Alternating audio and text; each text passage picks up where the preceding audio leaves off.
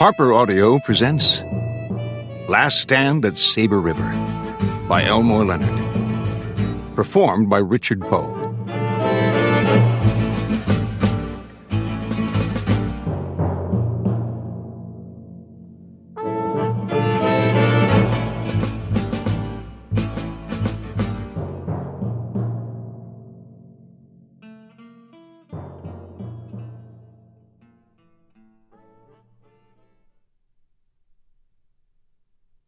Chapter 1. Paul Cable sat hunched forward at the edge of the pine shade, his boots crossed and his elbows supported on his knees. He put the field glasses to his eyes again, and 400 yards down the slope, the two-story adobe was brought suddenly, silently before him. This was the store. It was Denneman's. It was a plain, tan-pink southern Arizona adobe with a wooden loading platform, but no ramada to hold off the sun. It was the only general supply store from Hidalgo north to Fort Buchanan. And until the outbreak of the war, it had been a Hatch and Hodges swing station. The store was familiar, and it was good to see, because it meant Cable and his family were almost home. Martha was next to him. The children were close by. They were anxious to be home after 2.5 years away from it. But the sight of a man Cable had never seen before, a man with one arm, had stopped them. He stood on the loading platform facing the empty sunlight of the yard, staring at the willow trees that screened the river close beyond the adobe, his right hand on his hip, his left sleeve tucked smoothly, tightly into his waist. Above him, the faded, red-lettered Denneman's Store inscription extended the full width of the adobe's double doors. Cable studied the man. There was something about him. Perhaps because he had only one arm. No, Cable thought then. That made you think of the war, the 2.5 years of it. But you felt something before you saw he had only one arm. Then he realized it was the habit of surviving, formed during 2.5 years of war. The habit of not trusting any movement he could not immediately identify. The habit of not walking into anything blindly. He had learned to use patience and weigh alternatives, and to be sure of a situation before he acted, as sure as he could be in his own mind. Now Cable's glasses moved over the wind-scarred face of the adobe, following the one-armed man's gaze to the grove of willows and the river hidden beyond the hanging screen of branches. A girl came out of the trees carrying a bucket, and Cable said, "There's Luz again. Here."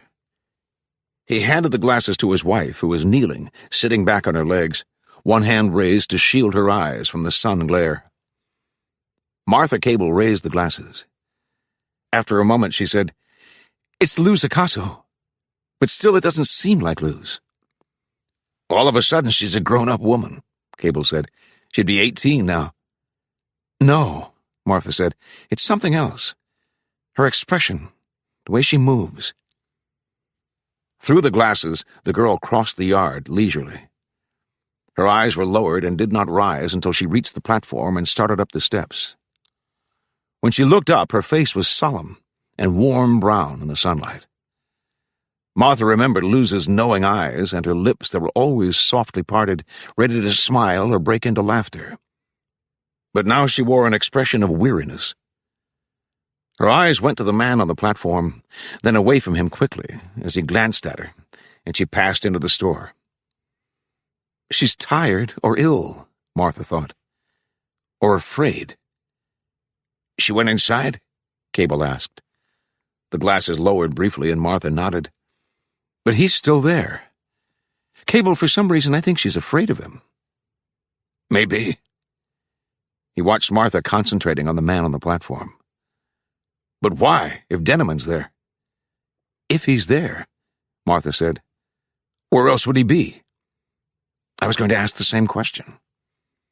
"Well, let's take it for granted he's inside."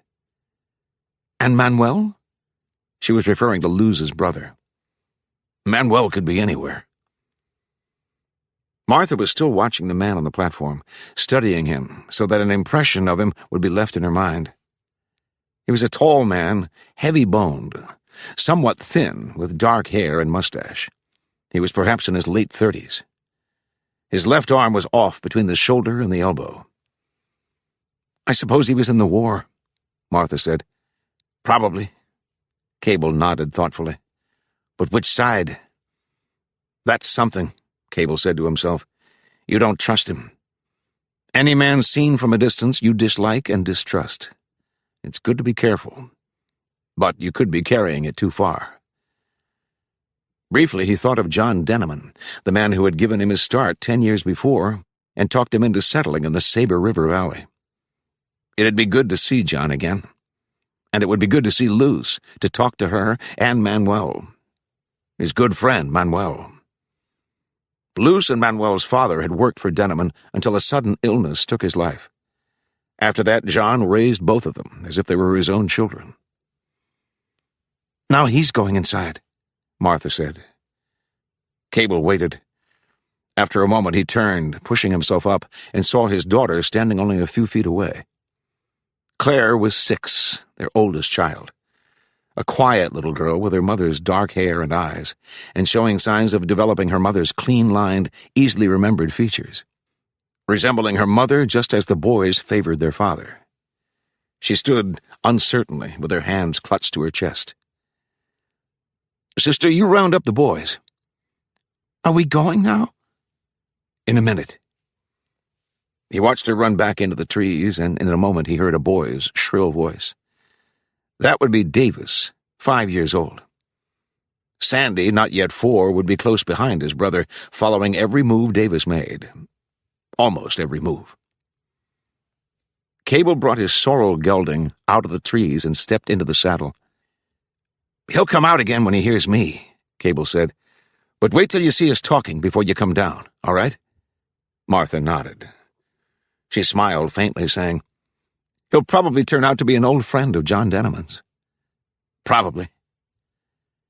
Cable nudged the sorrel with his heels and rode off down the yellow sweep of hillside, sitting erect and tight to the saddle with his right knee touching the stock of a Spencer carbine, his right elbow feeling the Walker Colt on his hip, and keeping his eyes on the adobe now, thinking, this could be a scout. This could be the 2.5 years still going on. As soon as he had made up his mind to enlist, he had sold his stock, all of his cattle, all 250 head, and all but 3 of his horses. He had put Martha and the children in the wagon and taken them to Sudan, Texas, to the home of Martha's parents. He did this because he believed deeply in the Confederacy, as he believed in his friends who had gone to fight for it. Because of a principle, he traveled from Saber River, Arizona Territory to Chattanooga, Tennessee, taking with him a shotgun, a revolving pistol, and 2 horses. And there, on June 21st, 1862, he joined J.A. Wharton's 8th Texas Cavalry, part of Nathan Bedford Forrest's command. 3 weeks later, Cable saw his first action and received his first wound during Forrest's raid on Murfreesboro. On September 3rd, Paul Cable was commissioned a captain and appointed to General Forrest's escort. From private to captain in less than 3 months. Those things happened in Forrest's command.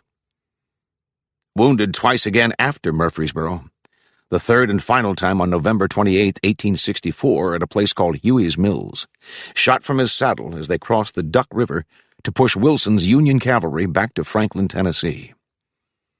Cable, with gunshot wounds in his left hip and thigh, was taken to the hospital at Columbia. On December 8th, he was told to go home, the best way you know how. There were more seriously wounded men who needed his cot. There would be a flood of them soon, with General Hood about to pounce on the Yankees at Nashville. Go home, he was told, and thank God for your gunshot wounds. So for Cable, the war was over, though it was still going on in the East, and the feeling of it was still with him. He was not yet 30, a lean-faced man, above average height, and appearing older after his service with Nathan Bedford Forrest. After Chickamauga had come Fort Pillow, Bryce's Crossroads, Thompson's Station, 3 raids into West Tennessee, and 100 nameless skirmishes. He was a calm-appearing man, and the war had not changed that.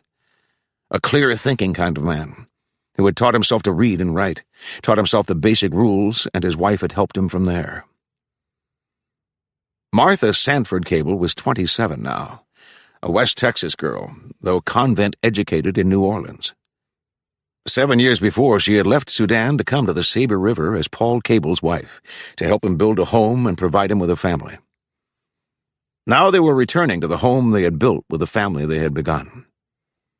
They were before Denneman's store, only 4 miles from their own land. And Cable was entering the yard, still with his eyes on the loading platform and the double doors framed in the pale wall of the adobe, reining in his sorrel and approaching at a walk. The right-hand door opened, and the man with one arm stepped out to the platform. He walked to the edge of it and stood with his thumb in his belt, looking down at Cable. Cable came on. He kept his eyes on the man, but said nothing until he had pulled to a halt less than 10 feet away. From the saddle, Cable's eyes were even with the man's knees. "John Denneman inside?"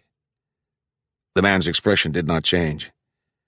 "He's not here anymore." "He moved?" "You could say that." "Maybe I should talk to Luz," Cable said. The man's sunken cheeks and the full mustache covering the line of his mouth gave his face a hard, bony expression, but it was not tensed. He said, "You know Luz?"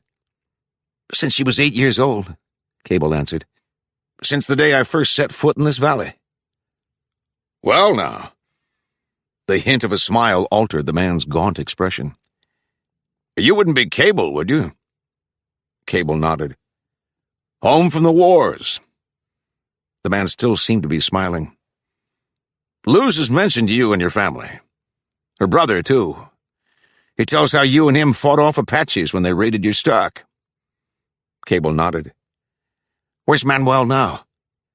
"Off somewhere." The man paused. "You been to your place yet?" "We're on our way."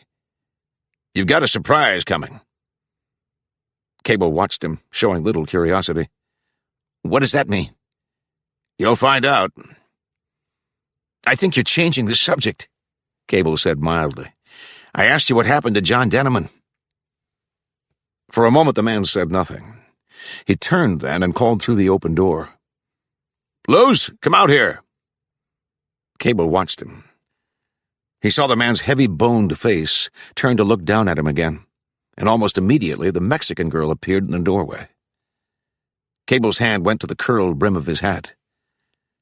"Luz, honey, you're a welcome sight." He said it warmly, and he wanted to jump up on the platform and kiss her, but the presence of this man stopped him. "Paul!" He saw the surprise in the expression of her mouth and in her eyes, but it was momentary, and she returned his gaze with a smile that was grave and without joy, a smile that vanished the instant the man with one arm spoke. "Luz, tell him what happened to Denneman." "You haven't told him?" She looked at Cable quickly, then seemed to hesitate. "Paul, he's dead. He died almost a year ago." 9 months, the man with one arm said. "I came here the end of August. He died the month before." Cable's eyes were on the man, staring at him, feeling now that he had known Denneman was dead, had sensed it from the way the man had spoken, from the tone of his voice. "You could have come right out and told me," Cable said. "Well, you know now." "Like you were making a game out of it." The man stared down at Cable indifferently. "Why don't you just let it go?" "Paul," Luz said, "it came unexpectedly. He wasn't sick." "His heart?" Luz nodded. "He collapsed shortly after noon, and by that evening he was dead." "And you happened to come a month later," Cable said, looking at the man again. "Why don't you ask what I'm doing here?" The man looked up at the sound of the double-team wagon on the grade, his eyes half-closed in the sunlight, his gaze holding on the far slope now. "That your family?" "Wife and 3 youngsters," Cable said. The man's gaze came down. "You made a long trip for nothing." He seemed about to smile, though he was not smiling now. "All right," Cable said. "Why?" "Some men are living in your house." "If there are, they're about to move." The smile never came, but the man stared down at Cable intently. "Come inside, and I'll tell you about it." Then he turned abruptly, though he glanced again at the approaching wagon before going into the store. Cable could hear the jingling, creaking sound of the wagon closer now, but he kept his eyes on Luce until she looked at him. "Luce, who is he?" "His name is Edward Janro. The man acts like he owns the place." Her eyes rose briefly. "He does. Half of it. But why?" "Are you coming?" Janro was in the doorway. He was looking at Cable and with a nod of his head indicated Luce. "You gotta drag things out of her. I found it's more trouble than it's worth." He waited until Cable stirred in the saddle and began to dismount. "I'll be inside," he said, and stepped away from the door. Cable dropped his reins, letting them trail. He swung down and mounted the steps to the platform. For a moment he watched Luz Acaso in silence. "Are you married to him?" "No. But he's been living here 8 months and has a half interest in the store." "You think what you like." "I'm not thinking anything. I want to know what's going on." "He'll tell you whatever you want to know." "Luz, do you think I'm being nosy? I want to help you." "I don't need help." She was looking beyond him, watching the wagon entering the yard. "All right," he thought, "don't push her." It occurred to him then that Martha was the one to handle Luce. Why keep harping at her and get her nervous? Martha could soothe the details out of her in a matter of minutes. Cable patted her shoulder and stepped past her into the abrupt dimness of the store. He moved down the counter that lined the front wall, his hand gliding down the worn, shiny edge of it, and his eyes roaming over the almost bare shelves. There were scattered rows of canned goods, bolts of material, work clothes, boxes that told nothing of their contents.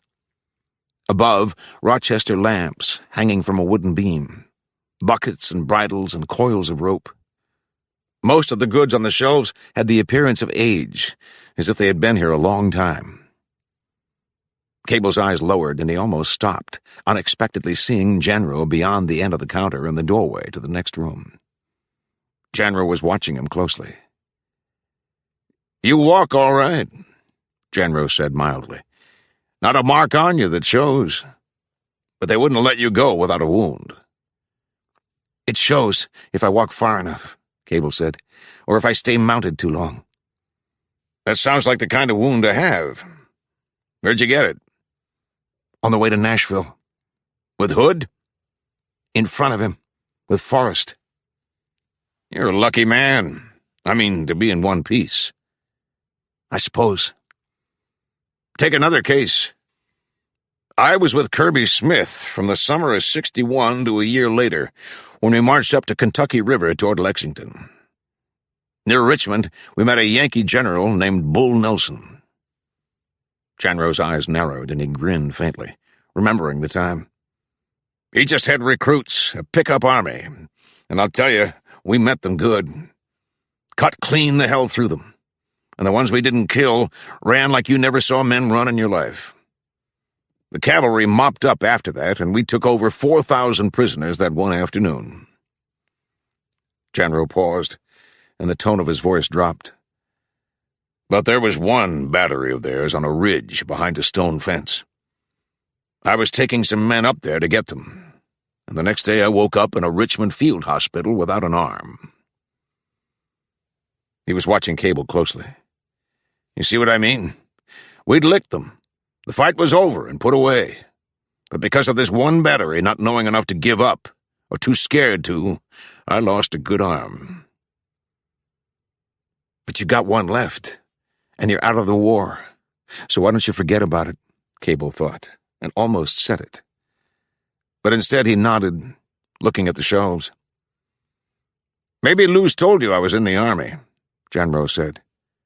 No, only your name and that you own part of the store. That's a start. What else do you want to know? Why you're here? You just said it, because I own part of the store. Then how you came to be here? You've got a suspicious mind. Look, Cable said quietly, John Denneman was a friend of mine. He dies suddenly, and you arrive to buy in? That's right. But you want to know what killed him? When Cable said nothing, Janro's eyes lifted to the almost bare shelves. He didn't have enough goods to sell. He didn't have regular money coming in. He worried, not knowing what was going to happen to his business. Janro's gaze lowered to Cable again. He even worried about Luz and Vern Kidston. They were keeping company, and I'm told the old man didn't see eye to eye with Vern. Because of different politics, you might say. So it was a combination of things that killed him. Worries, along with old age. And if you think it was anything else, you're going on pure imagination. Let's go back to Vern Kidston, Cable said. I never heard of him. So what you're saying doesn't mean a whole lot. Janro's faint smile appeared. Vern came along about 2 years ago, I'm told. He makes his living supplying the Union cavalry with remounts. Delivers them up to Fort Buchanan. He lives near here? In the old Toyopa place. How far is that from you? About 6 miles. They say Vern's fixed it up. It'd take a lot of fixing. The house was half burned down. Vern's got the men. I'll have to meet him. You will. You'll meet him, all right. Cable's eyes held on Janro. It sounds like you can hardly wait. There's your suspicious mind again. Janro straightened and stepped into the next room. Come on, it's time I poured you a drink.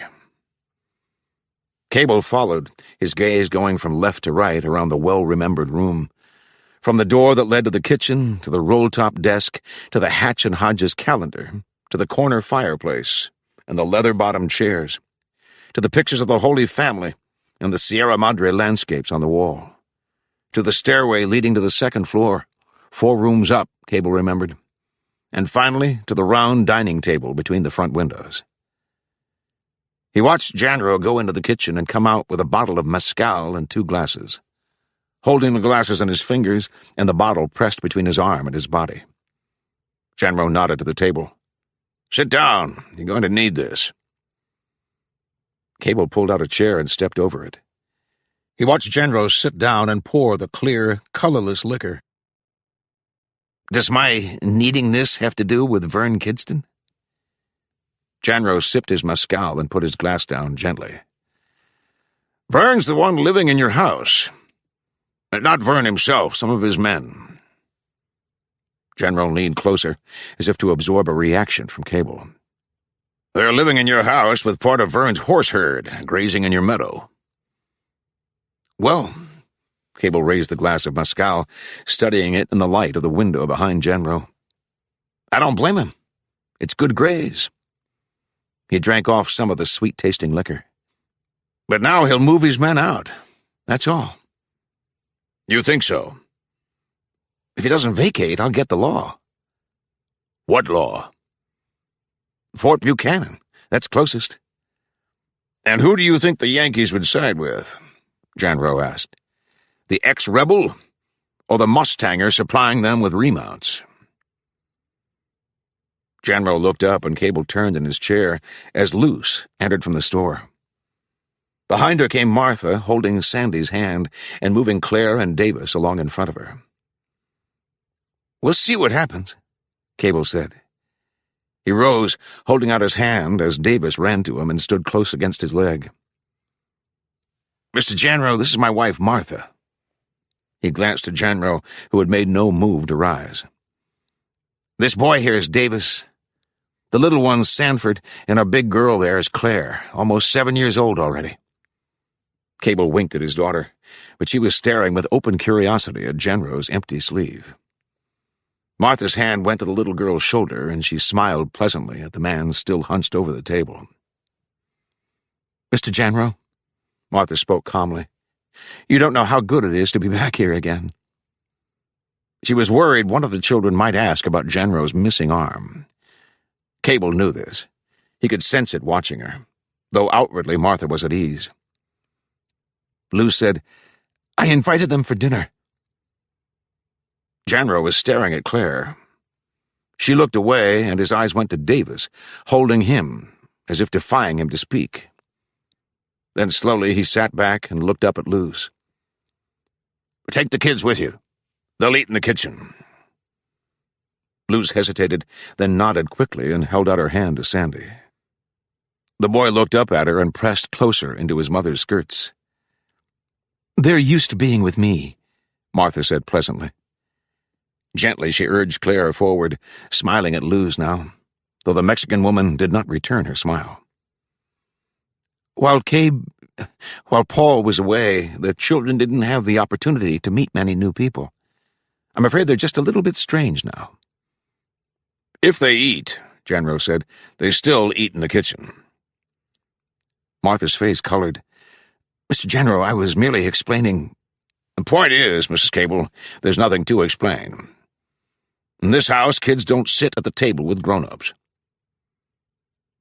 Martha felt the heat on her face, and she glanced at her husband, at Cable, who stood relaxed with the calm, tell-nothing expression she had learned to understand and respect. It isn't your place to answer him, she thought.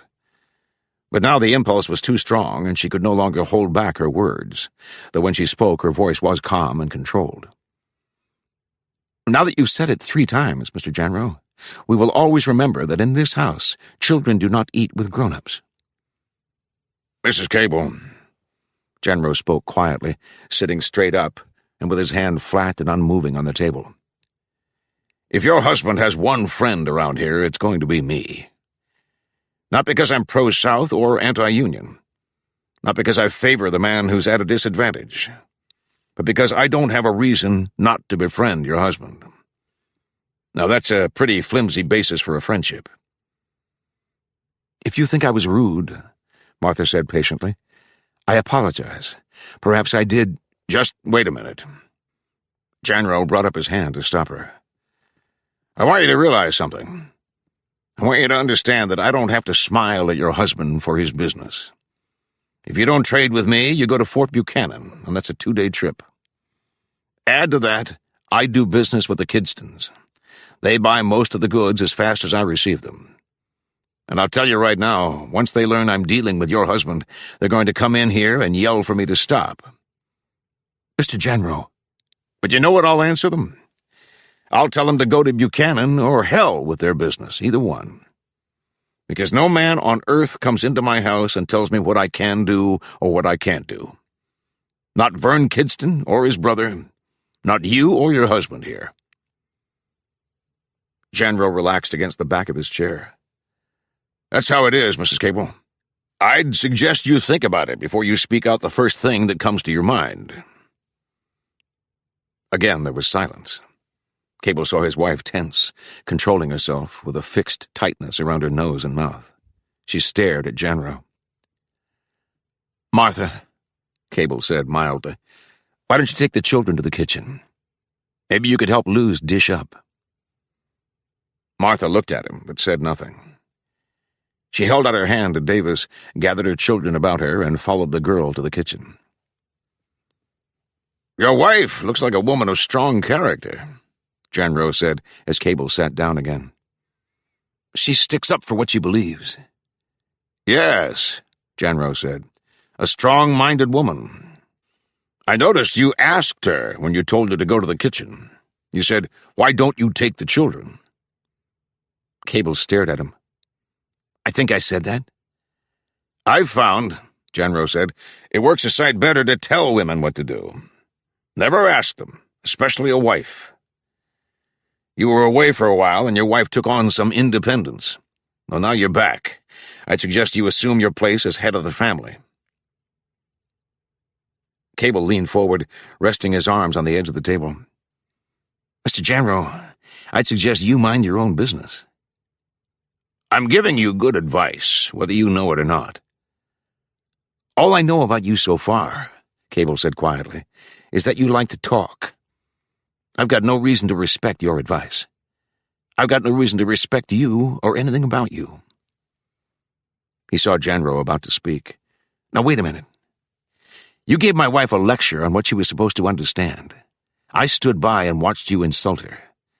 But now I'll tell you this, Mr. Janro. If you didn't have the misfortune of being one-armed, you never would have said those things. You might be a strong-minded, hard-nosed individual who doesn't care what anybody thinks, and who won't stand for any kind of dependence. You might even be a man to admire. But if you had had both your arms when you said those things, I'd have broken your jaw. Janro stared at Cable, his chest rising and falling with his breathing. He remained silent. I'm sorry I had to say that, Cable told him after a moment. But now we know where we stand. You got your ideas and I've got mine. If they cross, then I guess you and I aren't going to get along. Janro sipped his mezcal, taking his time, and set the glass down gently. You were with Bedford Forrest, he said then. Were you an officer? I reached captain. That speaks well of you, doesn't it? An officer with Forrest. It depends from which side you view it. How long were you with him? Since June '62. In the saddle most every day, living outside and fighting. Janro's head nodded slowly. He raised the glass again. You might be able to break my jaw at that. Maybe I shouldn't have said that. Don't back off. I'm being realistic, not apologizing. I'm saying you might. Cable stared at him. Maybe we should start all over again. No, I think we've come a long way in a short time. Except, Cable said, you know more about me than I do about you. You don't have to know anything about me, Janro said. The Kidstons are your problem. I'll talk to them. But why should they talk to you? Janro watched him intently. You're one man against, say, 15. You're an ex-Confederate in Union territory. The Kidstons themselves are Yankees. They sell most of their cattle and all of their horses to the Union Army. Burns' brother, Duane, even held a command.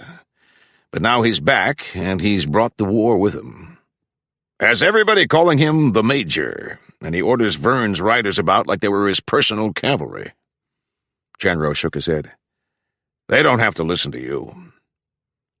Cable shrugged. We'll see what happens. How do you eat? Janro asked. That's your first problem. For now, Cable said, I plan to buy provisions and maybe shoot something. Pretty soon I'll start buying stock and build my herd again. Buy it from where? South. Luz's brother has friends in Sonora. I sold my stock to them when I enlisted on the agreement they'd sell back whatever I could buy when I came home. Manuel's down that way right now, Janro said. Cable's eyes raised. When will he be back? In a few days, I suppose. But your problem is now. I said before, some of Verne's men are living at your place. I'll have a talk with them, Cable said. One of them was here this morning. Bill Dancy. Janro paused as Luz approached the table. She put plates in front of them and a serving dish of meat stew between them. Janro asked her, Where's his wife? With the children. Luz served them as she spoke. Was Dancy here this morning? I saw no one else. Who's up there with him? I think Royce and the one named Joe Bob Dodd. Tell Mr. Cable about them.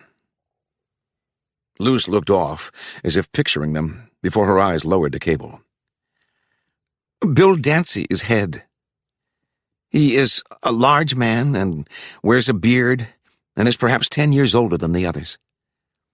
This Royce and the one they call Joe Bob look much alike, with their thin faces and bodies and their hats worn straight and low over their eyes.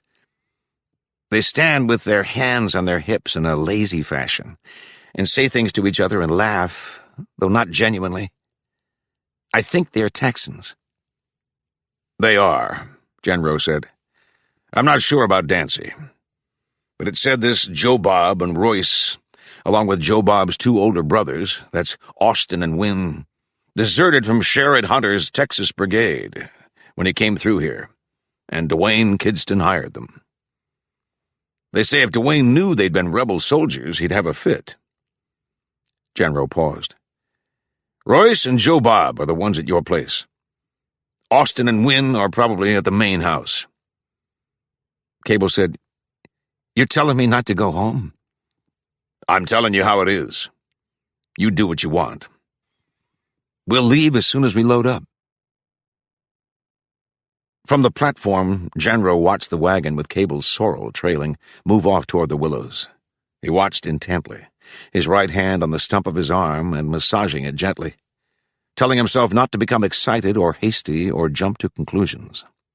But my God, it was more than he could have hoped blind luck would provide.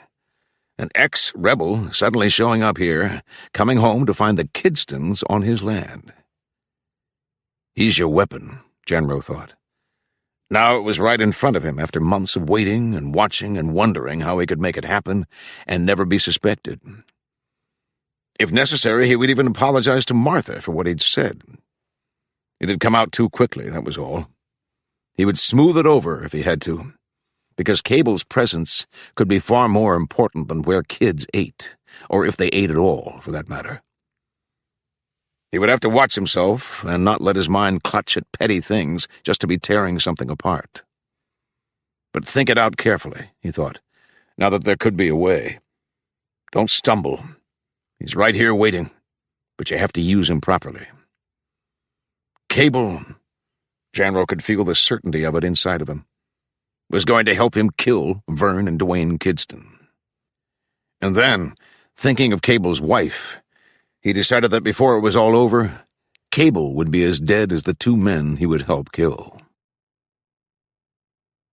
Cable forded the river at the store and followed it north out into the open sunlight of a mile-wide valley, then gradually west, for the valley curved in that direction with the river following close along its left or west slope. The far side of the valley was rimmed by a low, curving line of hills. The near slope also rolled green-black with pines. But beyond these hills, chimneyed walls of sandstone towered silently against the sky. Beyond the rock country lay the Kidston place. Sandy was asleep.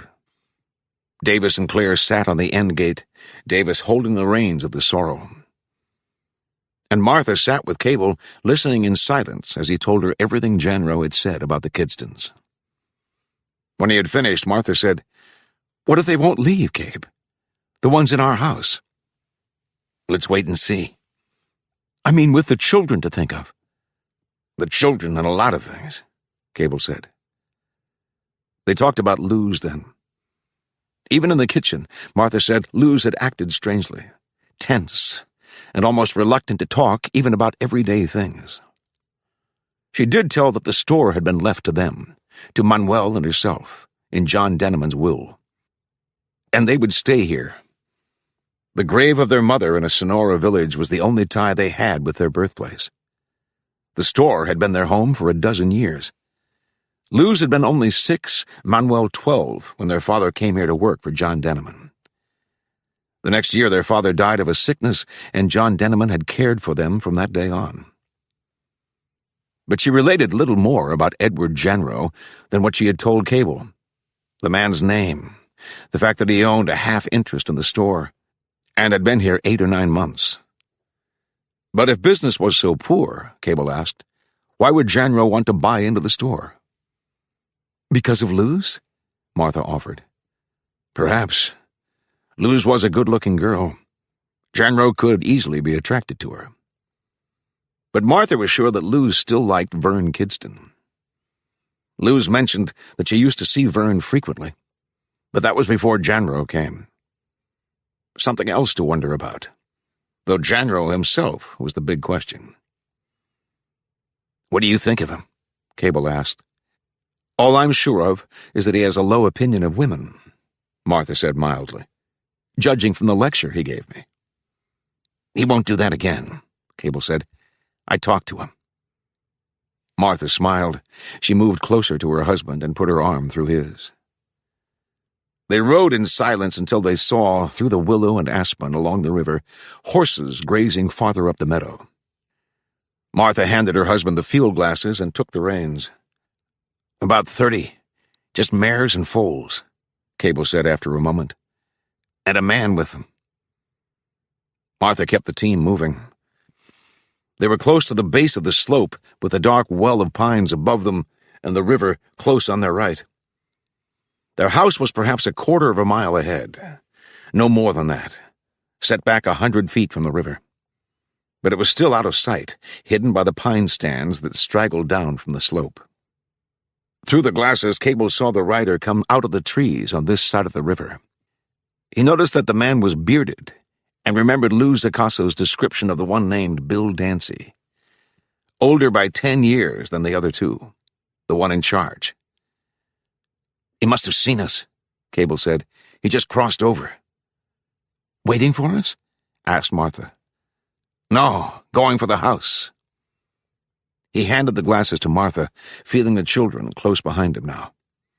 Davis said, "Can I look?" "Not right now." Cable half-turned on the seat. "Listen, I want you children to stay right where you are. Even when we stop, stay there and don't jump off." Claire's dark eyes were round and open wide. "Why?" "Because we're not sure we're staying." Cable looked at the boy again. "Davis, you hold on to Sandy. You won't let him jump out now, will you?" The little boy shook his head solemnly. "No, sir." Cable smiled at his children. His hand reached to the wagon bed, felt the short barrel of the Spencer carbine, then moved to the shotgun next to it and brought it out, placing it muzzle down between them on the seat. "Martha, this one's yours. Put your hand on it when I climb off, but don't lift it unless you see you have to."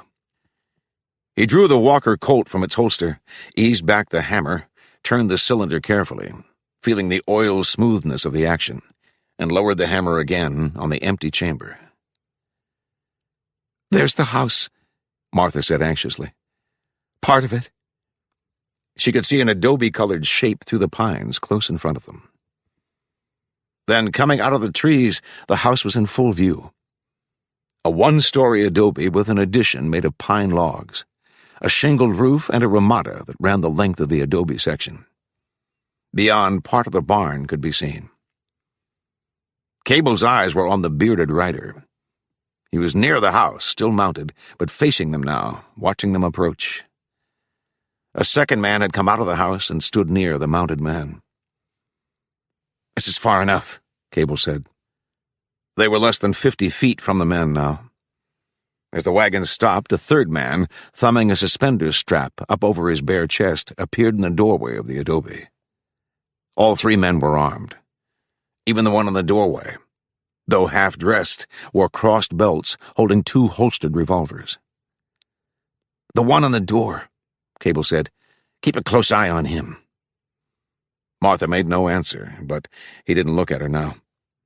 He breathed in and out slowly, calming himself, and putting it off still another moment before he jumped down from the wagon, holding his holster to his leg, and moved toward the mounted man. "You were a while getting here," Bill Dancy said. He dismounted, swinging his leg over carefully, and stood with his feet apart, watching Cable coming toward him. Within 2 strides, Cable stopped. "You knew we were coming?" "Janro mentioned it." Dancy's short-clipped beard hid any change of expression. He nodded toward the men who stood near him. "Royce here went in for something I forgot this morning, and Janro told him." Cable glanced at the one called Royce, a tall, thin-framed man who stood hip-cocked, with his thumbs hooked into his belt. His hat was tilted forward, low over his eyes, and he returned Cable's stare confidently. Royce must have taken the horse trail, a shorter route that followed the crest of the slope, to and from the store. That's why they hadn't seen him, Cable decided. He looked at Dancy again. "Did Janro tell him it's my land you're on?" Dancy nodded. "He mentioned it." Then I don't have to explain anything. That's right, Royce said. All you have to do is turn around and go back. There it was. Cable gave himself time, feeling the tension through his body, and the anger, not building, but suddenly there, as this lounging, lazy-eyed poser told him very calmly to turn around and go back. At least there was no decision to make. And arguing with him or with Dancy would only waste time. Even with Martha and the children here, he knew how far he would go if necessary. He wanted to feel the anger inside of him, because it would make it easier. But he wanted also to control it, and he let his breath out slowly, shaking his head. I was afraid this was going to happen. And why did you come? Dancy asked. The back of Cable's hand moved across his mouth, then dropped heavily. Well, since I own this place. Dancy shook his head. Brian Kidston owns it. Just took it? In the name of the United States government, Dancy said. Mister, you must have been dreaming. You ever hear of rebel land and Union territory? I'm not a soldier anymore. You're not anything anymore. Dancy glanced at the wagon. Your wife's waiting for you, and the kids. You got kids, haven't you? 3. A man doesn't do anything crazy with 3 kids. Not very often, Cable said mildly. His eyes moved to Royce, then past him to the bare-chested man who had come out to the edge of the Ramada shade. This would be Joe Bob Dodd. He stood with one hand on his hip, the other raised to a support post. He wore his hair with sideburns to the angle of his jaw. This, and the dark line of hair down the bony whiteness of his chest, made him appear obscenely naked. He was somewhat shorter than Royce, but had the same slim-hipped, slightly stoop-shouldered build. Cable's eyes returned to Dancy. I'll give you the rest of the afternoon to collect your gear and clear out. Fair enough? Royce looked over at Joe Bob, grinning. You hear what he said? The man at the Ramada nodded. I heard him. You don't have the time to give, Dancy said. I told you you're going to turn around and go back. Bill, Joe Bob called. Tell him he can leave his woman. Cable's eyes went to him, feeling the tingle of anger again. No, wait a little more, he thought. Take one thing at a time, and don't make it harder than it already is. His gaze returned to Dancy. Go get Kidston, and I'll talk to him, Cable said. He wouldn't waste his time. Maybe I would, though, Joe Bob said easily. His hand came down from the post, and both thumbs hooked into his crossed belts. Reb, you want to argue over your land? I'll talk to Kidston. You'll talk to me if I say so. Watching him, seeing him beyond the lowered head of Dancy's horse, and feeling Dancy still close to him, Cable said, I think that's all you are. Just talk. Bill, Joe Bob said, get your horse out of the way. Cable hesitated. He sensed Dancy reaching for the reins, his body turning and his hands going to the horse's mane. And for part of a moment, Dancy was half-turned from him with his hands raised, and the horse was moving, sidestepping, hiding both Royce and Joe Bob. And that was the time. It was then or not at all. And Cable stepped into Dancy. Seeing the man's expression change to sudden surprise, the moment before his fist hooked into the bearded face. Dancy stumbled against his horse, trying to catch himself against the nervously sidestepping animal. But Cable was with him, clubbing him with both fists, again and again and again, until Dancy sagged, until he went down, covering his head. Cable glanced at the wagon and away from it with the sound of Martha's voice and with the sound of running steps on the hard-packed ground. He saw Joe Bob beyond Dancy's horse. Now a glimpse of Royce jerking the bridle and a slapping sound, and the horse bolted. Both Joe Bob and Royce stood in front of him, their hands on their revolvers, though neither of them had pulled one clear of its holster. They stood rooted, staring at Cable, stopped suddenly in the act of rushing him. For in one brief moment, in the time it had taken Royce to slap the horse out of the way, they had missed their chance. Cable stood over Dancy with the Walker Colt in his hand. It was cocked and pointing directly at Dancy's head. Joe Bob and Royce said nothing. Dancy had raised himself on an elbow and was staring at Cable dumbly. "Now you take off your belts," Cable said. He brought Dancy to his feet and had to prompt them again before they unbuckled their gun belts and let them fall. Then he moved toward Joe Bob.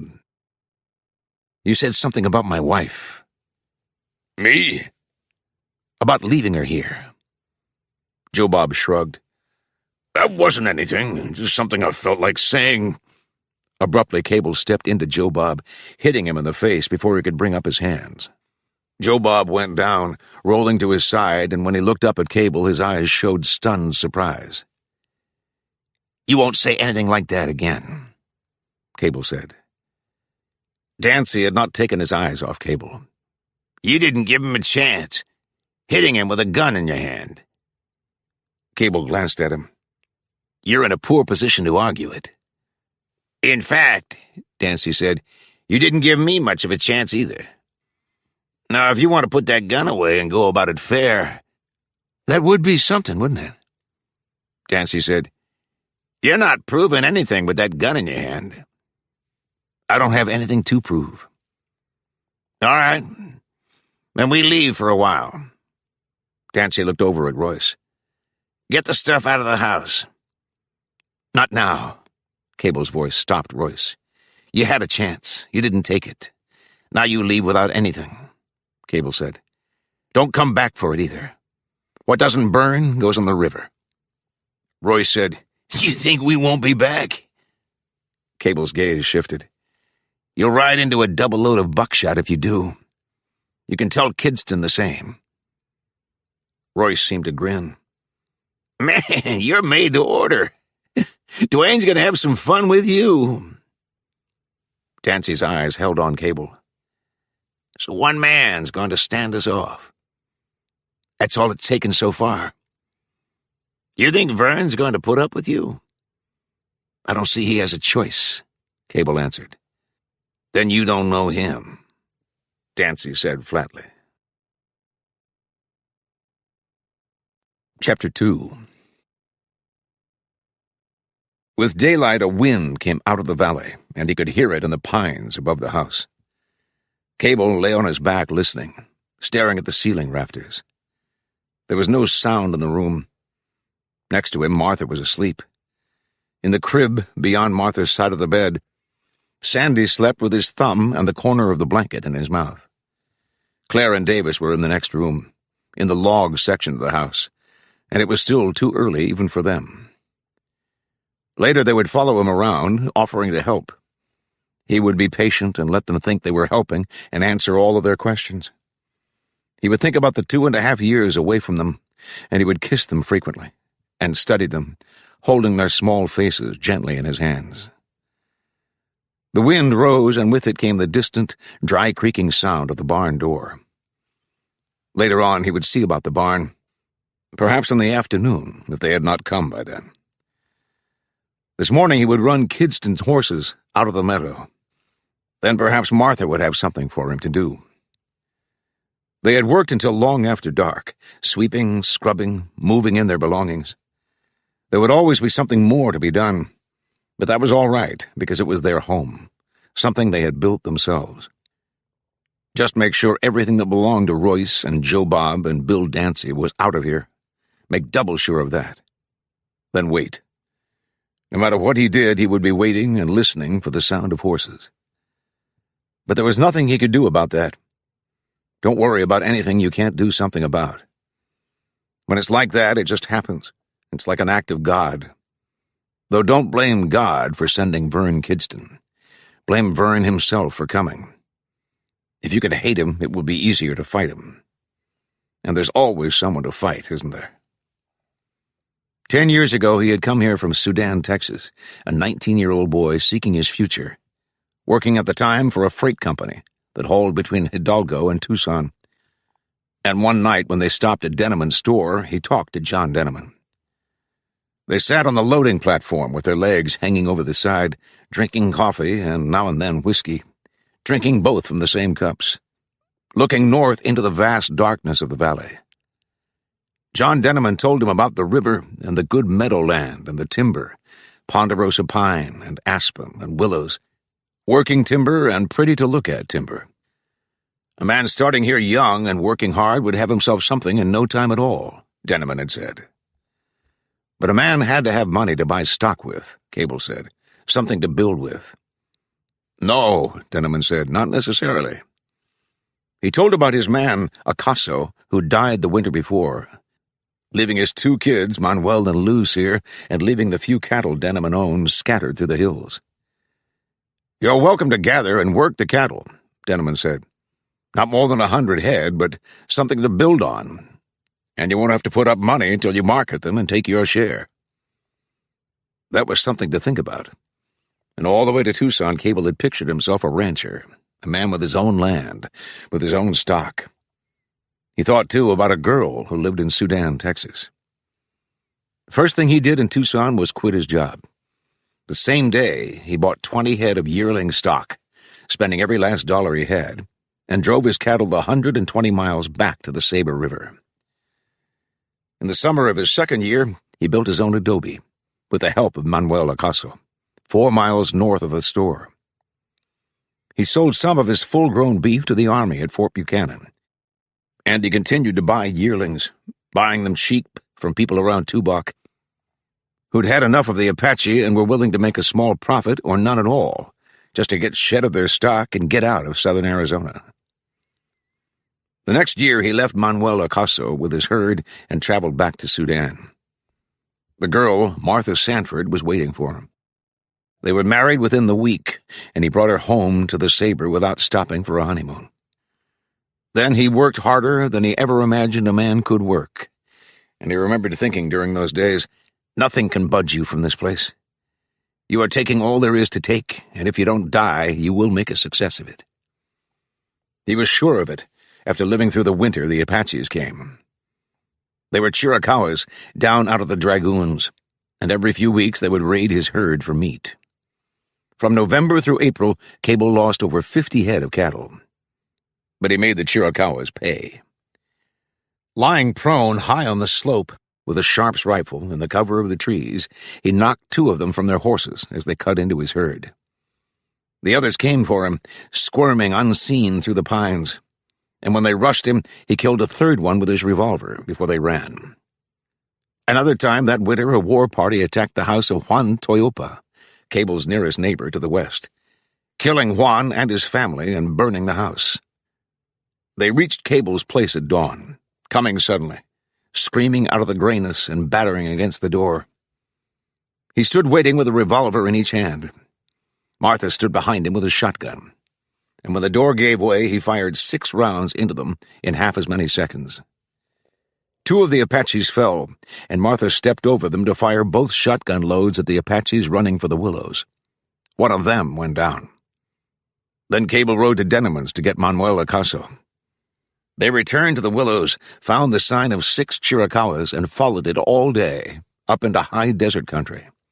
And at dusk, deep in a high-walled canyon, they crept up to the dry camp of the 6 Apaches and shot 3 of them before they could reach their horses.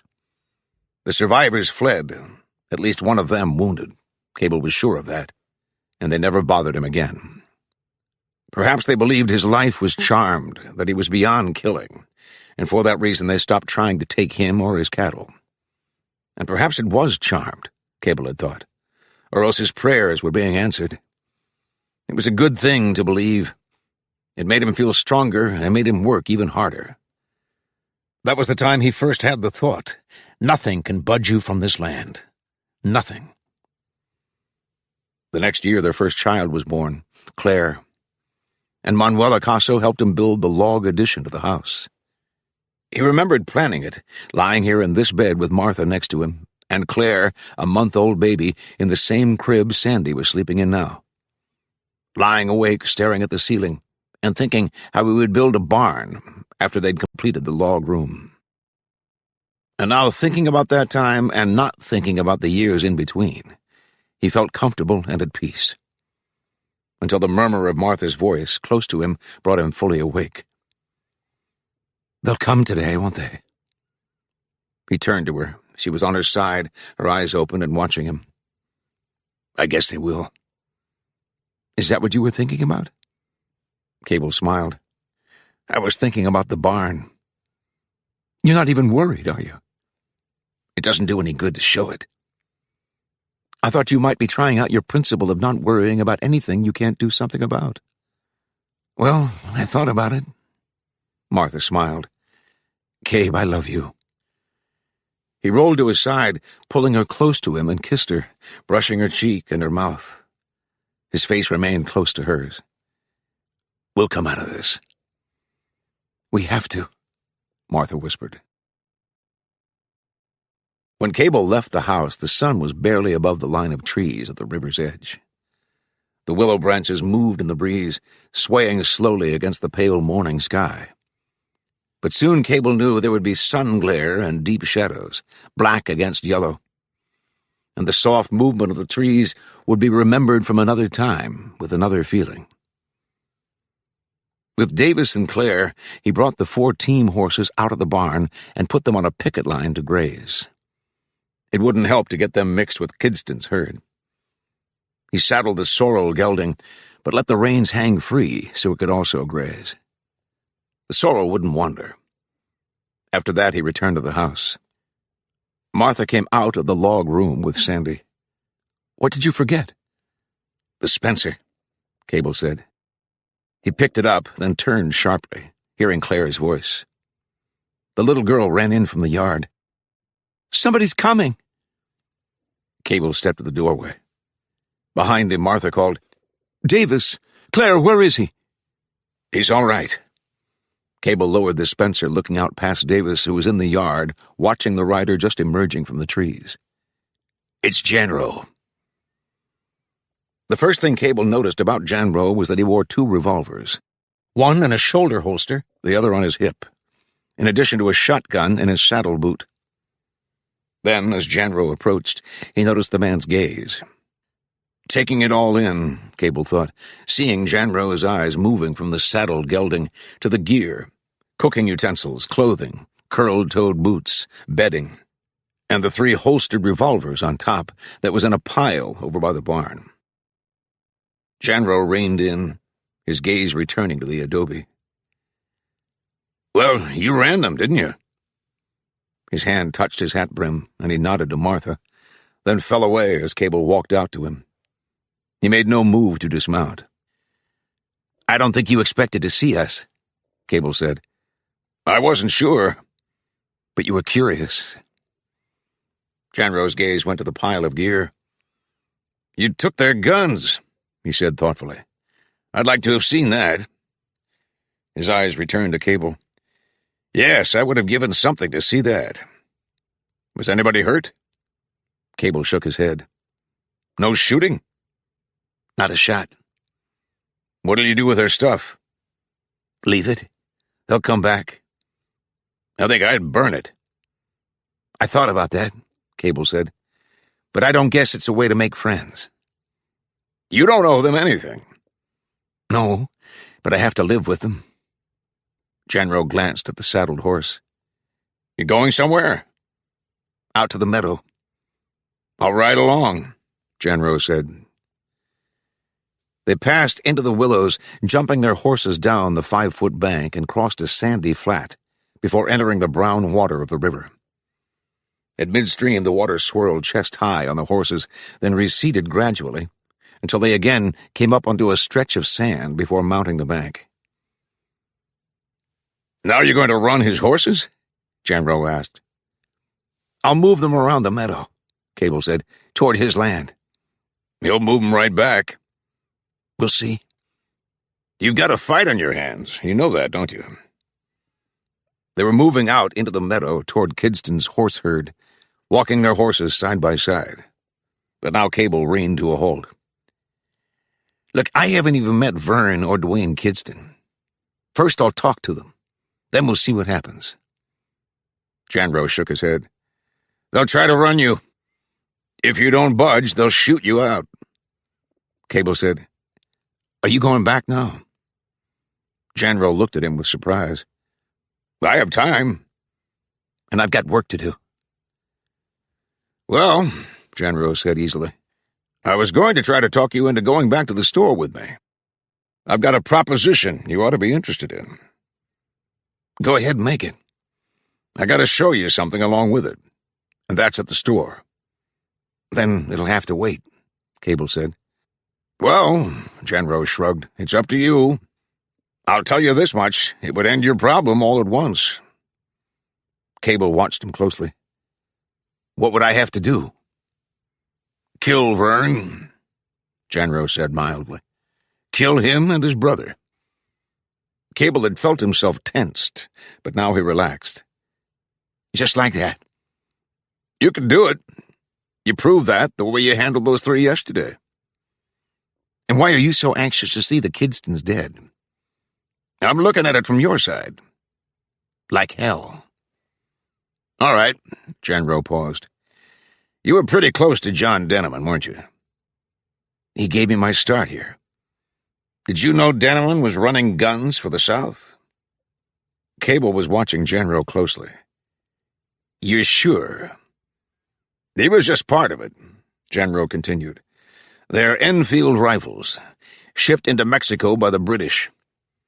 Confederate agents bring them up over the border, and the store is one of the relay points. It was Denneman's job to hide the rifles until another group picked them up for shipment east. And where do you come in? When Denneman died, I was sent out to take his place. Cable's eyes remained on Janro. So the man was a Confederate agent, and John Denneman had been one. That was hard to picture because you didn't think of the war reaching out this far. But it was here. 1,500 miles from the fighting, almost another world. But it was here. I told you, Janro said, I was with Kirby Smith. I lost my arm fighting the Yankees. When they said I wasn't any more use as a soldier, I worked my way into this kind of a job. 8 months ago, they set me out here to take Denneman's place. And Manuel, Cable said, is he in it? Janro nodded. He scouts for the party that brings up the rifles. That's where he is now. When's he due back? What do you want to do, check my story? I was thinking of Manuel. I haven't seen him in a long time. He'll be back in a day or so. Does Luce know about the guns? You can't live in the same house and not know about them. So that's what's bothering her. Janro looked at him curiously. She said something to your wife? Cable shrugged off the question. It doesn't matter. You started out with me killing Vern and Dwayne Kidston. Janro nodded. How does it look to you now? You're telling me to go after them, to shoot them down like you would an animal. Exactly. That's called murder. It's also called war. Cable shook his head. As far as I'm concerned, the war's over. Janro watched him closely. You don't stop believing in a cause just because you've stopped fighting. I've got problems of my own now. But what if there's a relation between the two? Between your problems and the war? I don't see it. Open your eyes, Janro said. Vern supplies remounts to the Union Army. He's doing as much to help them as any Yankee soldier in the line. Dwayne's organized a 12-man militia. That doesn't sound like anything, but what if he found out about the guns? Good rifles that Confederate soldiers are waiting for, crying for.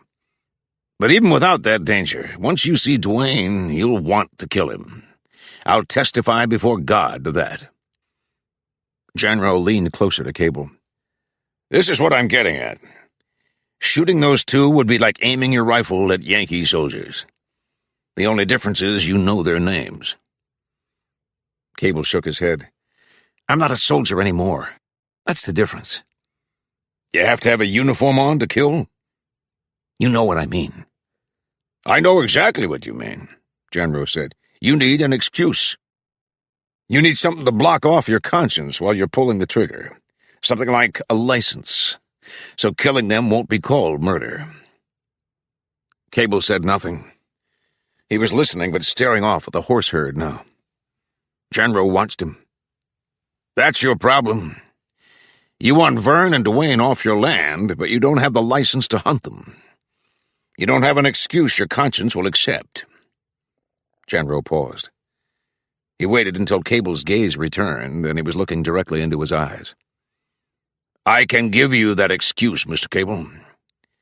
I can fix you up with the damnedest hunting license you ever saw, and your conscience will just sit back and laugh. For a moment, Cable was silent, letting Janro's words run through his mind. All at once it was clear, and he knew what the man was driving at. If I worked for you, Cable said, if I was an agent, I could kill them as part of my duty. Janro seemed to smile. I could even order you to do it.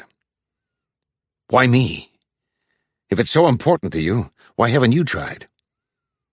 Because I can't afford to fool with something like that. If I'm caught, what happens to the gun running? And if I fail, Cable said, what happens to my family? You don't have anything to lose, Janro said easily. What happens to them if Vern kills you? What happens to all of you if he runs you off your land? Cable shook his head. I've never even seen these people, and you want me to kill them? It will come to that, Janro said confidently. I'm giving you an opportunity to hit first. I appreciate that, Cable said.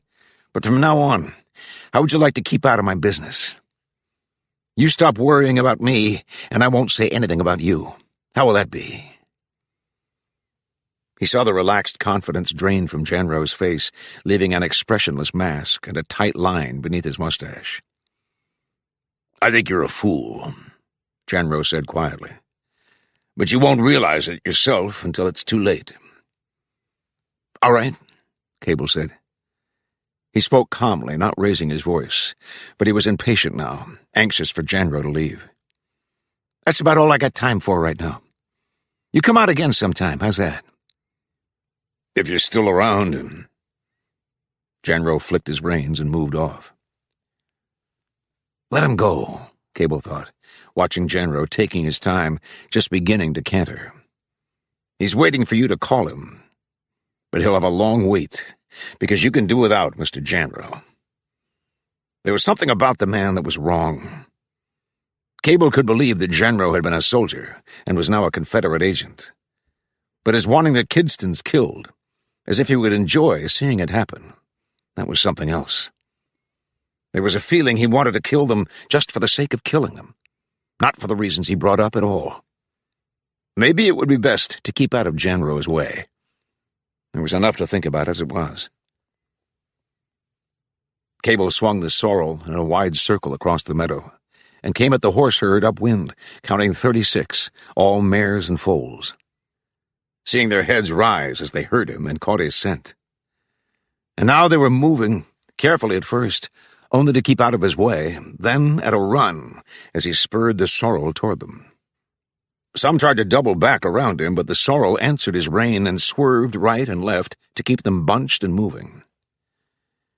Where the Saber crossed the valley, curving over to the east side of the meadow, he splashed the herd across with little trouble, then closed on them again and ran them as fast as the foals could move, up the narrowing, left-curving corridor of the valley. After what he judged to be 4 or 5 miles farther on, he came in sight of grazing cattle, and their Cable swung away from the horse herd. This would be Kidston land. Now he didn't follow the valley back, but angled for the near slope, crossed the open sweep of it to a gully which climbed up through shadowed caverns of ponderosa pine. At the crest of the hill he looked west out over tangled rock and brush country, and beyond it to the towering near horizon of creviced, coldly silent stone. Close beyond this barrier was the Toyopa place, where Kidston now lived. Cable followed the crest of the hill for almost a mile before he found a trail that descended the east slope. He moved along the narrowness of it, feeling the gradual slant beneath the sorrel and seeing the valley again down through open swatches in the trees. Soon he would be almost above the house. A few yards farther on, he stopped. Ahead of him, a young woman stood at the edge of the path, looking down through the trees. Luz Acaso, Cable thought. No. Luz came to his mind with the first glimpse of this girl in white. But Luz vanished as he saw blonde hair that was tied back with a ribbon and swirled suddenly over her shoulder as she turned and saw him. This movement was abrupt, but now she stood watching him calmly. Her hand closed around the riding quirt suspended from her wrist, and she raised it to hold it in front of her with both hands. Not defensively, but as if striking a pose. "I expected you to be older," the girl said. She studied him calmly, as if trying to guess his age, or what he was thinking, or what had brought him to this ridge. Cable swung down from the saddle, his eyes on the girl. She was at ease, he could see that, and was still watching him attentively. A strikingly handsome girl. Tall, though not as tall as Martha, and younger by at least 6 years, Cable judged. He said, "You know who I am?" "Bill Dancy told us about you," she smiled then, "with help from Royce and Joe Bob." "Then you're a Kidston," Cable said.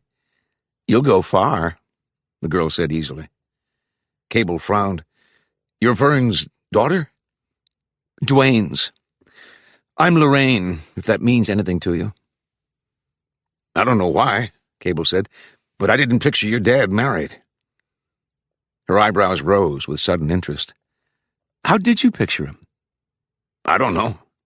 Just average appearing." Lorraine smiled. "You'll find him average, all right." Cable stared at her. "You don't seem to hold much respect for him." "I have no reason to." "Isn't just because he's your father reason enough?" Lorraine's all-knowing smile returned. "I knew you were going to say that." "You did, huh? How old are you?" "Almost 19. Cable nodded. That would explain some of it. "And you've been to school. You're above average pretty, which you'll probably swear to. And you've probably had your own way as long as you can remember." "And if all that's true," Lorraine said, "then what?" Cable shook his head. "I don't know."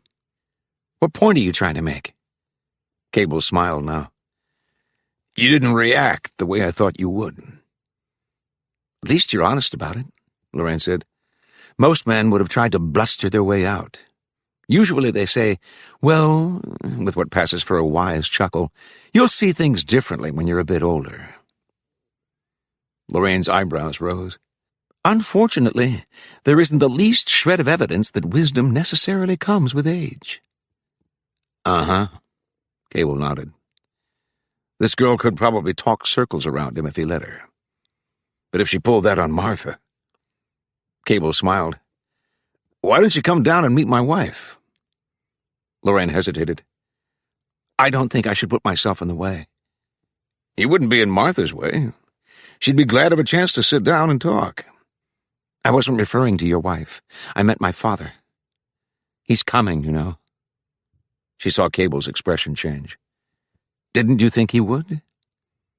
"Coming now?" "As soon as he gathers his company," Lorraine answered. "Not Vern. Vern went up to Fort Buchanan yesterday on horse business." She looked away from Cable. "You know, you can see your house right down there through the trees. I came here to watch." She stepped back quickly as Cable moved past her, already urging his sorrel down the path as he mounted. She called out to him to wait, but he kept going and did not look back. Soon he was out of sight, following the long, gradual switchbacks that descended through the pines. Martha had cleaned the stove for the second time. She came out of the house carrying a pail, and at the end of the ramada she lifted it and threw the dirty water out into the sunlight. She watched it flatten and hang, glistening, gray, before splattering against the hard-packed ground. She turned back to the house, hearing the sound of the horse then. "Claire!" Her gaze flashed to the children playing in the aspen shade. They looked up, and she called, not as loud, "Claire, bring the boys in for a while." "Why do we have to—" Davis's voice trailed off. He made no move to rise from his hands and knees. Martha looked back at the stable shed, then to the children. "Dave, I'm not going to call again." The children rose and came out of the trees. She heard the horse again, and with it a rustling, twig-snapping sound. She waved the children toward the house, but Claire hesitated, looking up toward the pines. "What's that noise?" "Probably not anything," Martha said. "Inside now." As they filed in, Cable turned the corner of the house. Martha let her breath out slowly and stood watching him as he dismounted and came toward her. She wanted to say, "Cabe, it's not worth it. One alarm after another, running the children inside every time there's a sound." But she looked at Cable's face, and the words vanished. "What is it?" "They're on the way." Martha glanced at the house, at the 3 children standing in the ramada shade watching them. "Claire, fix the boys a biscuit and jelly." As she turned back, she again heard the rustling, muffled horse sound. She saw her husband's hand go to the Walker Colt a moment before Lorraine Kidston rounded the adobe. "I decided," Lorraine said as she approached, "it would be more fun to watch from right here." She dropped her reins, then, extending her arms to Cable. When he hesitated, she said, "Aren't you going to help me?" Cable lifted her down from the side saddle, feeling her press against him, and he stepped back the moment her feet touched the ground. "Martha, this is Lorraine Kidston, Dwayne's girl." Martha recognized his uneasiness. He wanted to appear calm, she knew, but he was thinking of other things. And she was aware of Lorraine's confidence. Lorraine was enjoying this, whatever it was, and for some reason she had Cable at a disadvantage. Martha nodded to Lorraine, listened as Cable explained their meeting on the ridge, and she couldn't help thinking, soon we could be thrown to the lions, and Lorraine has dressed in clean white linen to come watch. "Come inside," Martha said pleasantly. "We can give you a chair at the window if you'd like." Lorraine hesitated, but only for a moment. She nodded to Martha and said easily, "You're very kind." At the door, the children stood staring at Lorraine. Martha named them as they entered the ramada shade and, reaching them, brushed Sandy's hair from his forehead. "The little Cables are about to have biscuits and jelly. Will you join them?" "No, thank you," Lorraine said. She nodded politely to the children, but showed no interest in them, edging through the doorway now as if not wanting to touch them. Martha followed, moving the children to the table and sitting them down. Cable came in a moment later, carrying the Spencer. As he propped it against the wall between the 2 front windows, Lorraine said pleasantly, "I hope you're not going to shoot my father." Cable closed both shutters of the right window, but only one shutter of the window nearer to the door. He turned then. "I hope not either." "Oh, don't be so solemn," Lorraine said lightly. "If Dwayne does the talking, you can be pretty sure he'll mess it up." Cable saw Martha's momentary look of surprise. She placed a pan of biscuits on the table, watching Lorraine. "Miss Kidston," Cable said mildly, "doesn't have a very high regard for her father." Martha straightened, wiping her hands on her apron. "That's nice." Lorraine regarded her suspiciously. Then, as if feeling a compulsion to defend herself, she said, "If there's nothing about him personally to deserve respect, I don't see why it's due him just because he's a parent." Cable was leaving it up to Martha now. He watched her, expecting her to reply, but Martha said nothing. The silence lengthened, weakening Lorraine's statement, demanding more from her. "I don't suppose you can understand that," Lorraine said defensively. "Hardly," Martha said, "since I've never met your father." "You've met him," Lorraine said, glancing at Cable. "He's the kind who can say nothing but the obvious." Cable was looking out the window, paying no attention to her, and her gaze returned quickly to Martha. I know exactly what he's going to answer to every single thing I say, Lorraine went on. One time it's empty wisdom, the next time wit. Now Vern, he's the other extreme. Vern sits like a grizzled stone, and at first you think it's pure patience. Then, after a few sessions of this, you realize Vern simply hasn't anything to say. I haven't yet decided which is worse, listening to Duane or not listening to Vern. It sounds, Martha prompted, as if you haven't been with them very long. That brought it out. Lorraine recited a relaxed account of her life, using a tone bordering on indifference, though Martha knew Lorraine was enjoying it. Her mother and father had separated when Lorraine was 7, and she had gone with her mother. That didn't mean it had taken her mother 7 or 8 years to learn what a monumental bore Duane was. She had simply sacrificed her best years on the small chance he might change.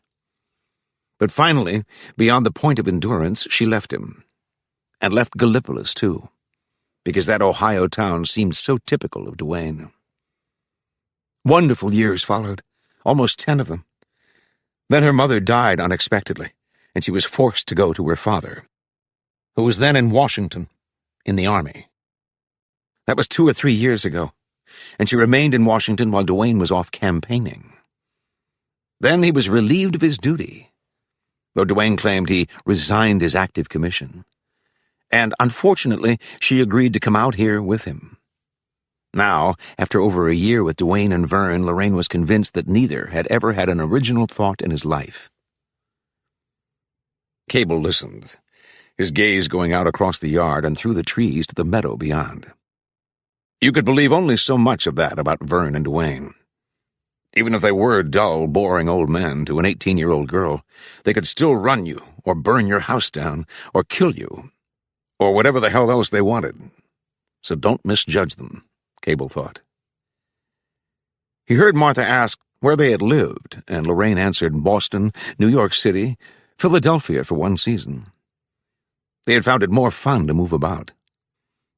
Even with that tone, Martha will feel sorry for her, Cable thought, watching the stillness of the yard and the line of trees with their full branches hanging motionless over empty shade. He tried to visualize the girl's mother, and he pictured them, Lorraine and her mother, in a well-furnished drawing room filled with people. The girl moved from one group to another, nodding with her head tilted to one side, smiling now, saying something. Then everyone in the group returning her smile at the same time. Cable saw himself in the room, not intending it, but suddenly there he was. And he thought, that would be all right about now, even though you wouldn't have anything to say and you'd just stand there. He saw the first rider when he was midway across the river, moving steadily, veeing the water toward the near bank. Now there were 3 more in the water, and Cable waited to make sure, 2 still on the other side. They came down off the meadow, and beyond them now, over their heads, Cable saw the grazing horse herd. They had returned, the mares and foals. As each man crossed the river, he dismounted quickly, handed off his horse, and ran, hunch-shouldered, to the protection of the 5-foot cut bank. One man was serving as horse holder, taking them farther down the bank, where the trees grew more thickly. Out of the line of fire, Cable thought. Behind him he heard Lorraine's voice, then Martha's, but he wasn't listening to them now. This could be 9 months ago, he thought, watching the trees and the river and the open meadow beyond. That could be Tishomingo Creek if you were looking down across a cornfield. And beyond it, a half-mile beyond through the trees and briars, would be Bryce's Crossroads. But you're not standing in a group of 85 men now. No, 135 then, he thought. Forrest had Gattrell's Georgia Company serving with the escort. How many of them would you like? About 4, that's all.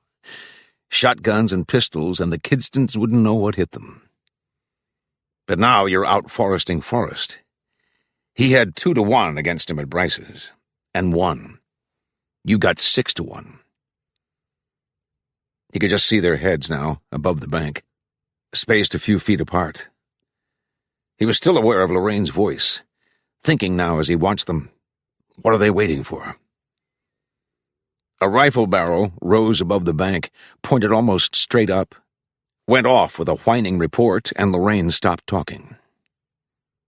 Cable turned from the window. "Martha, take the children into the other room."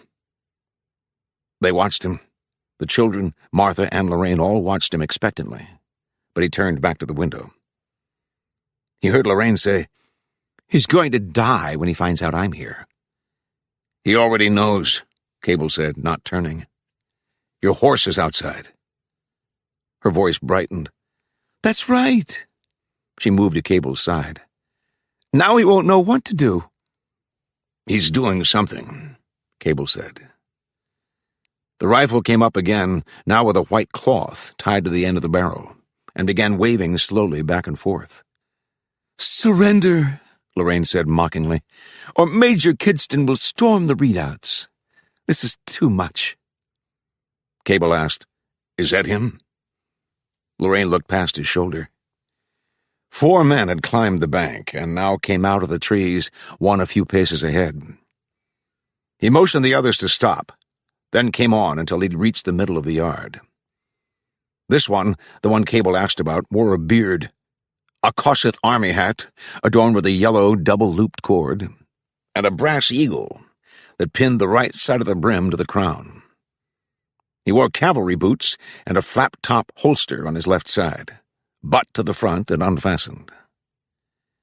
He glanced back at the 3 men standing just out from the trees, saw they had not advanced, then turned his attention again to the house, planting his boots wide and fisting his hands on his hips. "Sometimes," Lorraine said, "Duane leaves me speechless." "The first one's your father?" asked Cable, making sure. "My God, who else?" "That's Royce with the flag," Cable said. "And Joe Bob and Bill Dancy in reserve," Lorraine said. "I think Bill looks uncomfortable." Cable's eyes remained on her father. "Where's Vern?" "I told you he went to Fort Buchanan," Lorraine answered. Her attention returned to her father. "He loves to pose. I think right now he's being Sheridan before Missionary Ridge. Wasn't it Sheridan?" "Cable!" "Now he speaks," Lorraine said, gravely, mockingly. "Cable! Show yourself!" Cable moved past Lorraine into the open doorway. He looked out at Duane. "I'm right here." Duane's fist came off his hips. For a moment before he spoke, his eyes measured Cable sternly. "Where do you have my daughter?" "She's here," Cable said. Again Duane stared in silence, his eyes narrowed and his jaw set firmly. The look is for your benefit, Cable thought. He's not concentrating as much as he's acting. He saw Duane then take a watch from his vest pocket, thumb it open, and glance at the face. Duane looked up. "You have 3 minutes by the clock to release my daughter. If you don't, I will not be responsible for what happens to you." "I'm not holding her." "You have 3 minutes, Mr. Cable." "Listen, she came on her own. She can walk out any time she wants." Behind him, he heard Lorraine laugh. Cable looked at her. "You'd better go out to him." "No, not yet," she said. "Call his bluff and let's see what he does." "Listen, while you're being entertained, my wife and children are likely to get shot." "He wouldn't shoot while I'm in here?" "That's something we're not going to find out." Cable's hand closed on her arm. Lorraine pulled back, but he held her firmly and drew her into the doorway. He saw Duane return the watch to his pocket and saw a smile of confidence form under the man's neatly trimmed beard. "All of a sudden, Mr. Cable, you seem a bit anxious," Duane said. His hands went to his hips again. Close to him, as Cable urged her through the door, Lorraine gasped theatrically. "Would you believe it?" "Go on now," Cable whispered. To Duane he said, "I told you once I wasn't holding your daughter. What do I have to do to convince you?" Duane's expression tightened. "You keep quiet till I'm ready for you." His gaze shifted to Lorraine, who now stood under the ramada a few steps from Cable and half-turned toward him. She stood patiently, with her arms folded. "Lorraine, take your horse and go home." "I'd rather stay." She glanced at Cable, winking at him. "This is not something for you to see," Dwayne said gravely. "I don't want to miss your big scene," Lorraine said. "I can feel it coming." "Lorraine, I'm warning you." "Oh, stop it. You aren't warning anyone." Dwayne's voice rose. "I'm not going to tell you again." Smiling, Lorraine shook her head. "If you could only see yourself." "Lorraine!" "All right." She stopped him, raising her hands. "I surrender." She laughed again, shaking her head, then moved unhurriedly to her horse, mounted and walked it slowly across the yard, smiling pleasantly at her father, her head turning to watch him until she was beyond his line of vision. She passed into the willow trees. "She's had her fun," Cable thought, watching her. "But now the old man is mad, and he'll take it out on you." Cable's gaze returned to Dwayne. "You mean he'll try?"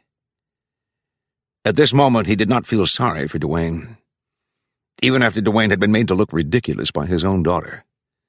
No, if Dwayne pushed him, he would push him back. There was no time to laugh at this pompous little man with the General Grant beard, because beyond his theatrics, this was still a matter of principle, of pride, of protecting his family, of protecting his land, a matter of staying alive, too. Cable said bluntly, "Now what?" "Now," Dwayne answered, drawing his watch again, "you have until 12 o'clock noon to pack your belongings and get out." He looked down at the watch. "A little less than 3 hours." There it is, Cable thought wearily. You expected it, and there it is.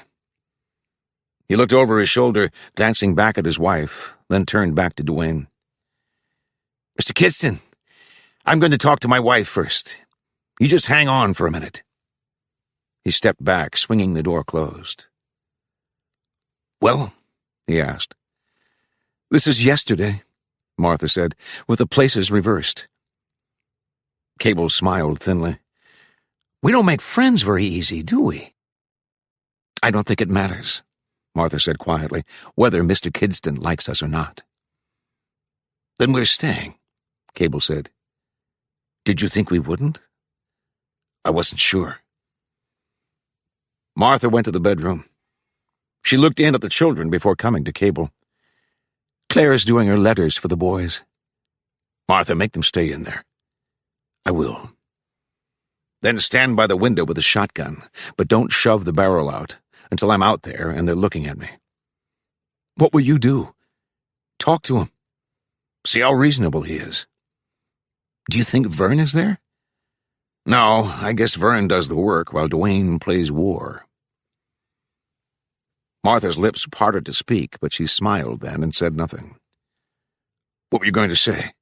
Cable asked. She was still smiling, a faint smile that was for Cable, not for herself.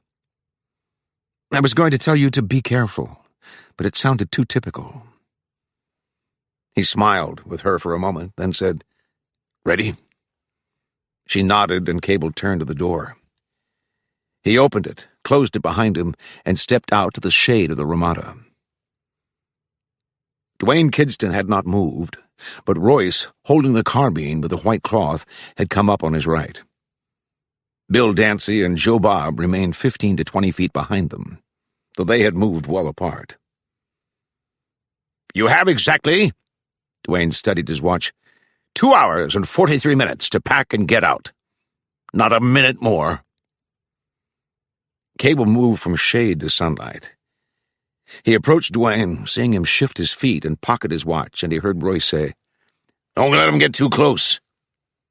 Then Dwayne, "That's far enough." Cable ignored this. He came on until less than 6 feet separated him from Dwayne. "I thought if we didn't have to shout," Cable said, "we could straighten this out." "There's nothing to straighten," Dwayne said stiffly.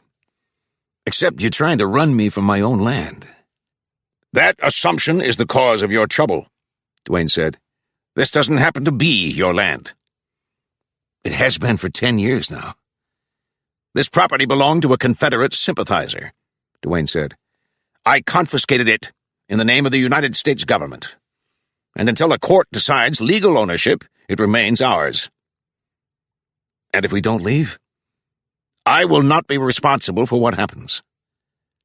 "That includes my family?" "Man, this is a time of war.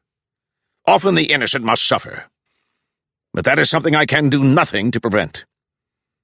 "You make it pretty easy for yourself," Cable said. "I'm making it easy for you." Duane paused, as if to control the rage that had colored his face. "Listen, the easy way is for you to load your wagon and get out. I'm giving you this chance because you have a family. If you were alone, I'd take you to Fort Buchanan as a prisoner of war." Duane snapped his fingers. "Like that, and without any talk." "Even though I'm no longer a soldier?" "You're still a rebel. You fought for an enemy of the United States. You likely even killed some fine boys working for that bushwhacker of a Bedford forest. And I'll tell you this, whether you're wearing a uniform or not, if it wasn't for your family, I'd do everything in my power to destroy you." Joe Bob shifted his weight from one leg to the other. "I was telling him, Major." He winked, grinning at Bill Dancy.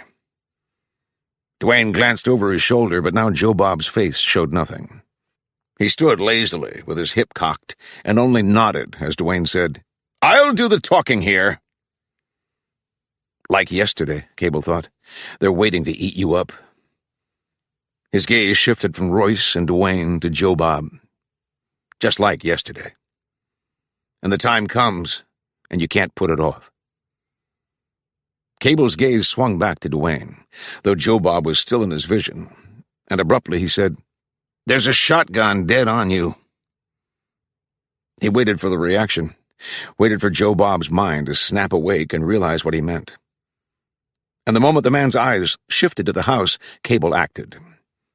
He drew the Walker Colt, thumbed back the hammer, and leveled it at Duane's chest. It happened quickly, unexpectedly, and now there was nothing Duane or any of his men could do about it. "Now get off my land," Cable said. "Call a retreat, Major, or I won't be responsible for what happens." An expression of shocked surprise showed in Duane's eyes, and his mouth came open even before he spoke. "We're here under a flag of truce." "Take your flag with you." "You can't pull a gun during a truce." "It's against the rules." Duane controlled his voice. "It is a question of honor. Something far beyond your understanding."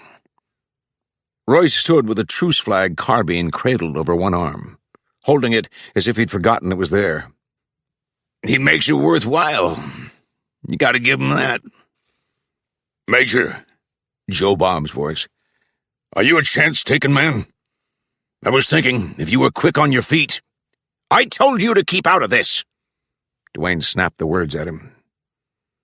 Looking at Duane as he spoke, at him and past him, Cable saw the horse and rider coming up out of the river, crossing the sand flat, climbing the bank now. "I was just asking," Joe Bob said lazily. "If you thought you could flatten quick enough, we'd cut him in 2 pieces." The rider approached them now, walking his horse out of the willows. A moment before they heard the hoof sounds, Cable said, "Tell your man to stay where he is." Joe Bob saw him first and called out, "Vern, you're missing it."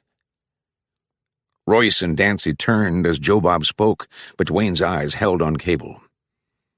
"You've waited too long," Duane said. Cable backed off a half-step, still holding the walker on Duane.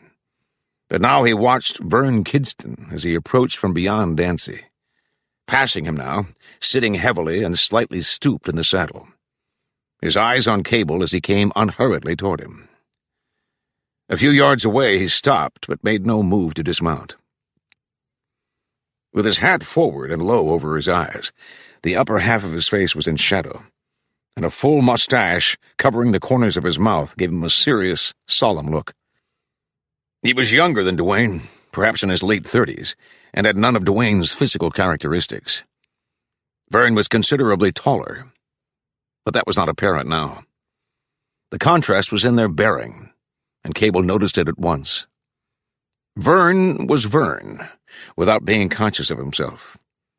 Thoughts could be in his mind, but he did not give them away. You were aware of only the man, an iron-willed man whose authority no one here questioned. In contrast, Dwayne could be anyone, disguised as a man. Vern Kidston sat with his hands crossed limply over the saddle horn. He sat relaxed, obviously at ease, staring down at this man with a Walker Colt. Then, unexpectedly, his eyes moved to Bill Dancy. "You were supposed to meet me this morning. Coming back, I stopped up on the summer meadow and waited 2 hours for you." "Dwayne says come with him, else I was through," Dancy said calmly, though a hint of anger showed in his bearded face. "Maybe we gotta clear this up. Just who I take orders from." Vern Kidston looked at his brother then. "I go up to Buchanan for 1 day, and you start taking over." "I'd say running this man off your land is considerably more important than selling a few horses," Dwayne said coldly. "You would, huh?" Vern's gaze shifted. His eyes went to the house, then lowered. "So you're Cable." Cable looked up at him. "I've been waiting for you."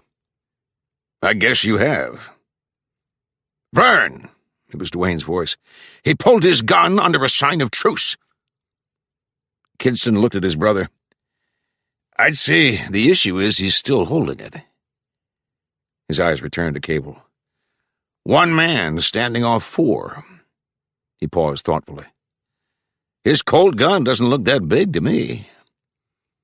Cable moved the walker from Dwayne to Vern. "How's it look now?" Vern seemed almost to smile. "There's 7 miles of nerve between pointing a gun and pulling the trigger." Cable stared at him, feeling his hope of reasoning with Kidston dissolve. But it was momentary. It was there with the thought. He's like the rest of them. His mind's made up, and there's no arguing with him. Then the feeling was gone, and the cold rage crept back into him, through him. And he told himself, "But you don't budge. You know that, don't you? Not 1 inch of ground." "Mr. Kidston," Cable said flatly, "I've fought for this land before. I've even had to kill for it. I'm not proud of saying that, but it's a fact. And if I have to, I'll kill for it again. Now, if you don't think this land belongs to me, do something about it."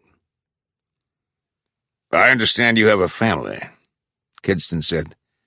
"I'll worry about my family." "They wouldn't want to see you killed right before their eyes." Cable cocked his wrist, and the walker was pointed directly at Vern's face. "It's your move, Mr. Kidston." Vern sat relaxed, his hands still crossed on the saddle horn. "You know you wouldn't have 1 chance of coming out of this alive." "How good are your chances?" "Maybe you wouldn't have time to pull the trigger." "If you think they can shoot me before I do, give the word." 20 feet to Cable's right, Joe Bob said, "Wait him out, Vern. He can't stand like that all day. Soon as his arm comes down, I'll put one clean through him." Dancy said, "And the second you move, the shotgun cuts you in 2. Vern's eyes went to the house. "His wife?" "Look close," Dancy said. "You see twin barrels peeking out the window? I'd say she could hold it resting on the ledge longer than we can stand here." Vern studied the house for some moments before his gaze returned to Cable. "You'd bring your wife into it? Risk her life for a piece of land?" "My wife killed a Chiricahua Apache 10 feet from where you're standing," Cable said bluntly. "They came like you've come, and she killed to defend our home. Maybe you understand that. If you don't, I'll say only this. My wife will kill again if she has to, and so will I." Thoughtfully, slowly, Kidston said, "Maybe you would." A silence followed until his eyes moved to Duane. "Go on home. Take your cavalry and get." "I'm going," Duane said coldly. "I'm going to Fort Buchanan. If you can't handle this man, the army can." "Duane, you're going home." "I have your word you'll attend to him." "Go on. Get out of here." Duane hesitated, as if thinking of a way to salvage his self-respect, then turned without a word and walked off. Kidston looked at his 3 riders. None of them had moved. "Go with him, and take your gear." They stood lingeringly until Vern's gaze returned to Cable. That dismissed them, and they moved away, picked up the gear Cable had piled by the barn, and followed Duane to the willows. "Well," Cable said, "are we going to live together?" "I don't think you'll last." "Why?" "Because," Kidston said quietly, "you're one man. Because you got a family. Because your stomach's going to be tied in a knot wondering when I'm coming. You won't sleep, and every time there's a sound, you'll jump out of your skin. Your wife will tell you it isn't worth it. And after a while, after her nerves are worn raw, she'll stop speaking to you and acting like a wife to you, and you won't see a spark of life in her." Cable's gaze went to the house, and he called out, "Martha!" After a moment, the door opened, and Martha came out with a shotgun under her arm. Kidston watched her, removing his hat as she neared them and holding it in his hand. He stood with the sun shining in his face and on his hair that was dark and straight and pressed tightly to his skull with perspiration. He nodded as Cable introduced them and put on his hat again. "Mr. Kidston says we'll leave because we won't be able to stand it," Cable said now. "He says the waiting and not knowing will wear our nerves raw, and in the end we'll leave of our own accord." "What did you say?" Martha asked. "I didn't say anything." "I don't suppose there's much you could." She looked off toward the willows, seeing the men there mounting and starting across the river, then looked at her husband again. "Well, Cabe," she said, "are you going to throw Mr. Kidston out, or ask him in for coffee?" "I don't know. What do you think?" "Perhaps Mr. Kidston will come back," Martha answered, "when we're more settled." "Perhaps I will," Kidston said. His eyes remained on Martha, a woman who could carry a shotgun gracefully, and whose eyes were dark and clear, warmly clear, and who stared back at him calmly and with confidence. He recalled the way she had walked out to meet him, with the sun on her dark hair, coming tall and unhurried, with the faint movement of her legs beneath the skirt. "Maybe you'll stay at that," Vern said, still looking at Martha. "Maybe you're the kind that would." Cable watched him walk off toward the willows, and he was trying to picture this solemn-faced man kissing Luz Acaso. For the rest of the morning and through the afternoon, there was time to think about Kidston and wonder what he would do. But there was little time for Cable and Martha to talk about him. Vern wanted the land, and if Cable didn't move, if he couldn't be frightened off the place, he would be forced off at gunpoint. It was strange. Vern was straightforward and easy to talk to. You believed what he said and knew he wasn't scheming or trying to trick you. Still, he wanted the land, and if waiting wouldn't get it for him, he would take it. That was clear enough. Cable chopped wood through the afternoon, stacking a good supply against the back wall of the adobe. Soon he'd be working cattle again, and there would be little time for close-to-home chores. Then, after supper, he heard the creaking barn door. If the wind rose in the night, the creaking sound would become worse and wake him up. He would lie in bed thinking and losing sleep. You could think too much about something like this. Cable knew that. You could picture too many possibilities of failure, and in the end, you could lose your nerve and run for it. Sometimes it was better to let things just happen, to be ready and try to do the right thing, but just not think about it so much. so he went out into the dusk to see about the door. Carrying an unlit lantern, Cable opened the door and stepped into the dim stillness of the barn. He hung the lantern on a peg and was bringing his arms down when the gun barrel pushed into his back. "Now we'll do it our way," Joe Bob said. Chapter 3.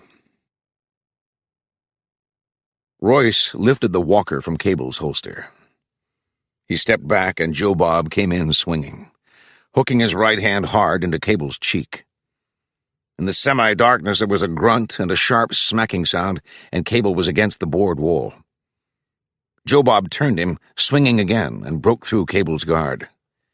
He waded in then, grunting, slashing at Cable's face with both fists, holding him pinned to the boards, now driving a mauling fist low into Cable's body, then crossing high with the other hand to Cable's face.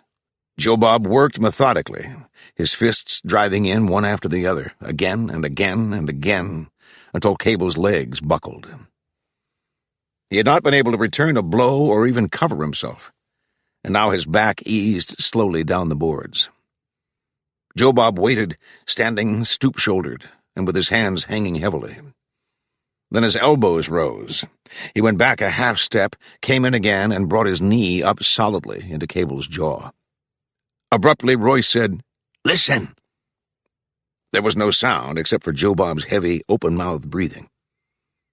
The silence lengthened until Royce said, between a whisper and a normal tone, "I heard somebody." "Where?" "Shh." Royce eased toward the open door. "Cabe?" It came from outside, Martha's voice. Royce let his breath out slowly. He stepped into the doorway and saw Martha in the gray dusk. She was perhaps 40 feet from him, near the corner of the house. "Who is it?" "Evening, Mrs. Cable." "Who's there?" "It's just me. Royce." He stepped outside. "Where's my husband?"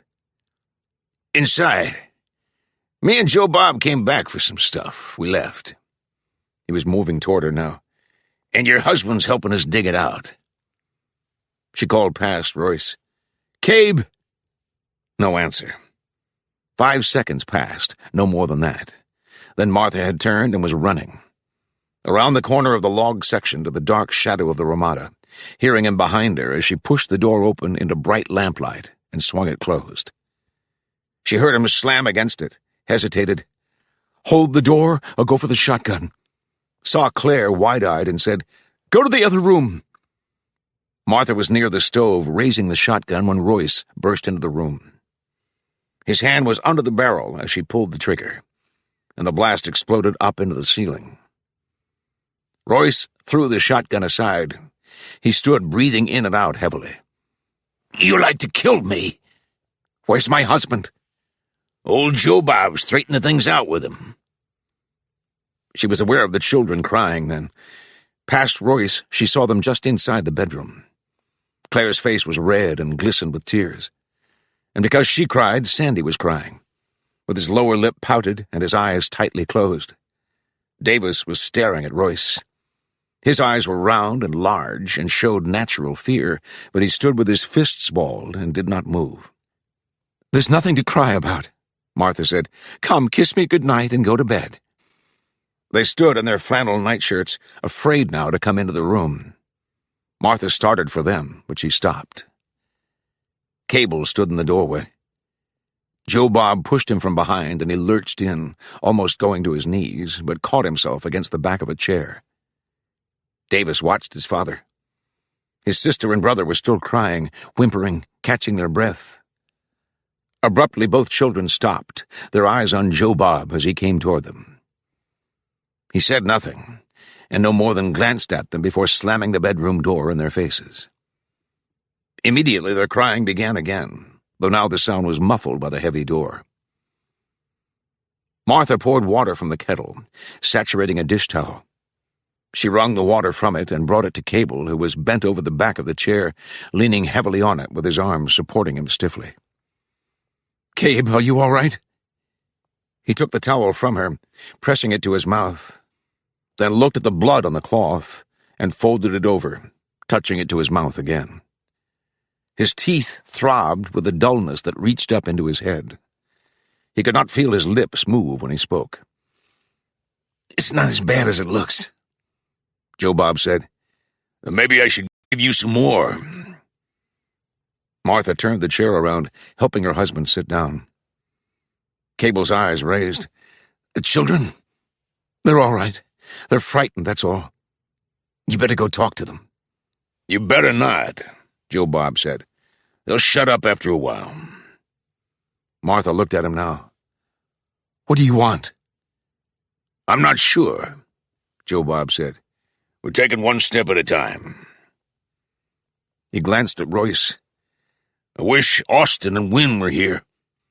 He was referring to his two brothers who also worked for Kidston. "They'd have some ideas. Man, would they?"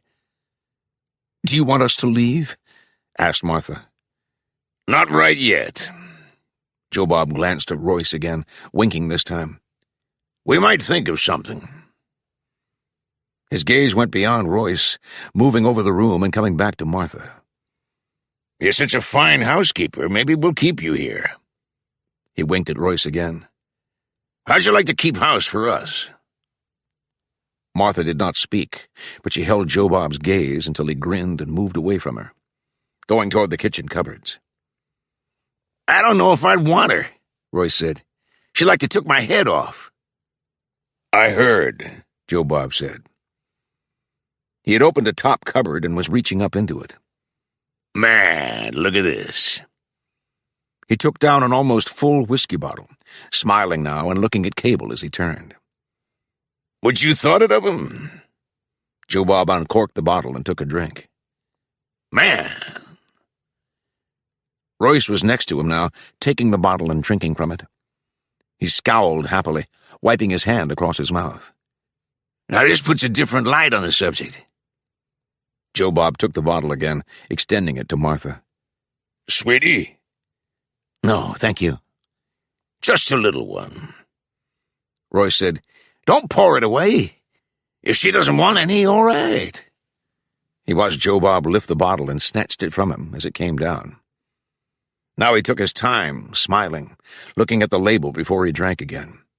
"I think we ought to sit down," Royce said, "like a party." "And talk to her about staying," Joe Bob said. Royce grinned. "Wouldn't that be something? Man, picture it. Maybe we'd even pay her." "Sure we would, with love and affection." Cable said, "Does Vern know you're here?" Royce looked at Cable. "Maybe I ought to take a turn on him." "Help yourself," Joe Bob said. "Vern and I agreed to settle this ourselves," Cable said. Joe Bob looked at Royce. "He don't talk so loud now, does he?" "He knows better," Royce said. Joe Bob nodded thoughtfully. He drank from the bottle before saying, "You think we need him?" "What for?" Royce took the bottle. "That's the way I feel." "Hell, throw him out." "What about the kids? Throw them out too." "Do you hear any kids? They're asleep already. Kids forget things a minute later." Royce lifted the bottle. "Just throw him out, huh?" "Sure, he'll lay out there like a hound. Else he'll crawl away, one way or the other. What difference does it make?" Joe Bob considered this. "He can't go for help. Where'd he go? To Vern? To the one-armed man?" Royce nodded. "Maybe to Janro." "So he does," Joe Bob said. "How's the one-armed man going to help him?" Joe Bob shook his head. "He's in a miserable way." "Sure he is. Too miserable. Don't feel sorry for him. I mean, put him out of his misery." Now Royce said nothing. "Not us do it," Joe Bob said. "Him do it." "I don't follow." "You don't have to." Joe Bob drank from the bottle, then stood holding it, staring at Cable. "As long as he does."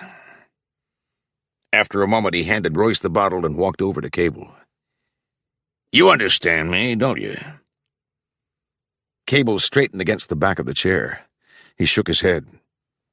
"You will." Joe Bob stood close to him, looking down, and said then, "You're a miserable man, aren't you?" Cable sat tensed. He could not fight Joe Bob now, and there was nothing he could say. So he remained silent, his eyes going to Martha, who stood with her hands knotted into slender fists. Still with his eyes on Martha, he felt the sudden, sharp pain in his scalp, and in a moment he was looking up into Joe Bob's tight-jawed face. Close to his belt, Joe Bob held Cable's head back, his hand fisted in Cable's hair. "I asked if you're a miserable man." Cable tried to swallow, but most of the blood saliva remained in his mouth. He said, "I'd be a liar if I said I wasn't." The words came hesitantly through swollen lips. But he stared up at Joe Bob calmly, breathing slowly. And only when he saw the man's expression change did he try to push up out of the chair. Then it was too late. He went back with the chair as Joe Bob's fist slammed into his face. On the floor he rolled to his side, then raised himself slowly to his hands and knees.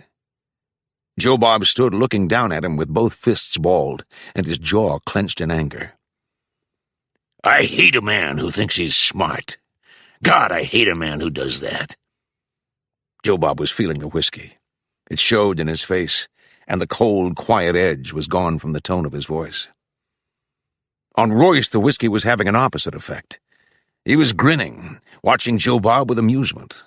And now he said, "If he bothers you, throw him out. That's all you gotta do."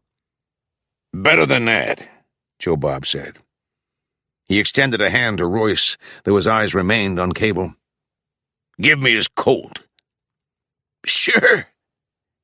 Royce pulled the revolver from his belt and put it in Joe Bob's hand. He stepped back, watching with interest as Joe Bob turned the cylinder to check the load. "You gonna kill him?" "You'll see." Joe Bob cocked the revolver. He pointed it at Cable and motioned to the door.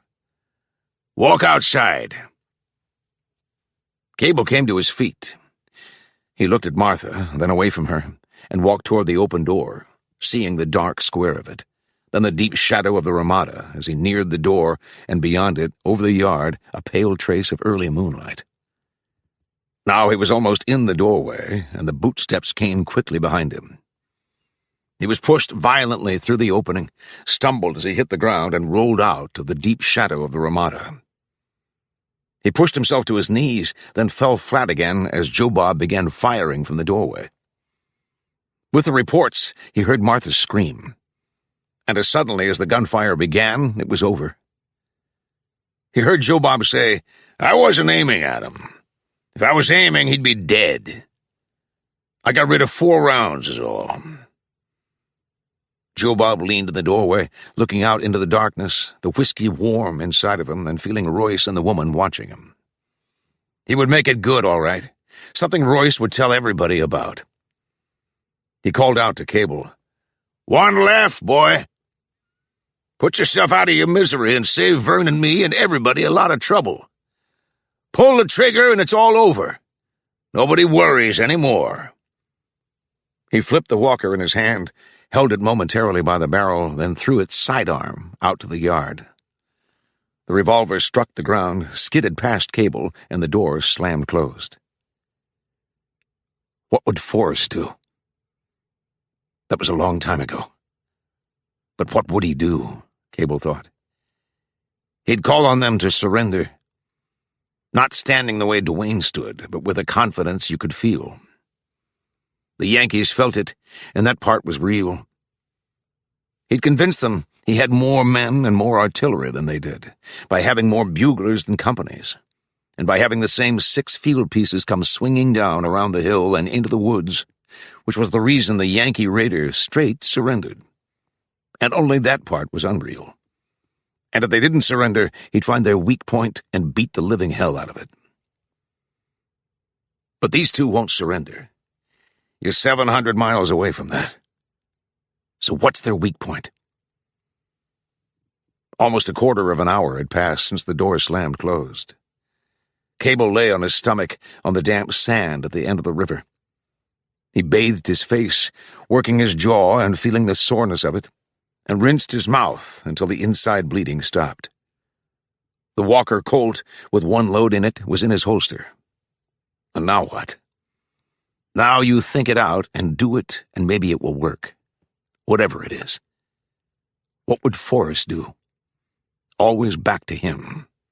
Because you know he'd do something. God and Nathan Bedford Forrest, I need help. God's smile and Forrest's bag of tricks. When too many things crowded into Cable's mind, he would stop thinking. He would calm himself, then tell himself to think very slowly and carefully. A little anger was good, but not rage. That hindered thinking. He tried not to think of Martha, because thinking of her and picturing her with them and wondering made it more difficult to take this coldly, to study it from all sides. 2.5 years ago, he thought, you wouldn't be lying here. You'd be dead. You'd have done something foolish and you'd be dead. But you have to hurry. You still have to hurry. But even thinking this, and not being able to keep the picture of them with Martha out of his mind, he kept himself calm. He was thankful for having served with Forrest. You learn things watching Forrest, and you learn things getting out of the situations Forrest got you into. There had been times like this. Not the same because there was Martha and the children now. But there had been outnumbered times, and one-bullet times, and lying close to the ground in the moonlight times. And he had come through them. Their weak point, Cable thought, or their weakness. Whiskey, its effect on Joe Bob. His act of bravado, throwing the one-load revolver out after him, telling him to use it on himself. What if he did? What if they heard a shot and thought he did?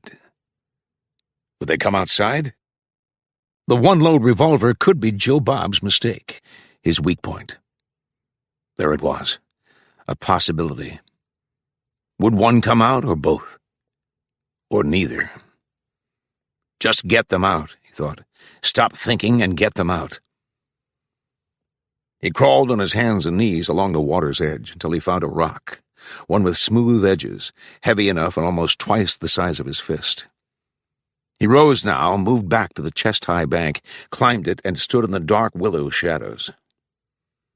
Drawing the revolver, cocking it, he moved closer to the trunk of the willow. Then, pointing the barrel directly at the ground, he squeezed the trigger. The report was loud and close to him, then fading, and leaving a ringing that stretched quickly to silence.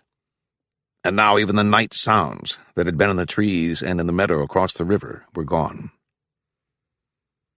Through the heavy hanging branches he watched the house, picturing Joe Bob standing still in the room. Wonder about it, Cable thought. But not too long. Look at your friend who's looking at you, and both of you wonder about it. Then decide. Come on, decide right now. Somebody has to come out and make sure. You don't believe it, but you'd like to believe it. So you have to come see. Decide that one of you has to watch Martha. So only one of you can come out. Come on, get it through your head. That's the way it has to be. And finally the door opened. He saw a man framed in the doorway with a light behind him. The man stood half-turned, talking back into the room. Then he stepped outside, drawing his revolver. Another figure appeared in the doorway, but the man outside came on alone. Cable let his breath out slowly. He stood close to the trunk of the tree now, holding the rock against his stomach, watching the man coming carefully across the yard. He was not coming directly toward Cable, but would enter the trees about 12 or 15 feet from him. Now he was nearing the trees, moving cautiously and listening. He came on, and a moment later was in the willows, out of sight. "I don't see him!" The voice came from the trees, shouted toward the house. It was Royce. From the doorway, Joe Bob called back, "Look along the bank!" Cable waited. He heard Royce, then saw him, moving along the bank, stepping carefully and looking down at the sand flat. Cable tightened against the tree, waiting. Now Royce was near, now ducking under the branches of Cable's tree, his revolver in his right hand. On the side away from Cable, Royce stepped past him and stopped. "I don't see him!" From the house. "Keep looking." Royce started off, looking down at the sand flat again. Cable was on him in 2 strides, bringing the rock back as he came, holding onto it and slamming it against the side of Royce's head as the man started to turn. Cable's momentum carried both of them over the bank. He landed on Royce with his hand on the revolver barrel and came up holding it, cocking it, not bothering with Royce now, but ducking down as he wheeled to climb out of the cut bank and into the trees again. From the house. "Royce?" Silence. "Royce, what did you do?" Take him, Cable thought, before he goes back inside, before he has time to think about it. He took the barrel of the revolver in his left hand. He wiped his right hand across the front of his shirt, stretched his fingers, opening and closing his hand, then gripped the revolver again and moved out of the trees. Joe Bob saw him and called out, "Royce?" Cable remembered thinking one thing. You should have taken Royce's hat. But now it was too late. He was in the open, moving across the yard that was gray and shadow-streaked with moonlight. "Royce, what's the matter with you?" Cable was perhaps halfway across the yard when he stopped. He half-turned, planting his feet and bringing up the revolver. He extended it straight out, even with his eyes, and said, "Joe Bob." Only that. And for a moment the man stood still. He knew it was Cable, and the knowing it held him in the light-framed doorway, unable to move. But he had to move. He had to fall back into the room, or go out, or draw. And it had to be done now. Cable was ready. He saw Joe Bob's right-hand revolver come out, saw him lunging for the darkness of the Ramada, and he squeezed the trigger on this suddenly moving target. Without hesitating, he lowered the barrel, aiming at where Joe Bob would have to be, and fired again. Then a third time. And when the heavy ringing sound died away, there was only silence. He walked through the fine smoke to where Joe Bob lay, face down, with his arms outstretched in front of him. Standing over him, he looked up to see Martha in the doorway. "It's all right now," Cable said. "It's all over." "Is he dead?" Cable nodded. And Royce was dead. Now, remembering the way he had used the rock, swinging viciously, because there was one chance and only one, Cable could see how it could have killed Royce. But he hadn't intended killing Joe Bob. He had wanted badly to hold a gun on him and fire it and see him go down, doing it thoroughly because with Joe Bob also, he would have only one momentary chance. But that was not the same as wanting to kill. Cable found their horses in the pines above the barn. He led them down to the yard and slung the 2 men face down over the saddles, tying them on securely. After that, he took the horses across the river and let them go to find their way home. Let Vern see them now, if he put them up to it. Even if he didn't, let him bury them. They were his men. When Cable returned to the house, he said, "In the morning we'll go see Janro. We'll ask him if you and the children can board at the store." Martha watched him. "And you?" "I'll come back here." Bill Dancy came in while the Kidstons were eating noon dinner. He appeared in the archway from the living room and removed his hat when he saw Lorraine at the table with 2 men. "It's done," Dancy said. "They're both underground." Vern looked up briefly. "All right. What about their gear?" "Divvy it up." "You could cast lots," Lorraine said. Dwayne looked at her sternly. That remark was in very poor taste. Dwayne was looking at Vern now and not giving Lorraine time to reply. "You mean to tell me you weren't present at their burial? 2 men are murdered in your service, and you don't even go out and read over their graves." "They were killed," Vern said. "Not in my service." "All right." Duane couldn't hide his irritation. "No matter how it happened, it's proper for the lead man to read scripture over their graves." "If the head man knows how to read," Lorraine said. "I didn't know you were burying them right away." Duane's voice became grave. "Why didn't you tell me? I'd have read over them. I'd have considered it an honor. 2 boys giving their lives defending—" Vern's eyes stopped him. "That's enough of that. Duane, if I thought for a minute you sent those 2 over there—" "I told you I didn't. They went on their own." "Something else," Bill Dancy said. "Cable's moved his wife and kids into Denham's." Vern looked at him. "Who said so?" "Man I sent to the store this morning. He saw the wagon and asked Luz about it. Luz says the woman and the kids are staying there, but Cable's going back to his place." Vern rose from the table and walked around it toward Bill Dancy. He heard Duane say, "You'll run him out now, and there's nothing to stop you. Vern, you hear me? You let me know when you're leaving, because I want to be there." Vern did not reply or even look at Duane. Dancy turned, and he followed him out through the long, beam-ceilinged, adobe-plastered living room, through the open double doors to the veranda that extended across the front of the house. Dancy said, "What about their horses?" "Put them in the remuda." "Then what?" "Then work for your money." As Dancy turned and started down the steps, Vern said, "Wait a minute." He moved against a support post and stood looking down at Dancy. "How do you think he did it?" "With a colt and a rock," Dancy answered dryly. "I asked you a question, and I don't know the answer you want." Dancy walked off, but he stopped within a few strides and looked back at Vern. "Why don't you ask Cable?" "Maybe I will." "With Joe Bob's brother along?" "He hit you too, Bill, the first time you met him." "Not that hard," Dancy said. He turned away.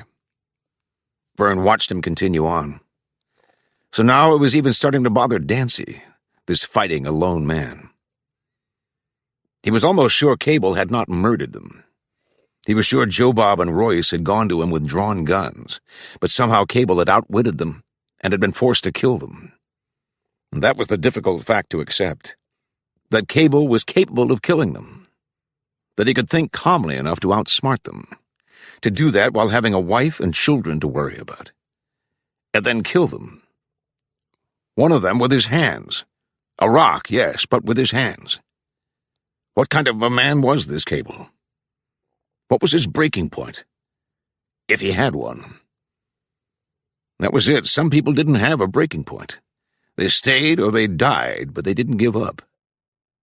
And now, because he had handled Joe Bob and Royce, Cable's confidence would be bolstered, and it would take more patience or more prying or more of whatever the hell it was going to take to get him off the Saber.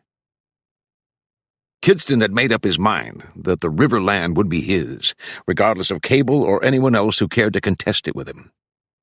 This was a simple act of will. He wanted the land because he needed it. His horses had grazed the lush river meadow for 2 years, and he had come to feel that this land was rightfully his. The news of Cable's return had caused him little concern. A Confederate soldier had come home with his family. Well, that was too bad for the rebel. Somehow Cable had outmaneuvered 3 men and made them run. Luck, probably. But the rebel wasn't staying. Kidston was certain of that. He had worked too hard for too many years, starting on his own as a mustanger, breaking wild horses and selling them half-green to whoever needed a mount. Then hiring White Mountain Apache boys and gathering more mustangs each spring. He began selling to the Hatch and Hodges stage line people. His operation expanded, and he hired more men. Then the war put an end to the Hatch and Hodges business. The war almost ruined him. Yet it was the war that put him back in business, with a contract to supply remounts to the Union cavalry.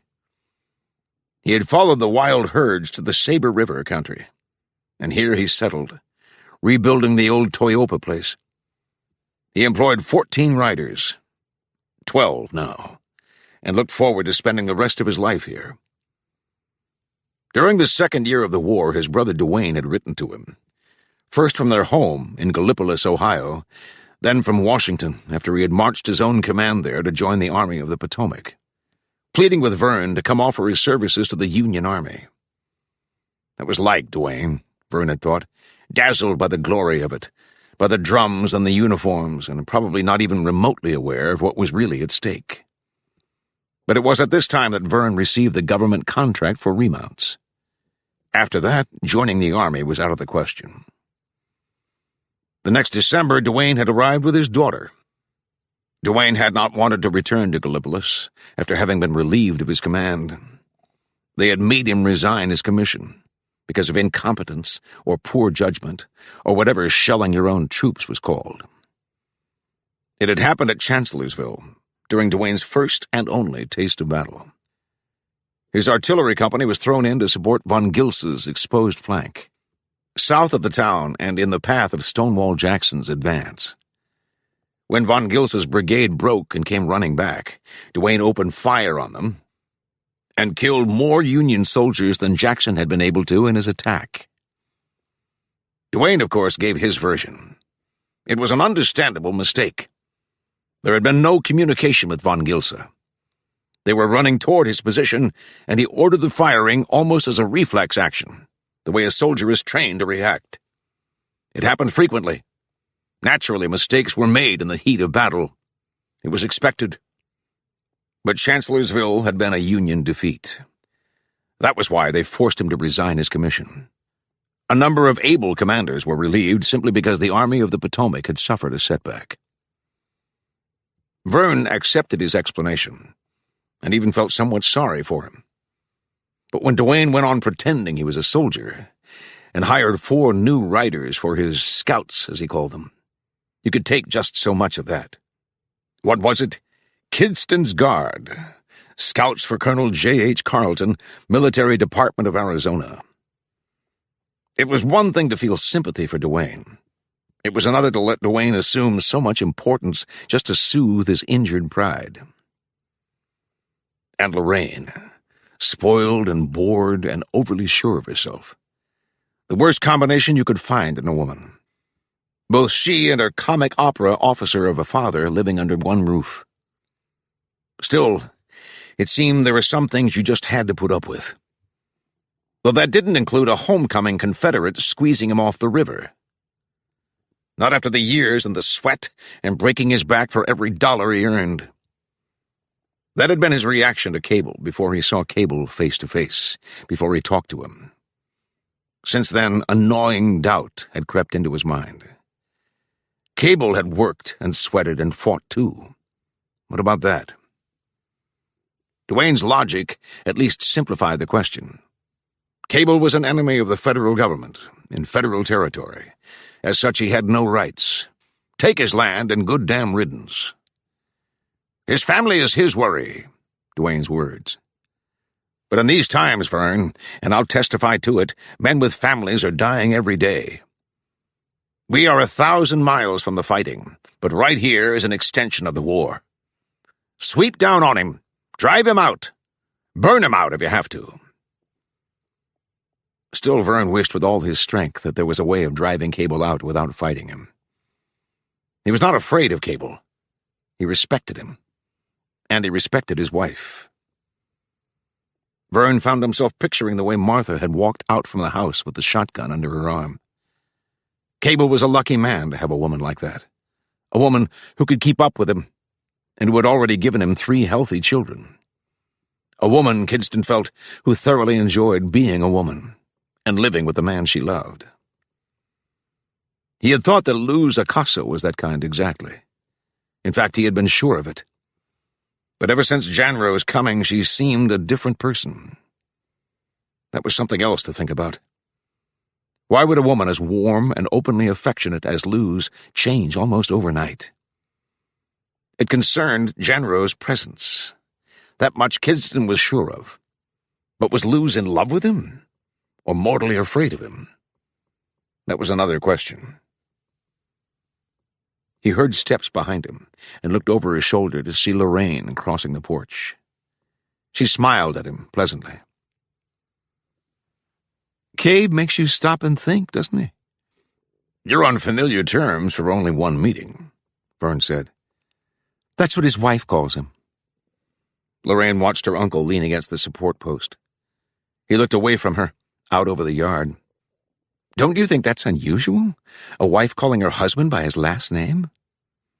Maybe that's what everybody calls him, Vern answered. Like calling you kid. Lorraine smiled, then laughed. No, I think she made up the name. I think it's her name for him. Hers only. Lorraine waited, letting the silence lengthen before asking, What do you think of her? I haven't thought. I thought you might have given Martha careful consideration. Why? As a way of getting at her husband. Vern looked at her now. What do you mean? Lorraine smiled. You seem reluctant to use force. I doubt if you can buy him off, so what remains? I'm listening. Strike at Cable from within. And what does that mean? Lorraine sighed. Vern, you're never a surprise. You're as predictable as Duane, though you don't call nearly as much attention to yourself. Lorraine, if you have something to say... I've said it. Go after him through Martha. Turn her against him. Break up his home. Then see how long he stays in that house. And if such a thing was possible? It's very possible. How? The other woman, Vern. How else? He watched her calmly. And that's you? She nodded once, politely. Lorraine Kidston as... She paused. I need a more provocative name for this role. Vern continued to watch her closely. And if he happens to love his wife? Of course he loves her. Martha's an attractive woman if you like them strong, capable, and somewhat on the plain side. But that has nothing to do with it. He's a man, Vern. And right now he's in that place all alone. You've got a wild mind, Vern said quietly. I'd hate to live with it inside me. He turned away from her and walked down the steps and across the yard. You shocked him, Lorraine thought amusedly, watching him go. But wait until the shock wears off. Wait until his conscience stops choking him. Vern would agree. He would have it understood that such methods went against his grain, but in the end he would agree. Lorraine was sure of it, and she was smiling now. Cable passed through the store and climbed the stairs to the bedroom where Martha was unpacking. He watched her removing linens and towels from the trunk at the foot of the bed, turning to place them in the open dresser drawer an arm's length away. The children will be in here. Martha looked up. Claire and Dave. Sandy will sleep with me. With Luce here, I think you'll get along with Janro all right. As long as the children eat in the kitchen. Martha, I'm sorry. She saw his frown deepen the tightly drawn lines of his bruised face. Someday I'm going to bite my tongue off. I shouldn't have said that. I can't blame you, Cable said. But it doesn't make it any easier. If you weren't here, Cable said, it wouldn't even be possible. He moved close to her and put his arms around her as she straightened. I want to say something like, it'll be over soon, or soon we'll be going back and there won't be any more waiting, any more holding your breath, not knowing what's going to happen. But I can't. I can't promise anything. Cabe, I don't need promises. Just so long as you're here with us, that's all we need. Do you want to leave? Right this minute? Get in the wagon and go back to Sudan? You don't mean that. I do. You say it and we'll leave. For a moment Martha was silent, standing close to him, close to his bruised cheekbone and his lips that were swollen and cut. "If we went back," Martha said, "I don't think you'd be an easy man to live with. You'd be nice, and sometimes you'd smile, but I don't think you'd ever say very much, and it would be as if your mind was always on something else." A smile touched her mouth and showed warmly in her eyes. "We'll stay, Cabe." She lifted her face to be kissed, and when they looked at each other again, she saw his smile, and he seemed more at ease. "Are you going back right now?" "I have to talk to Janro first." He kissed her again before stepping away. "I'll be up in a little while." Janro was sitting in the kitchen, his chair half turned from the table so that he could look directly out through the screen door. He paid no attention to Luz, who was clearing the table, carrying the dishes to the wooden sink. He was thinking of the war, seeing himself during that afternoon of August 30th in the fields near Richmond, Kentucky. If that day had never happened, or if it had happened differently, if he had not lost his arm. No, losing his arm was only an indirect reason for his being here. But it had led to this. It had been the beginning of the end. After his wound had healed 7 months later, with his sleeve and his belt, and even somewhat proud of it but not showing his pride, he had returned to his unit and served almost another full year before they removed him from active duty. His discharge was sudden. It came shortly after he had had the Yankee prisoners shot. They said he would have to resign his commission because of his arm, but he knew that was not the reason. And he had pleaded with them to let him stay, pestering General Kirby Smith's staff, but it came to nothing, and in the end he was sent home a civilian. He had not told Cable about that year or about anything that had happened after August 30th, after his arm was blown from his body. But Cable didn't have to know everything. Like soldiers before an engagement with the enemy, it was better not to tell them too much. Stir them up, yes.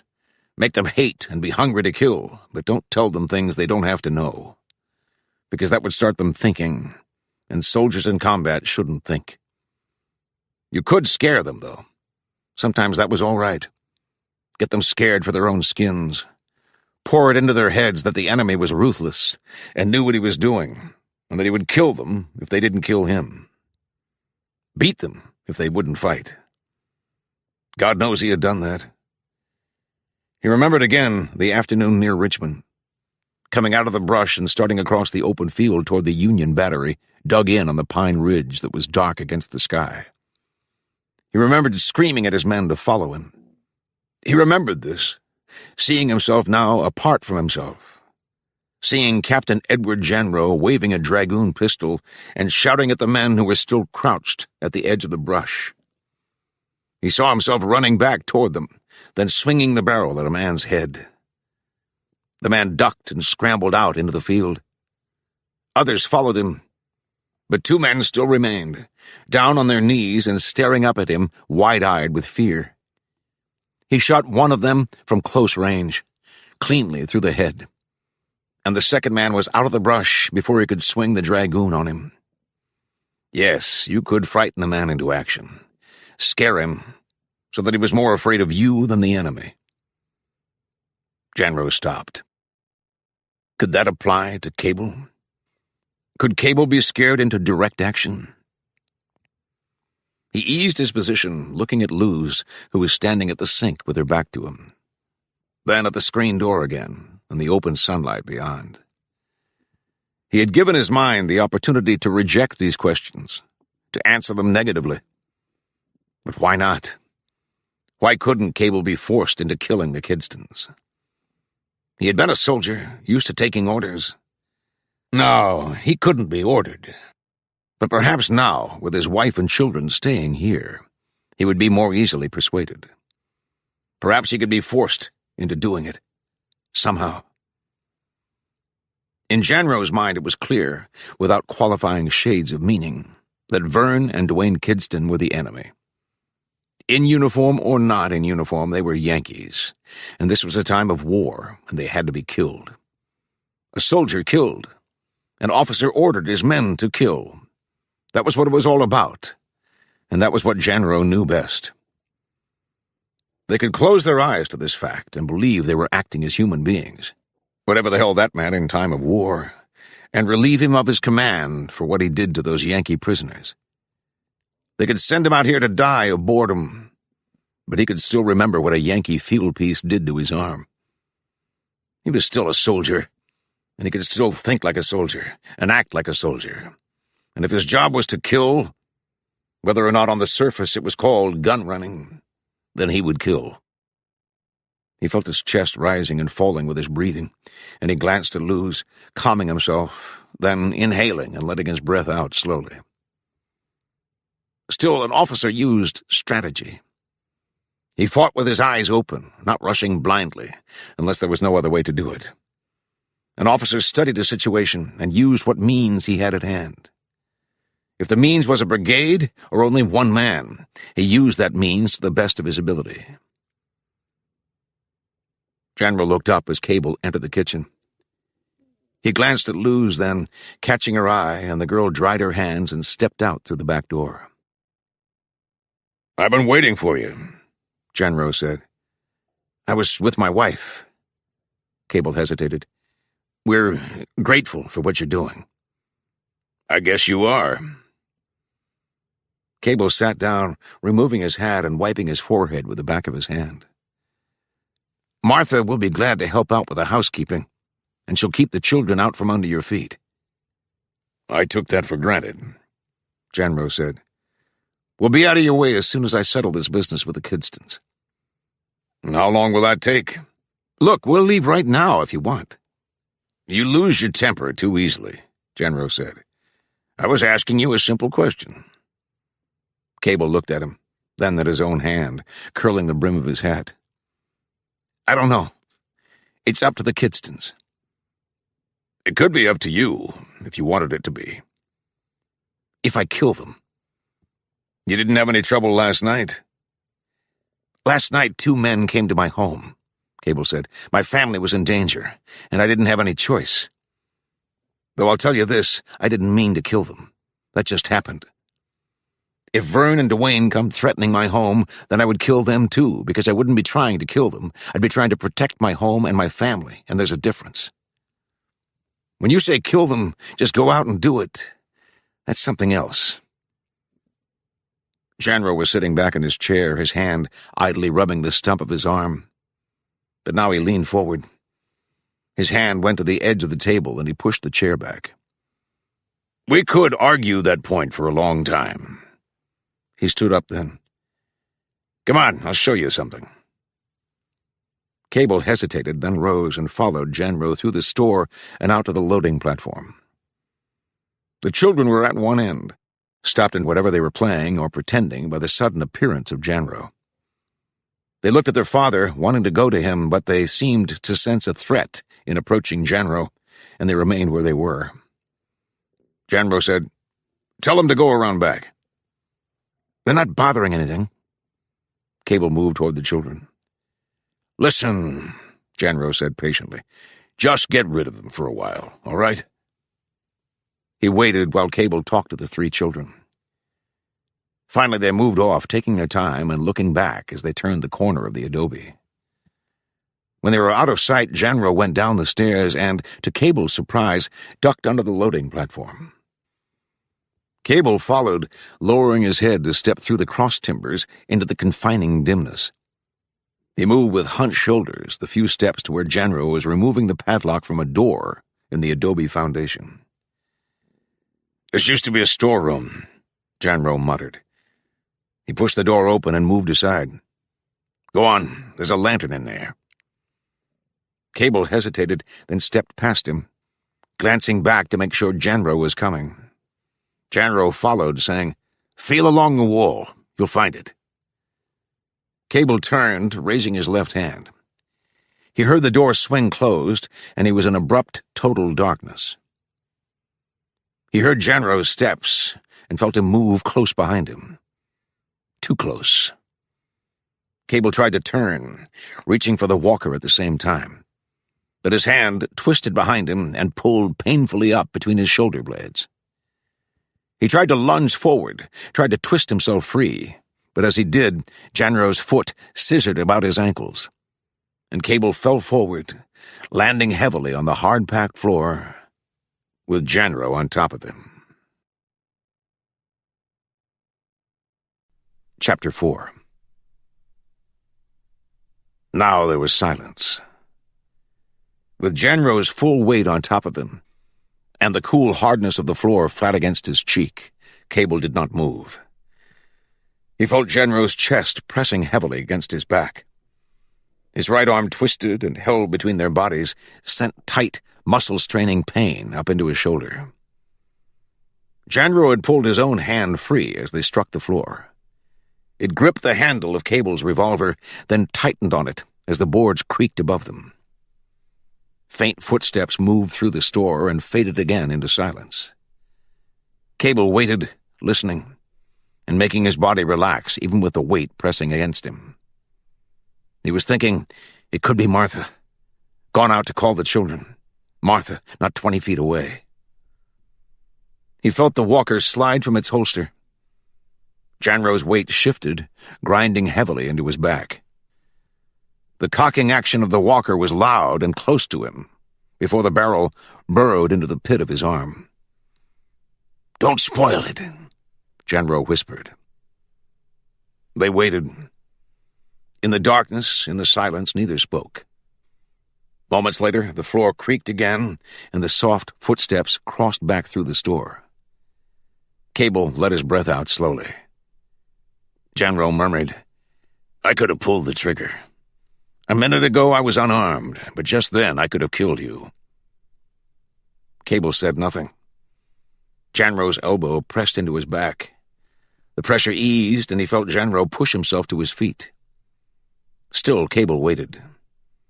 He heard Janro adjust a lantern. A match scratched down the wall. Its flare died almost to nothing. Then abruptly the floor in front of Cable's face took form. His eyes raised from his own shadow, and in the dull light he saw 4 oblong wooden cases stacked against the wall close in front of him. "Now you can get up," Janro said. Cable rose. He stretched the stiffness from his body, working his shoulders to relieve the sharp muscle strain. His eyes returning to Janro now and seeing the walker in Janro's belt tight against his stomach. "Did you prove something by that?" "I want you to know," Janro said, "that I'm not just passing the time of day." "There's probably an easier way." "No." Janro shook his head slowly. "I want you to realize that I could have killed you. That I'd do it in a minute if I thought I had to. I want that to sink into your head. You wouldn't have a reason. The reason's behind you. 4 cases of Enfield rifles. They're more important than any one man's life. More important than yours." Cable stopped him. "You're not making much sense." "Or more important than the lives of Vern and Dwayne Kidston," Janro finished. "Does that make sense?" "My hunting license." Cable watched him thoughtfully. "Isn't that what you called it? If I was in the gun-running business, I could kill them with a clear conscience." "I'll tell it to you again," Janro said. "If you worked for me, I'd order you to kill them." "I remember. But it still hasn't made any impression. I told you a little while ago. Now it's up to the Kidstons." "All right, what do you think they're doing right this minute?" "Maybe burying their dead," Cable said, "and realizing something." "And Joe Bob's brothers, do you think they're just going to bury him and forget all about it?" "That's something else," Cable said. "No, it isn't. Because Vern will use them. He'll sick them on you like a pair of mad dogs." "I don't think so. I've got a feeling Vern's the kind of man who has to handle something like this himself, his own way." "And you'd bet the lives of your family on it," Janro said dryly.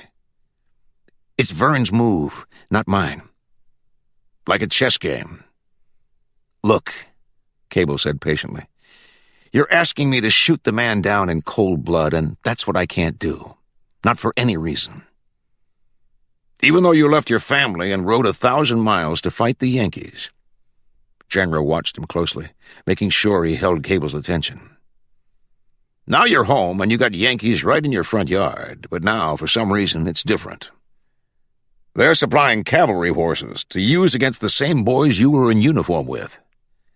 They're using your land to graze those horses. But now it's different.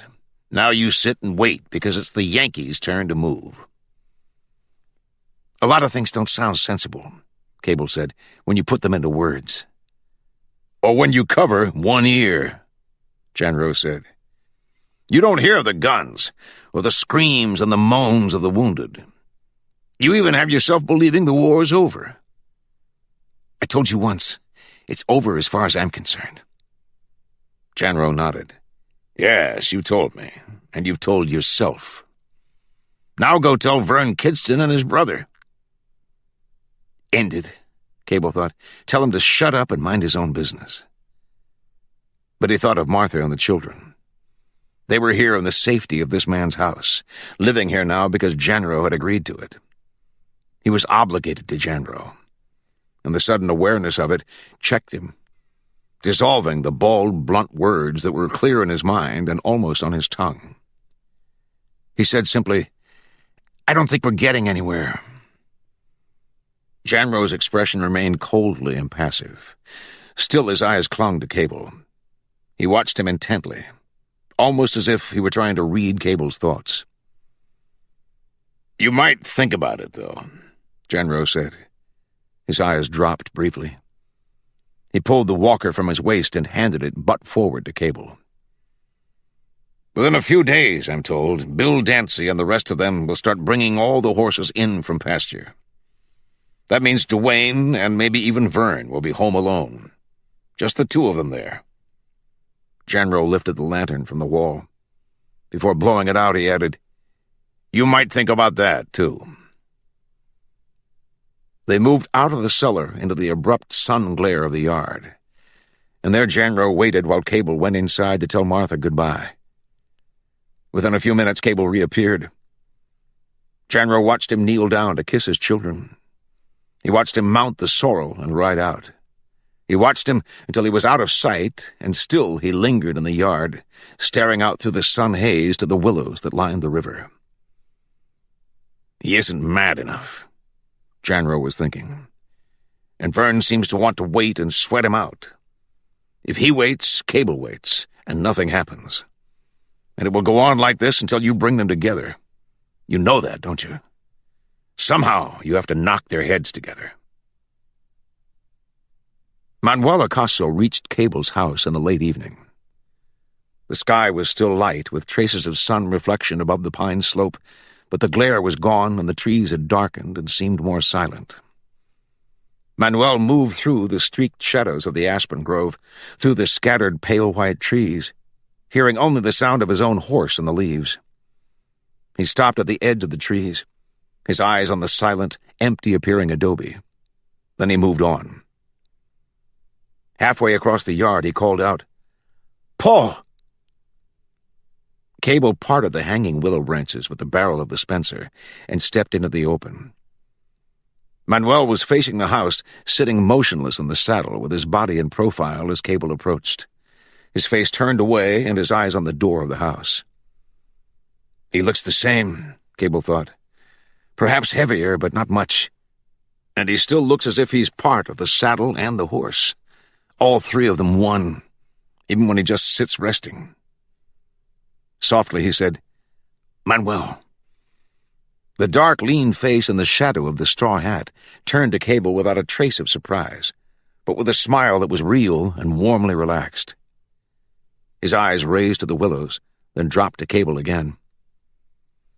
"Still hiding in trees," Manuel said, "like when the Apache would come. Never be where they think you are." Cable was smiling.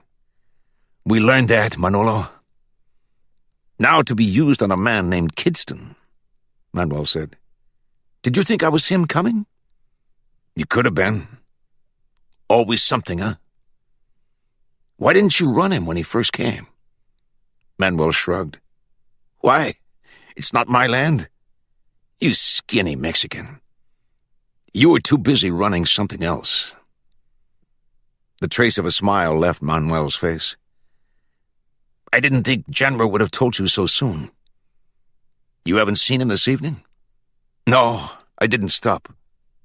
But you knew I was here. A man I know visited the store yesterday. Luz told him, Manuel said. I almost stopped to see Martha and the little kids, but I thought, no, talk to him first. About General. He wants me to join you, but I told him I had my own troubles. He must see something in you. Manuel leaned forward, resting his arms one over the other on the saddle horn, watching Cable closely. What do you think of him? Cable hesitated. I'm not sure. He told you how he came, and how he's helping with the guns. That he was in the war before and wounded. Do you believe him? I don't have a reason not to, but I don't understand him. That's the way I felt about him, and still do. Did you check on him? Sure. I asked the people I work with. They said of course he's all right, or he wouldn't have been sent here. Looking up at Manuel, Cable smiled. It was good to see him, good to talk to him again, in the open or anywhere. And for the first time in 3 days, Cable felt more sure of himself. The feeling came over him quietly, with the calm, unhurried look of this man who lounged easily in his saddle and seemed a part of it. This thin-faced, slim-bodied man who looked like a boy, and always would. Who had worked his cattle with him, and fought the Apache with him, and helped him build his home. They had learned to know each other well, and there was much between them that didn't have to be spoken. Do you feel someone watching you? Just standing in the open, Manuel nodded, like being naked. We'd better go somewhere else. In the trees, Manuel smiled. He took his horse to the barn and came back, walking with a slow, stiff-legged stride, his hand lightly on the Colt that was holstered low on his right side, holding it to his leg.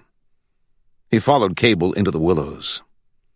Then, sitting down next to him at the edge of the cutback, Manuel noticed the horse herd far out in the meadow beyond the river.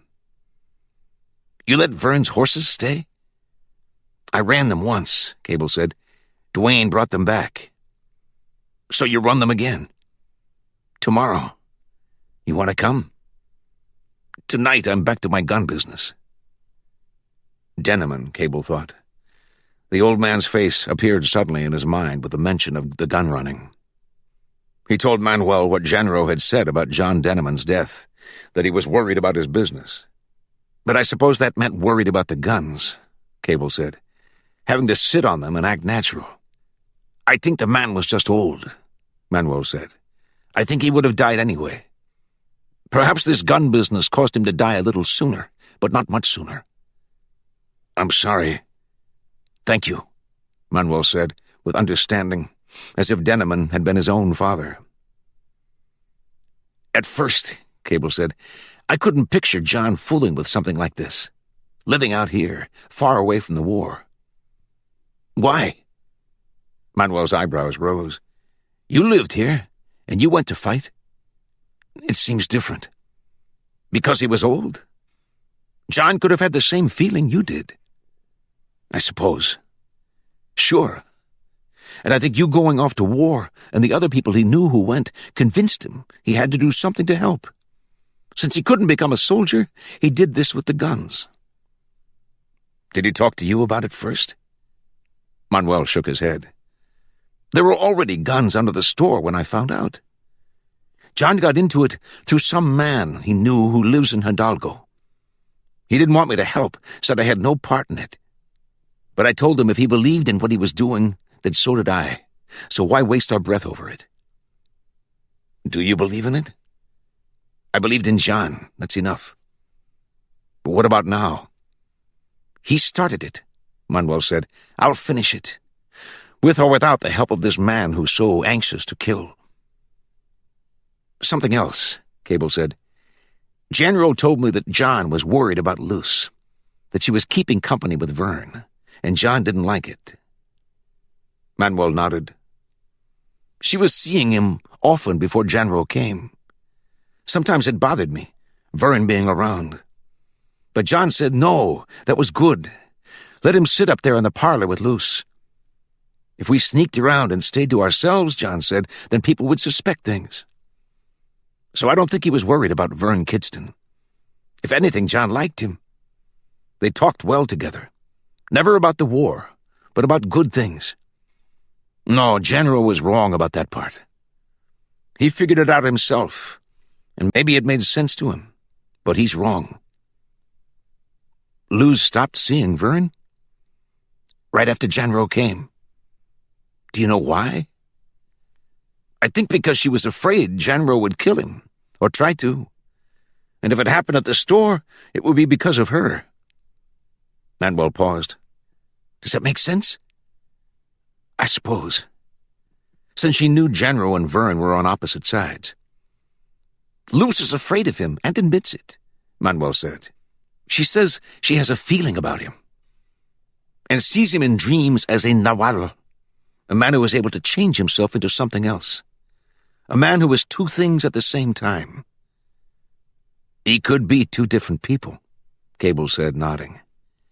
He could be what he tells you, and he could be what he is, or what he is thinking. I don't know. I don't even know how to talk to him. He wants me to work for him and kill Vern and Dwayne because of what they're doing. Manuel stared. He asked me to do that, months ago. What did you tell him? To go to hell.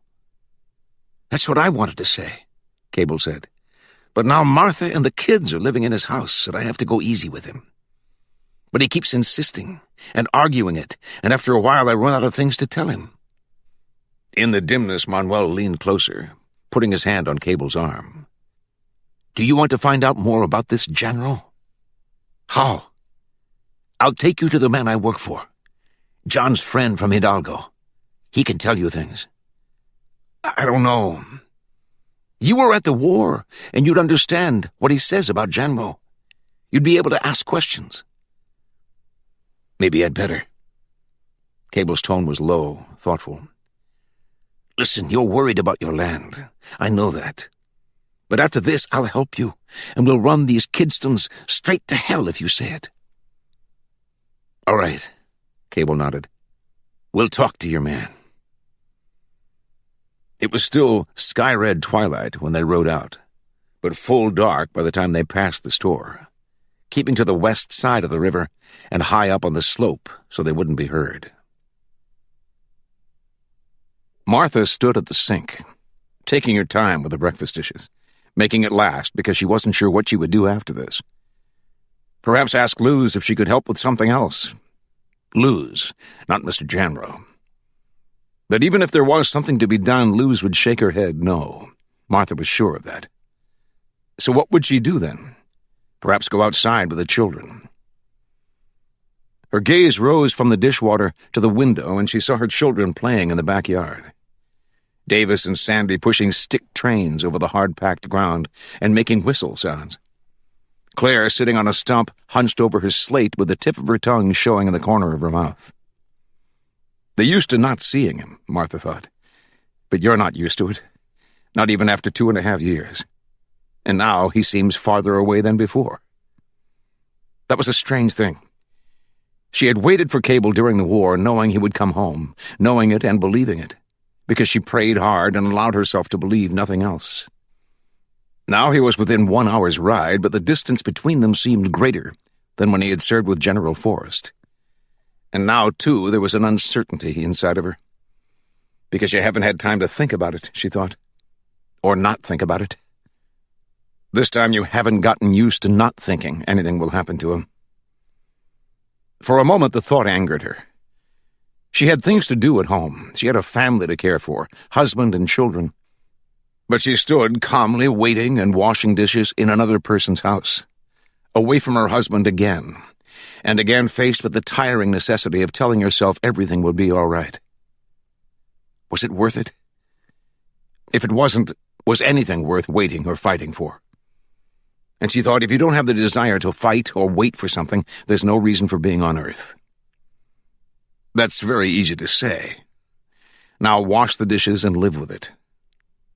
Martha smiled then. No, she told herself, it was simply a question of stubbornness or resignation. If you ran away from one trouble, you would probably run into another. So face the first one, the important one, and get used to it. She remembered Cable's saying years before, "We've taken all there is to take. Nothing will make us leave this place." And perhaps you can believe that. Just as you knew and believed he would come home from the war, Martha thought. So put on the big smiling mask again, even if it makes you gag. But I'm tired, Martha thought, not smiling now. Perhaps you can keep the mask on only so long before it suffocates you. She glanced over her shoulder as Luz entered the kitchen. "I think Mr. Janro is going out," Luz said.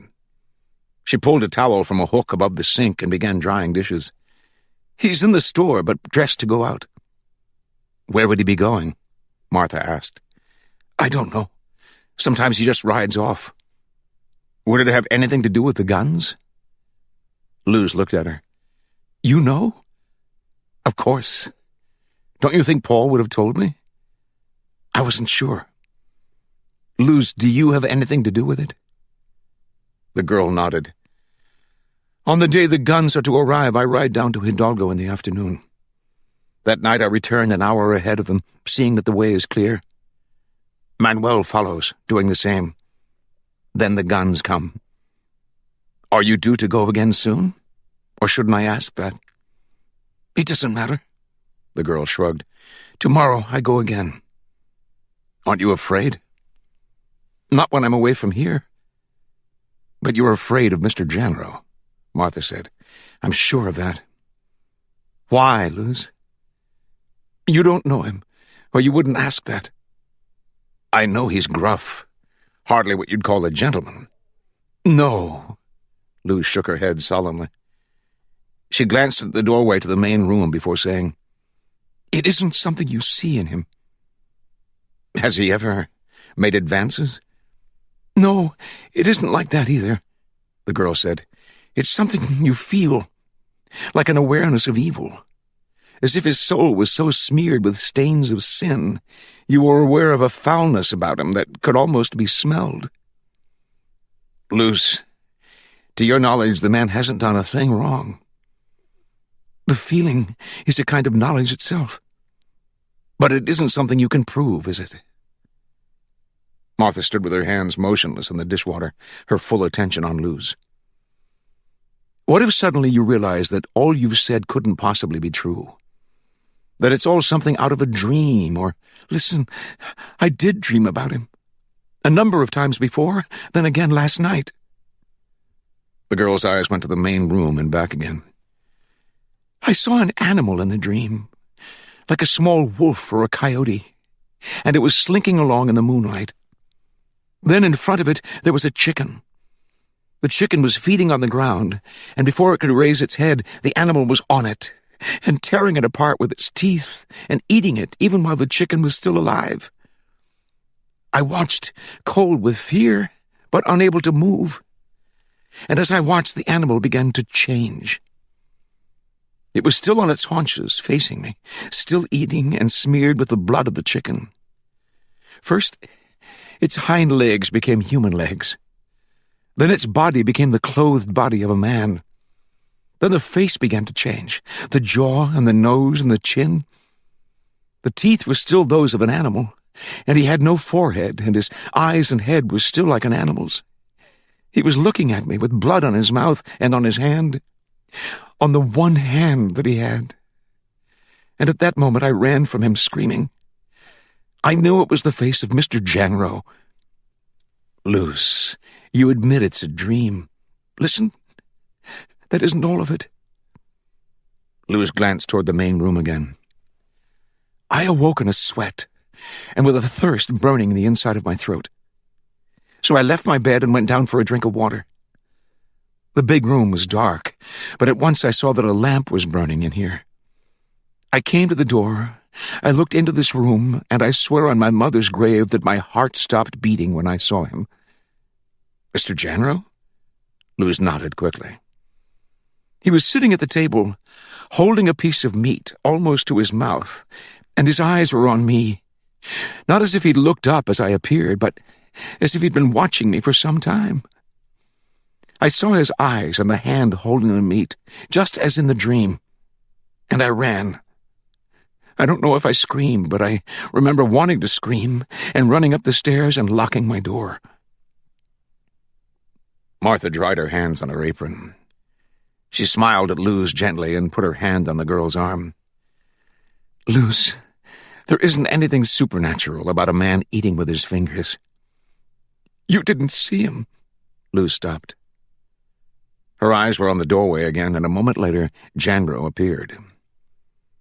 Martha glanced at him, then at Luz again as the girl suddenly turned and pushed through the screen door. Janro came into the kitchen. He was holding his hat and wearing a coat, but the coat was open, and Martha noticed the butt of a Colt beneath one lapel in his shoulder holster. Another Colt was on his hip. Did I interrupt something? Nothing important. Martha turned from the sink to face him. You going out? I thought I would. He watched her with an expression of faint amusement. Wondering if I'm going to see your husband? Yes, I was. I might see him. If you're going that way, would you mind stopping by the house? Why? Why do you think, Mr. Janro? Maybe he's not so anxious to let you know what he's doing. Now a new side of him, Martha thought wearily. She said nothing. I mean, considering how he dropped you here and ran off so quick. Janro hooked his hat on the back of the nearest chair. Unhurriedly, he started around the table, saying now, A man is away from his wife for 2 years or more. Then as soon as he gets home, he leaves her again. What kind of business is that? Martha watched him still coming toward her. We know the reason, Mr. Janro. The reason he gives. Worried about his wife and kids. What other reason is there? It wouldn't be my business to know. You seem to be making it your business. I was just wondering if you believed him. He was close to her now. Martha stood unmoving, feeling the wooden sink against her back. I believe him, she said calmly. I believe anything he tells me. Did he tell you he led a saintly life the years he was away? I never questioned him about it. Want me to tell you what a man does when he's away from home? And even if I said no? They have a time for themselves, Janro went on. They carry on like young bucks with the first smell of spring. Though they expect their wives to sit home and be as good as gold. You know this from experience. I've seen them. His voice was low and confiding. Some of them come home with the habit of their wild ways still inside them, and they go wandering off again. He watched her closely, his head lowered and within inches of hers. Then there's some women who aren't fooled by it, and they say, if he can fool around and have a time, then so can I. Those women do it, too. They start having a time for themselves, and it serves their husbands right. Martha did not move. She was looking at him, at his heavy mustache and the hard, bony angles of his face, feeling the almost oppressive nearness of him. She said nothing. Janro asked, almost a whisper, You know what I mean? If I were to tell my husband what you just said, Martha answered quietly, I honestly believe he would kill you. Janro's expression did not change. I don't think so. Your husband needs me. He needs a place for you and the kids to stay. Are you telling me that I'm part of the agreement between you and my husband? Well, now, nothing so blunt as all that. Janro smiled. We're white men. We'll be out of here within an hour, Martha said coldly. Now, wait a minute. You don't kid very well, do you? Not about that. He backed away from her, reaching for his hat. I don't even think you know what I was talking about. Let's say that I didn't, Martha said, for your sake. Janro shrugged. You think whatever you want. He put his hat on and walked out. In front of the store, he mounted a saddled buckskin and rode off. He could still see the calm expression of Martha Cable's face as he forded the shallow river, as he kicked the buckskin up the bank and started across the meadow that rolled gradually up into the pines that covered the crest of the slope. Then he was spurring, running the buckskin, crossing the sweep of meadow in the open sunlight now with the hot breeze hissing past his face. But even then, Martha was before him. She stared at him coldly, and the harder he ran, holding the reins short to keep the buckskin climbing, feeling the brute strength of the horse's response, hearing the hoofs and the wind, and trying to be aware of nothing else, the more he was aware of Martha's contempt for him. Sometime later, following the trail that ribboned through the pines, the irritating feeling that he had made a fool of himself began to subside. It was as if here in the silence, in the soft shadows of the pines, he was hidden from her eyes. He told himself to forget about her. The incident in the kitchen had been a mistake. He had seen her and started talking, and one thing had led to another. Not planned, just something suddenly happening that moment.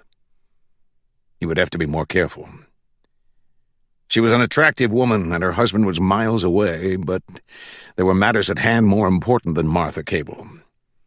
She would wait until later, when there were no Kidstons and no Paul Cable. Still telling himself this, her calmness and the indifference grated on his pride, and he was sure that she had held him off because of his missing arm, because he was something repulsive to her, only part of a man. He jerked his mind back to the reason he was here. First, to talk to Cable, to hammer away at him until he consented to go after the Kidstons. Then to scout around and see what was going on. The latter had become a habit, riding this ridge trail, then bearing off toward the Kidston place and sometimes approaching within view of the house. He did this every few days, and sometimes at night, because if you kept your eyes open, you learned things. Like Dwayne's habit of sitting on the veranda at night, perhaps every night, for a last cigar. Or Vern visiting his grazes once a week, and sometimes not returning until the next morning. But always there had been people around the house while Dwayne sat and smoked on the veranda. And almost invariably Vern made his inspections with Bill Dancy along. Knowing that Kidston's riders would be off on a horse gather in a few days was the same kind of useful intelligence to keep in mind. He had already told Cable about the riders being away. Perhaps he would tell him everything, every bit of information he knew about Vern and Dwayne Kidston. Lay it all out on the table and make it look easy. High on the slope, but now even with Cable's house, General reined in. There was no sign of life below. No sounds, no movement, no chimney smoke. But Cable could still be home, Janro decided. Then, descending the path, keeping his eyes on the shingled roof and the open area of the front yard, he began to think, but what if he isn't home? Then you talk to him another time. No, wait.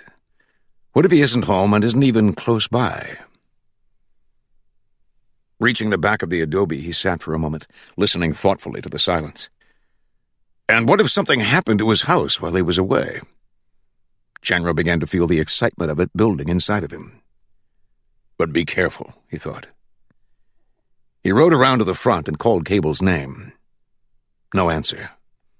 He waited, called again, but still the house stood silent and showed no signs of life. Janro reined the buckskin around and crossed the yard to the willows. His gaze went to the horse herd out on the meadow, and he studied the herd for some moments. No, Cable wasn't there. No one was. He was about to turn back to the house, but he hesitated. No one anywhere. What does that say? No, it's too good.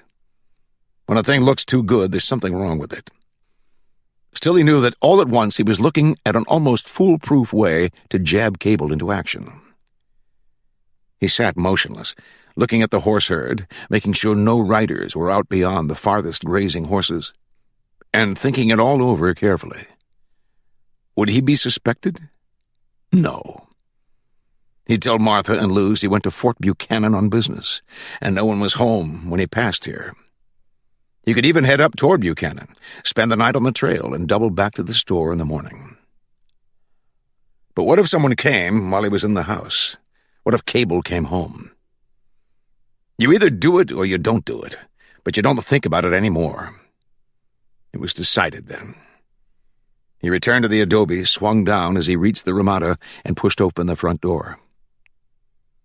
Inside, in the dim closeness of the room, an urgency came over him, and he told himself to hurry, to get it over with and get out. From the stove, he picked up a frying pan, went to the kitchen cupboards, opened them, and swung the pan repeatedly into the shelves of dishes until not a cup or a plate remained in one piece. With a chair, he smashed down the stove's chimney flue. A cloud of soot puffed out and filtered through the room as he dragged the comforter and blankets from the bed. He emptied the kitchen drawers then, turning them upside down, found a carving knife, and used it to slash open the mattress and pillows still on the bed. Enough? He was breathing heavily from the exertion, from the violence of what had taken him no more than a minute. Hesitating now, his eyes going over the room, he again felt the urgent need to be out of here. Enough. He went out, brushing soot from his coat, mounted, and rode directly across the yard and forded the river. He stopped long enough to convince himself that no riders had joined the Kidston herd since his last look at it. Then he rode on, spurring across the meadow now, pointing for the east slope, and not until he was in the pinon, beginning the steep climb up through the trees, did he look back and across to Cable's house. Not until then did he take the deep breath he had wanted to take in the house to make himself relax. "You pushed him now," Janro told himself, hearing the words calmly, but still feeling the excitement, the tension tight through his body. "You just busted everything wide open." It was evening, but not yet dark. A silent time with the trees standing black and thick-looking, and the skies streaked with red shades of sun reflection. A whole day had passed, and Cable was returning home. He had already skirted the store, wanting to see Martha but wanting more to avoid Janro. And now he was high up in the shadows and the silence of the pines, following the horse trail along the ridge. He would talk to Janro another time, after he had thought this out and was sure he knew what to say to him. This morning he had talked to a man, a small old man who was perhaps in his 60s, with a graying beard and a mustache that was tobacco-stained yellow about his mouth. Denneman's friend from Hidalgo. In the dimness of the adobe room and with the early morning sounds of the village outside, the man seemed too old, or too small, or too fragile to do whatever he was doing.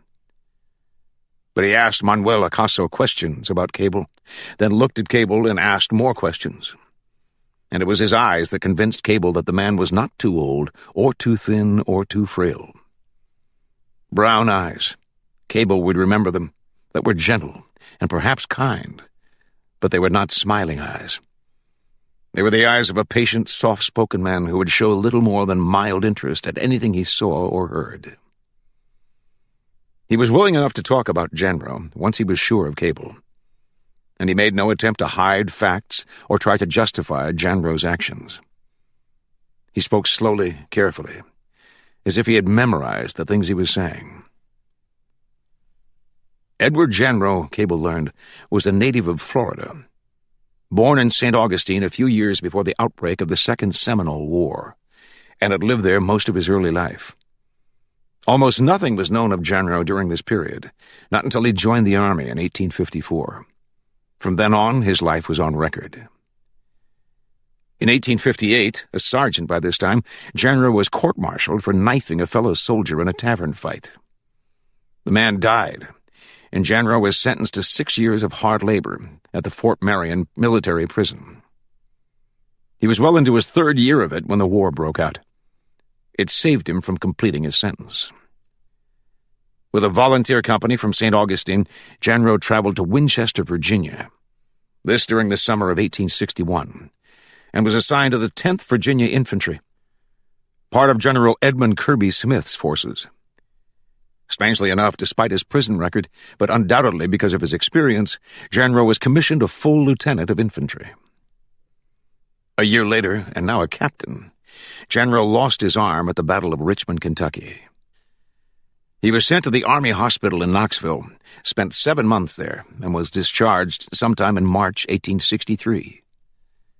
But Janro didn't go home.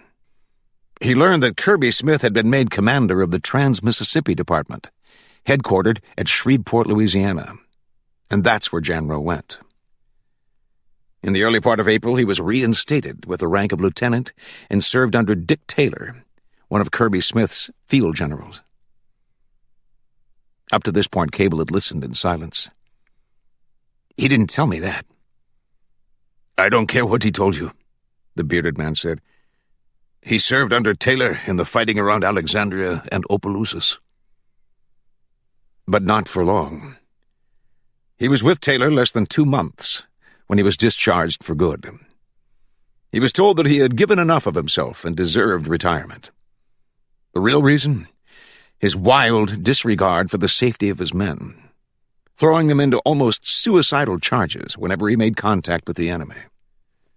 This, and the fact that he refused to take a prisoner. During his time with Taylor, Janro was responsible for having some 120 Union prisoners lined up and shot. Janro pleaded his case all the way to Kirby Smith's general staff. He was a soldier, and soldiering was his life. But as far as every one of them was concerned, Janro was unfit for active duty, and immediately relieved of his command. Janro returned to St. Augustine, then in the hands of federal forces. Through a man he had known there before, he made contact with Confederate intelligence agents and went to work for them. And eventually, in fact after well over a year in Florida, he was sent to Mexico. There he was given his present assignment. "I can see why he didn't tell me everything," Cable said. The bearded man nodded. "Naturally." Cable watched him. "What do you think of Janro?" "He's a hard man to know." "But what do you think?" "I don't care for his kind, if that's what you mean." "Yet you have him working for you." "Mr. Cable," the bearded man said, "Janro seems to have one aim in life: to see the South win the war. Or to see more Yankees killed. What's the difference?" "You know what I mean." "I know he's moved over 2,000 rifles through the store since coming here," the bearded man said. "And now he wants to kill 2 men who aren't even in the war." "Well, I wonder if you can blame him," the bearded man said, somewhat wearily now. "A man is sent to war and taught how to kill, but after, the unlearning of it is left up to him." "Except that Janro knew how to kill before he went to war," Cable said. "So you'll wait," Cable thought now, "and wonder about Janro, and wonder when Vern will make his move, while you try to stay calm and keep yourself from running away." He was perhaps a mile from his house, passing through a clearing in the pines, when he saw the 2 riders down in the meadow. Saw them for one brief moment before they entered the willows at the river. Cable waited. When the riders did not come out of the trees on this side of the river, he dismounted, took his field glasses and Spencer from the saddle, and made his way carefully down through the pines on foot.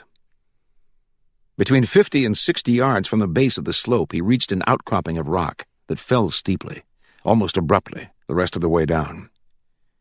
Here Cable went on his stomach. He nosed the Spencer through a V in the warm, sand-colored rocks and put the field glasses to his eyes. He recognized Lorraine Kidston at once. She stood by her horse, looking down at a stooped man drinking from the edge of the water. When he rose, turning to the girl, wiping his mouth with the back of his hand, Cable saw that it was Vern Kidston. 200 yards away, but with them, close to them through the field glasses, Cable watched. He studied Vern standing heavily with his hands on his hips, his shoulders slightly stooped and his full mustache giving his face a solemn, almost sad expression. Vern spoke little. Lorraine seemed to be doing the talking. Lorraine smiling blandly, shrugging, standing with one hand on her hip and gesturing imperiously with the other. She stopped. For a moment neither of them spoke. Vern thoughtful, Lorraine watching him. Then Vern nodded, slowly, resignedly, and Lorraine was smiling again. Now she moved to her horse. Vern helped her up. She rode off at once, heading north, out into the meadow, and did not look back. Vern watched her, standing motionless with his hands hanging at his sides now. He was close. His hat, his mustache, his shirt, his gun belt, his hands, all in detail. Then the glasses lowered, and Vern Kidston was a small, dark figure 200 yards away. There he is, Cable thought, waiting for you. He put the field glasses aside and took the solid, compact, balanced weight of the Spencer, his hands under it lightly, and the stock snugly against the groove of his shoulder. There he is. It would be easy, Cable thought. He knew that most of the waiting and the wondering and the wanting to run would be over by just squeezing the trigger.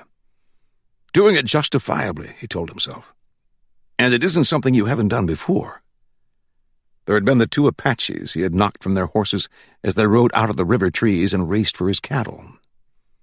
He had been lying on this same slope, up farther, closer to the house, and with a Sharp's rifle, firing and loading and firing again, and seeing the two Chiricahua Apaches pitch from their running horses, not even knowing what had killed them.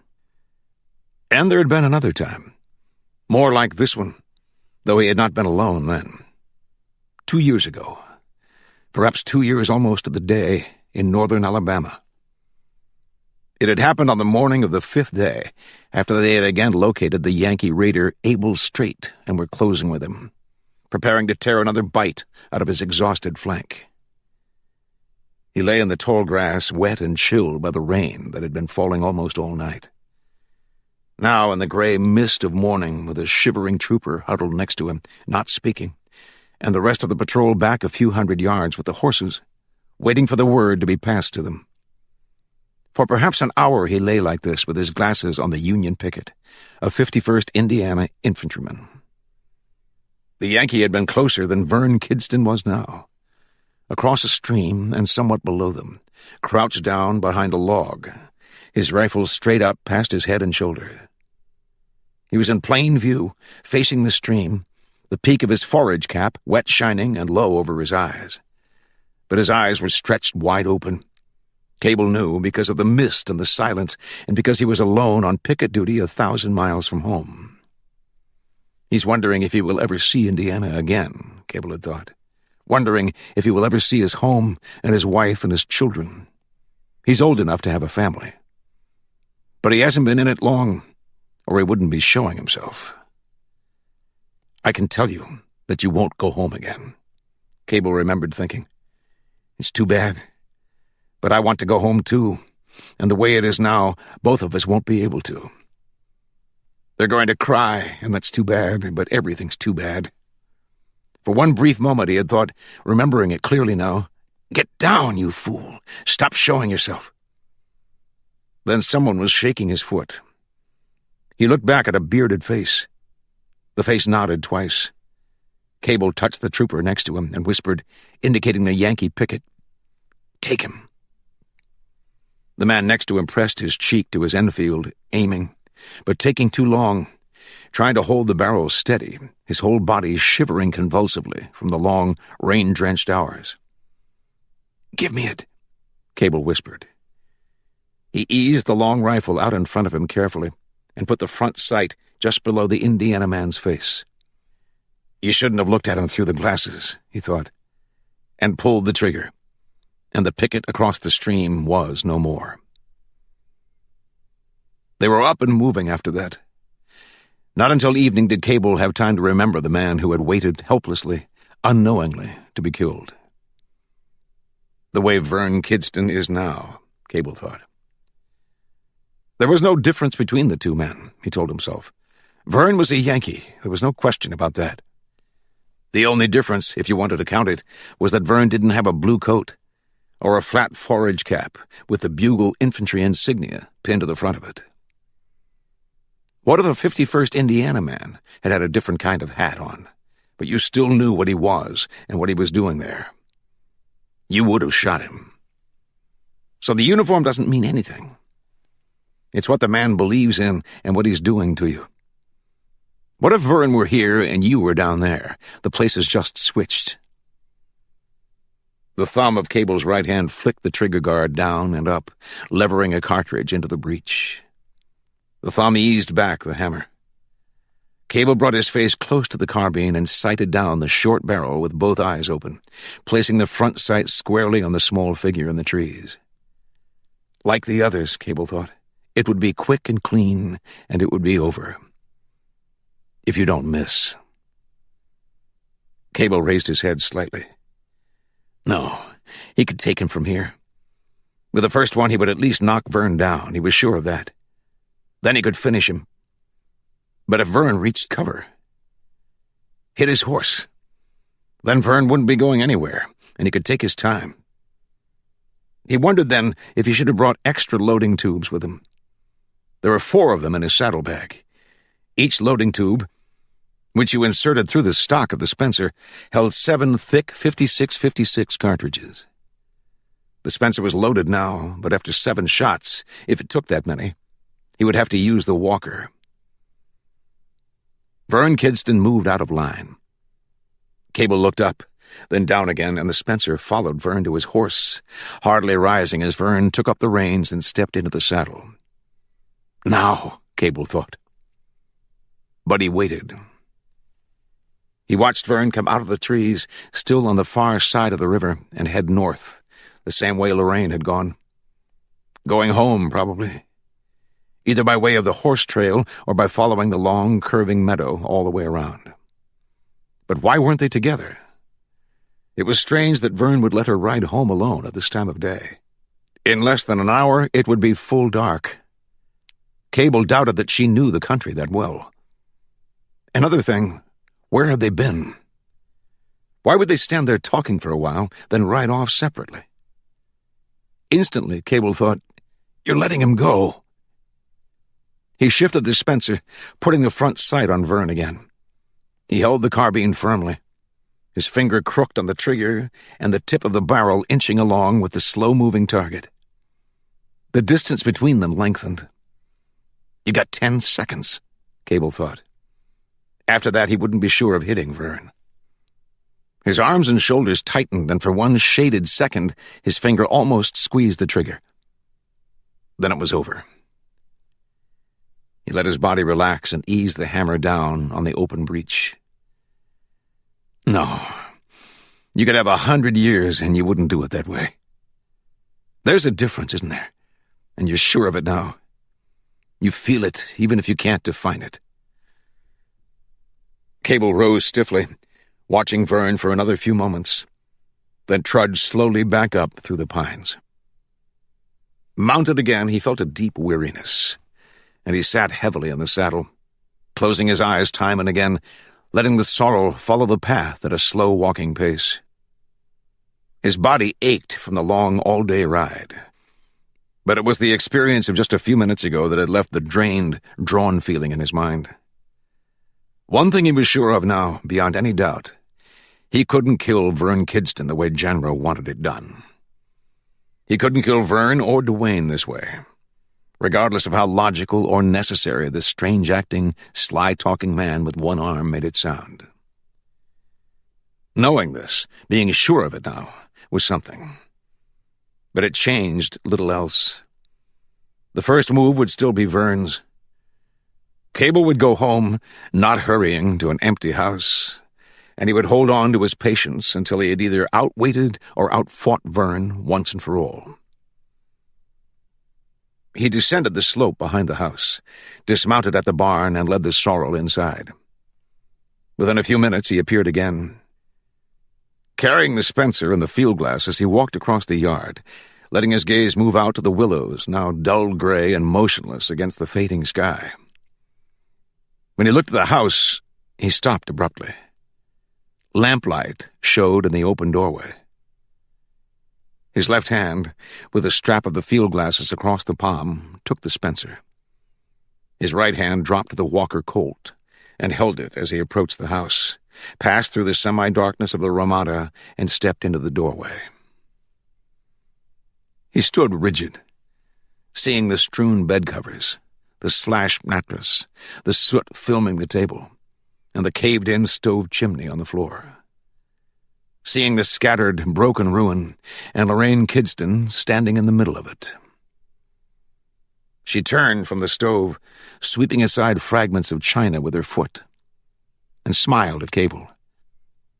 "I've been waiting for you." Chapter 5.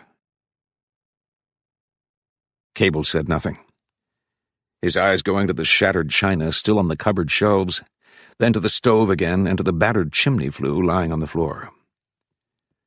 So Vern or Dwayne or both of them had become tired of waiting. Now they were doing something, and this was a warning. Fix the house, Cable thought, then another time, when you're away, they tear it apart again. How much of that could you take? Do you run out of patience right now, or later sometime? He could release his anger and kick at the broken dishes, or yell at Lorraine, threaten her father and Vern. But what good would it do? That was undoubtedly their intention, to rile him, to make him start something. And once you did what the other man wanted you to, once you walked into his plan, you were finished. Lorraine was watching him. When the wife is away, the house just seems to go to ruin, doesn't it? He looked at her. What do they expect me to do now? I'm sure I don't know. Or care, Cable said. Well, I'm sorry, but there's nothing I can do about it, is there? Did both of them have a hand in this? I doubt if either of them did. They've been home all day. I just saw Vern. Alone? You were with him. Do I have to explain what we were doing? It doesn't matter. Vern and I went for a ride after supper. When we reached the meadow, he said he wanted to look at his horses.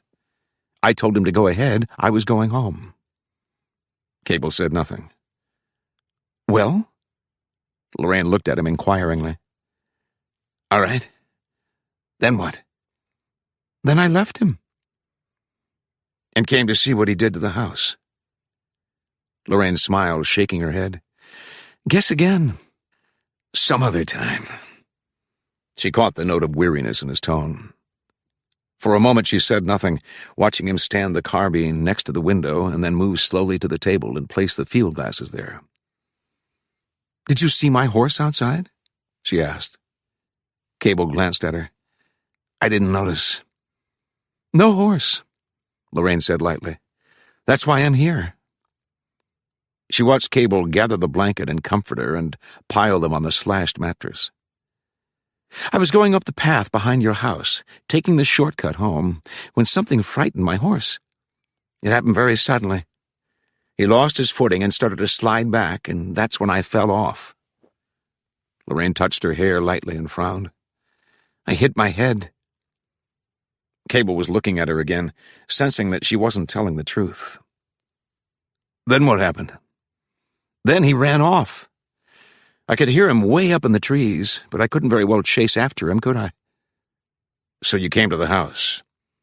Of course. You want me to look for your horse? He's probably still running. Cable paused.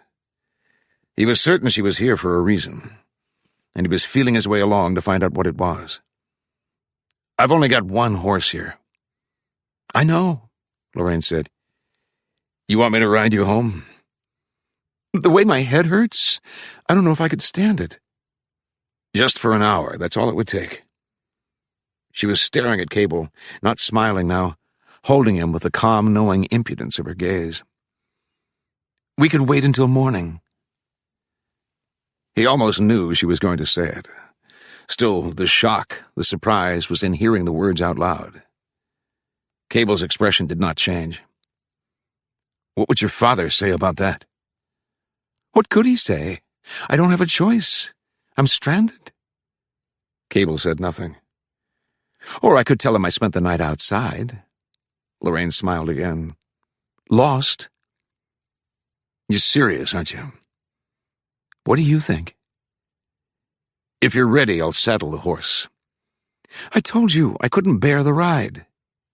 You told me a lot of things. The knowing, confident expression was in her eyes again. I think you're afraid of me. Or afraid of yourself. Being alone with you? Lorraine nodded. But I haven't decided which it is. The only thing I'm sure of is you don't know what to do. You can't take me home by force, and you can't throw me out, so...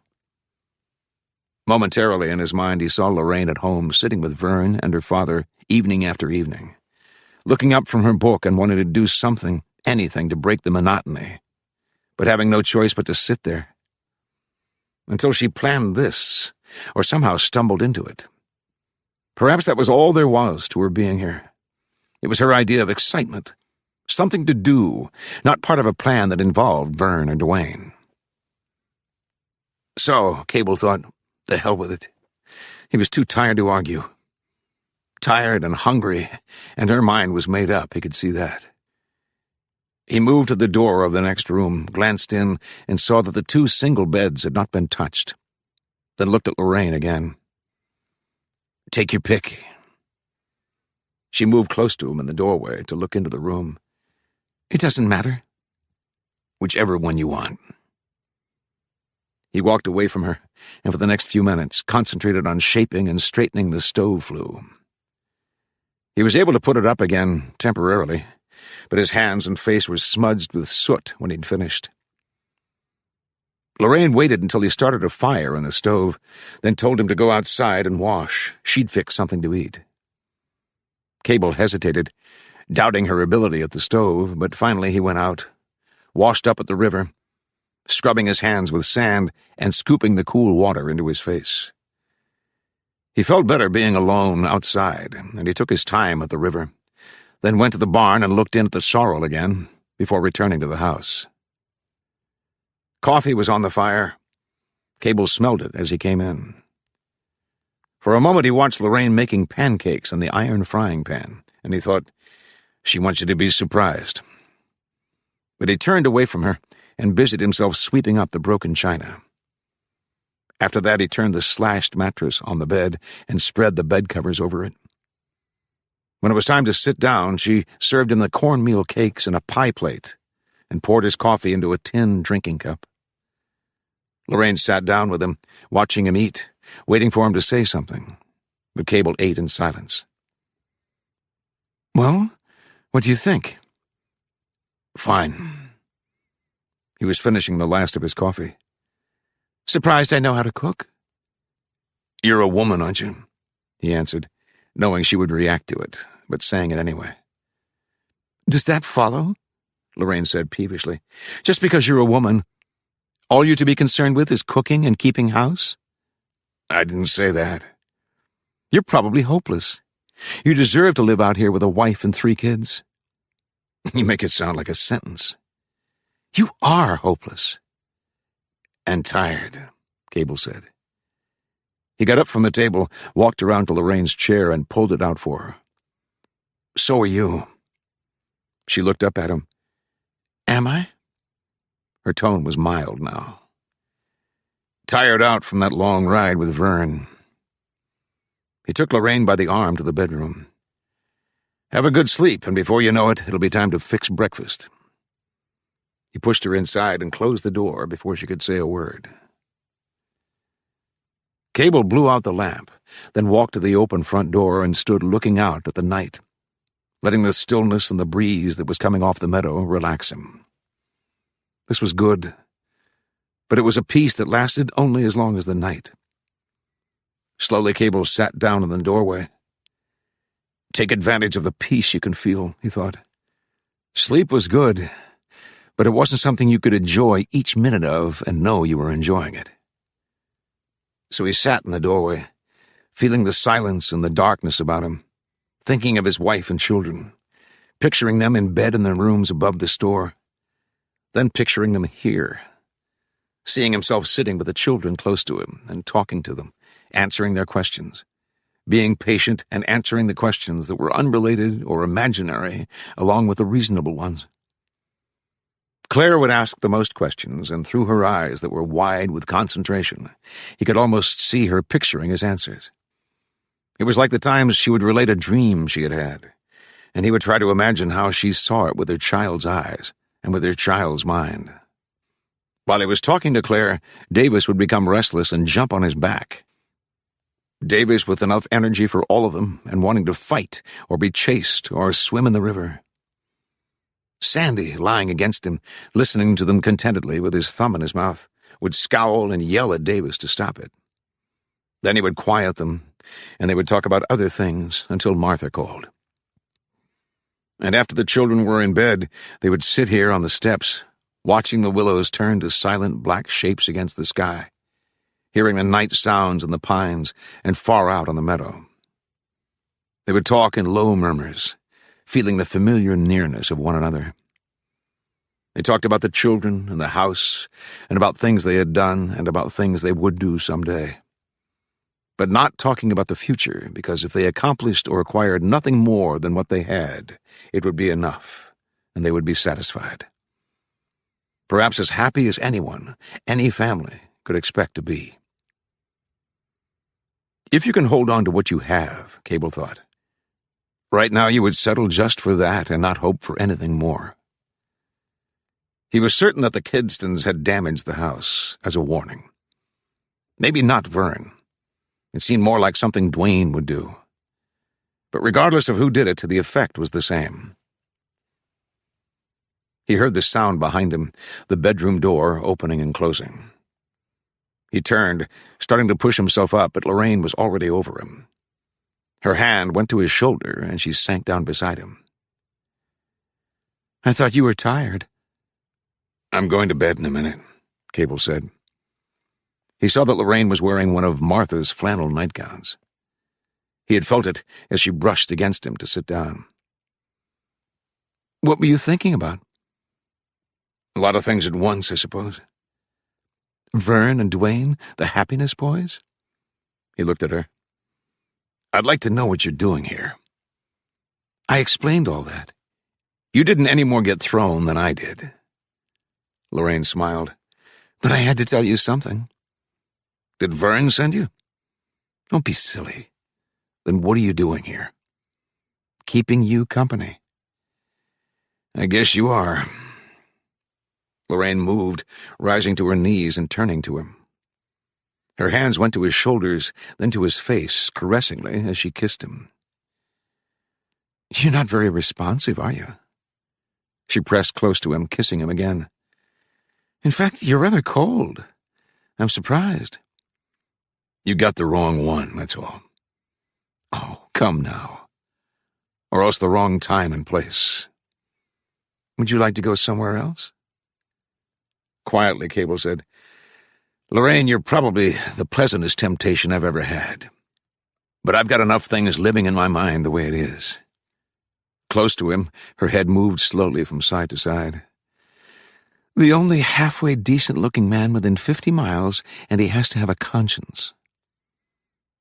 She felt his hands circle her waist, and when they lingered, holding her, she said, "I'll give you one more chance." But now he pushed her away and rose, lifting her with him. "I don't think this would do either of us any good." In the darkness, her eyes remained on him, but it was some time before she said, "I suppose your wife is very fortunate, but I doubt if I'd want to be married to you. I can't help feeling there's such a thing as being too good." The next morning, Cable cleaned the main room and fixed the stove flue more securely. Later on, he decided he would ride to Denneman's store. He would buy plates and cups, probably tin ones, if Janro had any at all.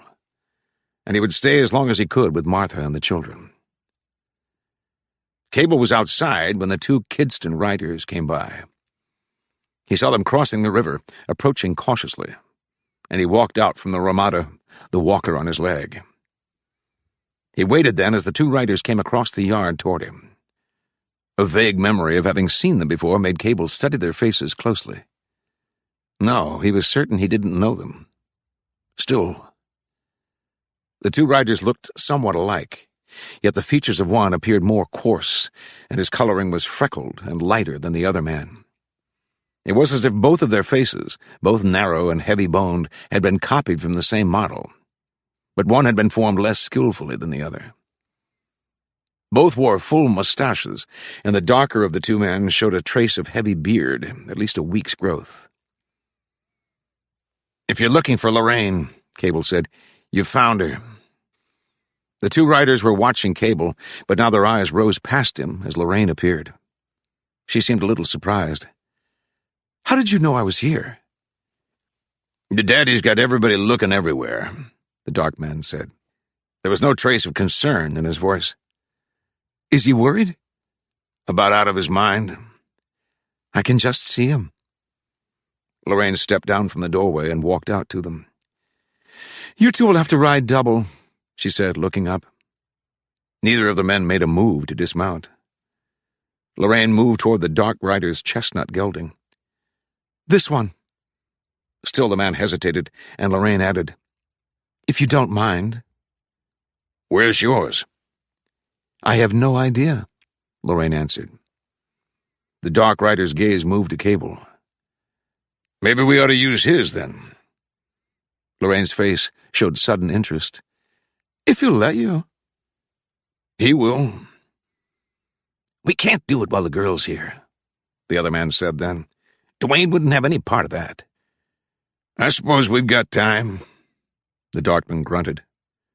"All we want," the other rider said. The dark one swung down.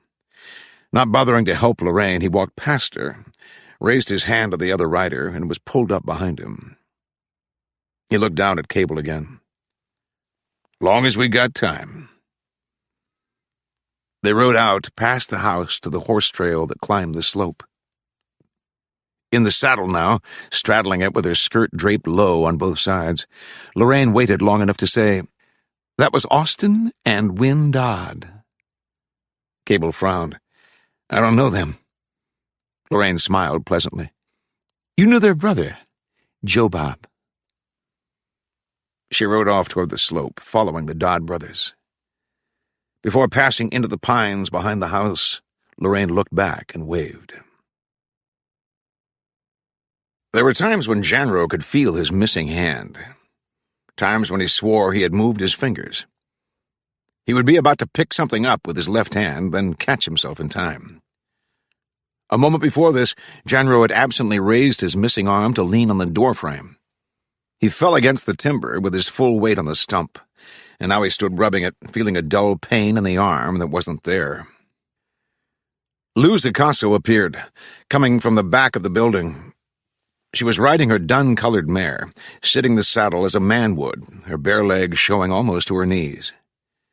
Two of the Cable children, Claire and Davis, were following behind her as she crossed the yard toward the river.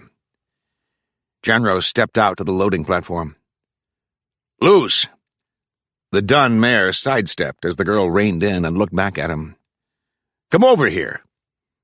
She held the horse, standing almost 40 feet from the platform. "I can hear you," she said. "Maybe I don't want to shout." "Then you come over here." Don't ruffle her, Janro thought. Something was bothering her.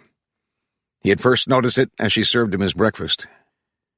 She seldom spoke unless he said something to her first, so her silence this morning wasn't unusual. Still, he had sensed a change in her. Her face was somber, without expression, yet he could feel a new tension between them. Even when she served him, she avoided his eyes and seemed to reach out to place the coffee and food before him, as if afraid to come too close to him. That was it, as if she was guarding something in her mind. As if she was so conscious of what she was thinking, she felt that if he looked in her eyes or even came too close to her, he would see it. But while he was eating, he would feel her eyes on him, watching him carefully, intently. Although when he looked up from his plate, she would be turning away or picking something up from the stove. Now she was riding down to Hidalgo. Tonight there would be a gun shipment, and Luz would lead it to the store, making sure the way was clear. Janro said, "You're leaving a little early, aren't you?" "I want to have time to see my brother." "About what?" "Nothing." You seem anxious enough over nothing. I want to see him, that's all. She waited a moment longer, watching Janro, but when he said no more, she flicked the reins and moved on across the yard. Janro watched her pass into the willows, and even after she was out of sight, he continued to stare at the trees. What was it about her? Was she more confident? More sure of herself since the Cables had come home? Afraid when she was alone with him, still somewhat more confident. He noticed the Cable children then. Claire and Davis were still in the front yard, standing close to each other now and looking up at him on the platform. I told you once to play in the back, Janro called out. I'm not going to tell you again. I'll get a stick next time, you understand? Claire stood rigid. Davis nodded with a small jerk of his head and reached for Claire's arm. They turned to go. Wait a minute. Janro looked down at them sternly. Where's your father? Is he still here? Upstairs, the boy said. All right. Janro waved them away, and they ran, glancing back at him as they rounded the corner of the building. What do you have to do to a man like that? Janro thought. A man that finds his house wrecked and comes moping in to buy tin plates and sit with his wife. Cable had arrived about mid-morning and had been here ever since. Janro stood for some time holding the stump of his arm, rubbing it gently. He was looking above the willows now, to the hillside beyond the full roundness of the treetops. But it was moments before he realized a file of riders had come down out of the pines and was descending the slope. Perhaps because his hand still held the stump, or because he had jarred it and imagined the pain still present. Because of this, and then abruptly seeing the riders on the hillside, and for the moment not caring who they were, his mind went back to another time, another place. There had been riders then on a hillside, directly across the cornfield, and not more than 800 yards away, a line of riders appearing along the crest of the hill, then stopping and dismounting. He had seen that they were unhitching the horses from artillery pieces, 3 of them, and rolling the guns into position. He had waited then, studying the position through his field glasses for at least 10 minutes, or perhaps a quarter of an hour. So by the time he brought his men out of the pines, screaming at them, shooting one and seeing the other soldier who had been afraid suddenly run by him, the field pieces were ready and loaded and waiting for him. Janro himself was no more than 100 yards out from the woods when the first shell exploded. The blast was loud in his ears and almost knocked him down, but he kept moving, seeing 2, then 3 men come stumbling, crawling out of the smoke and dust that seemed to hang motionless in the air. One of the men fell face down and didn't move. As he watched, a second and third shell exploded, and he saw one of the crawling men lifted from the ground and thrown on his back.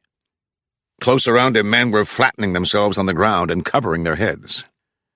But the ones in front of him were still moving, and with the next explosion, Janro was running again. He saw the man who had been afraid a few moments before, running, breathing heavily, his head back, as if he was looking up at the 3 artillery pieces. Janro was close to the man, almost about to run past him and yell back at him to keep coming, and then the man was no more. It was as if time suddenly stopped, for Janro saw the man, or part of him, blown into the air, and he could remember this clearly, the fraction of a moment caught and indelibly recorded in his mind. And it was the same sudden, ground-lifting, sound-smashing burst of smoke and iron that slammed Janro senseless and cleanly severed his left arm. For some time the line of riders was out of sight, low on the slope now and beyond the bank of willow trees. Janro waited, watching, judging where they would cross the river and appear out of the tree shadows. They would be Kidston riders. Janro was certain of that. He wondered if he should call Cable. No, wait, Janro decided. Act natural and just let things happen. There were 6 of them. Janro recognized Dwayne Kidston at once. Dwayne sitting a tall bay horse with one hand on his thigh, a riding quirt hanging from his wrist, and his elbow extended rigidly. Dwayne wearing the stiff-crowned Kossuth hat squarely on his head, the brim pinned up on one side with the regimental insignia. Duane playing soldier, Janro thought contemptuously, pretending that he's a man. "Have your fun, Major," Janro thought then, not taking his eyes from Duane. "Have all the fun you can. Your time's about run out." Briefly, he noted the 5 men with Duane. Bill Dancy, the solemn bearded one, close to Duane's right. Then the 2 Dodd brothers, Austin and Wynne. They had been here only once before, but Janro remembered them well, the brothers of one of the men Cable had killed. Austin and Wynne Dodd, one light, the other dark, but both with angular, expressionless faces. Janro remembered their eyes. They watched you coldly, impersonally, as if you were a thing that couldn't look back at them. Janro wasn't sure if he had ever seen the 2 other riders before. He watched these 2 veer off midway across the yard and circle to the back of the store. Moments later, the 2 Cable children, Claire and Davis, came running around from the backyard. Then, seeing the 4 riders approaching the platform, they stopped and stood watching, their eyes wide with curiosity. "Where is he?" Duane asked. "Inside." Janro moved nearer the edge of the platform. "Get him out!" "What for?" "That's my business." "You want to kill him?" "Duane's got things to say to him," Dancy said then. Janro's eyes moved to the bearded man. "I wouldn't want to think I fetched him to be killed." "We're not going to kill him," Dancy said. "That'd be an awful thing to have on your conscience," Janro said, "calling a man to be killed in front of his children." Dancy shook his head. "You got my word." "And with his wife here, too," Janro said. "I couldn't ever face her again."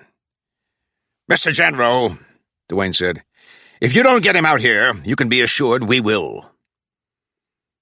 Janro looked past the men to the Cable children. His eyes settled on Claire. "Honey, go tell your daddy there's some men here to see him."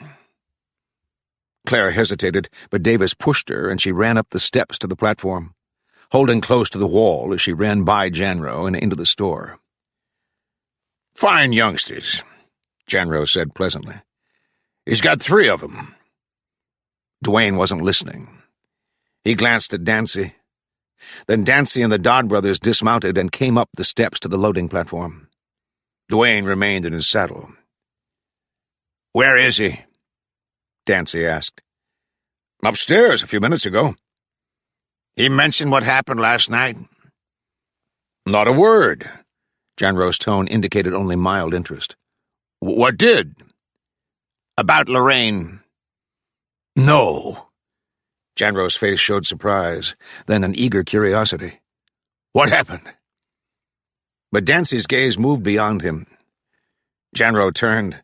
He heard the steps on the plank floor, then Cable, wearing his Walker Colt, was standing in the doorway. Janro saw Martha and the little girl a few steps behind him. "Take off that gun," Dancy said. Cable looked from Dancy to the Dodd brothers, to Austin, the dark one, who was a step nearer than Wynne, then back to Dancy. "What's this about?" "Take it off," Dancy said again. "You're covered front and back." Cable heard the quick steps behind him. He seemed about to turn, but he hesitated. The 2 riders who had circled the adobe had entered by the back door and had waited for Cable behind the counter. Now one of them pulled the Walker from its holster. Feeling it, Cable glanced over his shoulder. He saw the second man standing close to Martha. As Cable turned back to Dancy, Austin Dodd moved. He stepped in, bringing his bald left hand up from his side. Before Cable saw it coming, the fist slammed into his face. He fell against the doorframe, went to his hands and knees with his head down and close to the platform boards. Austin Dodd followed through. His right hand came up with his Colt, his thumb already hooking back the hammer. "Hold on!" Dancy stepped in front of him. "We didn't come here for that." He looked out at Duane Kidston angrily. "You'd have let him, wouldn't you?" "Austin has his own reason," Duane said. Stopping him wouldn't be any of my business. We didn't come here to satisfy Austin, Dancy grunted. Dwayne stared at the bearded foreman. I'm beginning to wonder why I brought you. You wouldn't have if Vern had been around. You said you wanted to talk to this man, that's all. I'm going to. But you'd have let Austin kill him. It wasn't your brother Cable shot down, Dwayne said flatly. That's the difference. He took him in a fair fight. We're not even sure of that. All we know is Joe Bob and Royce came home face down over their saddles, Dwayne said. And it wasn't your daughter, Dwayne stopped. His eyes went to Cable, who was still on one knee, but watching Dwayne now. Get him up! Dancy moved aside. He said, Go ahead, and stepped back to the edge of the platform near Janro. The Dodd brothers pulled Cable to his feet. They planted themselves close to him, each holding an arm with both hands. Cable stood quietly, making no attempt to free himself. Behind him, Dancy could see Martha and the little girl in the square of light formed by the doorway. Martha seemed calm, Dancy judged, but you couldn't tell about women. The little girl was afraid, and the little boy, Dancy's gaze moved to the steps where Davis was squatting now. He's wondering what they're doing to his pa, and he wouldn't believe it if somebody told him. Dwayne called, Jimmy! And one of the men who'd covered Cable from behind came out to the platform. Dwayne raised his reins, then dropped them, and the man came down. But not until he'd picked up the reins did Dwayne dismount.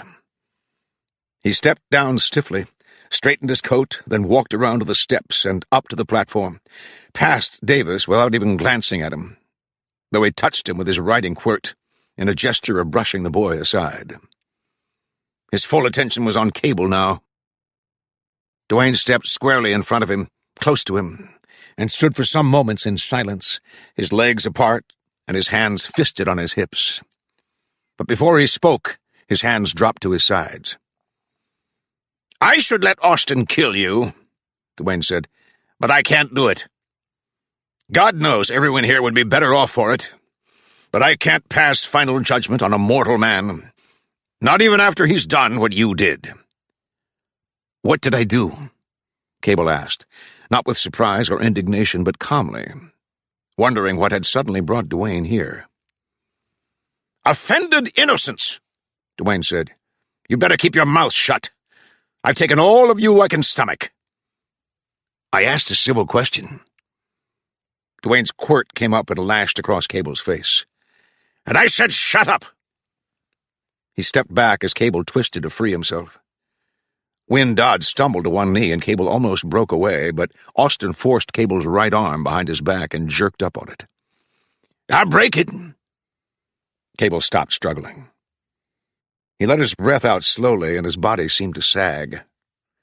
His eyes went to Davis, still watching him from the steps, then away from the boy quickly, back to Dwayne.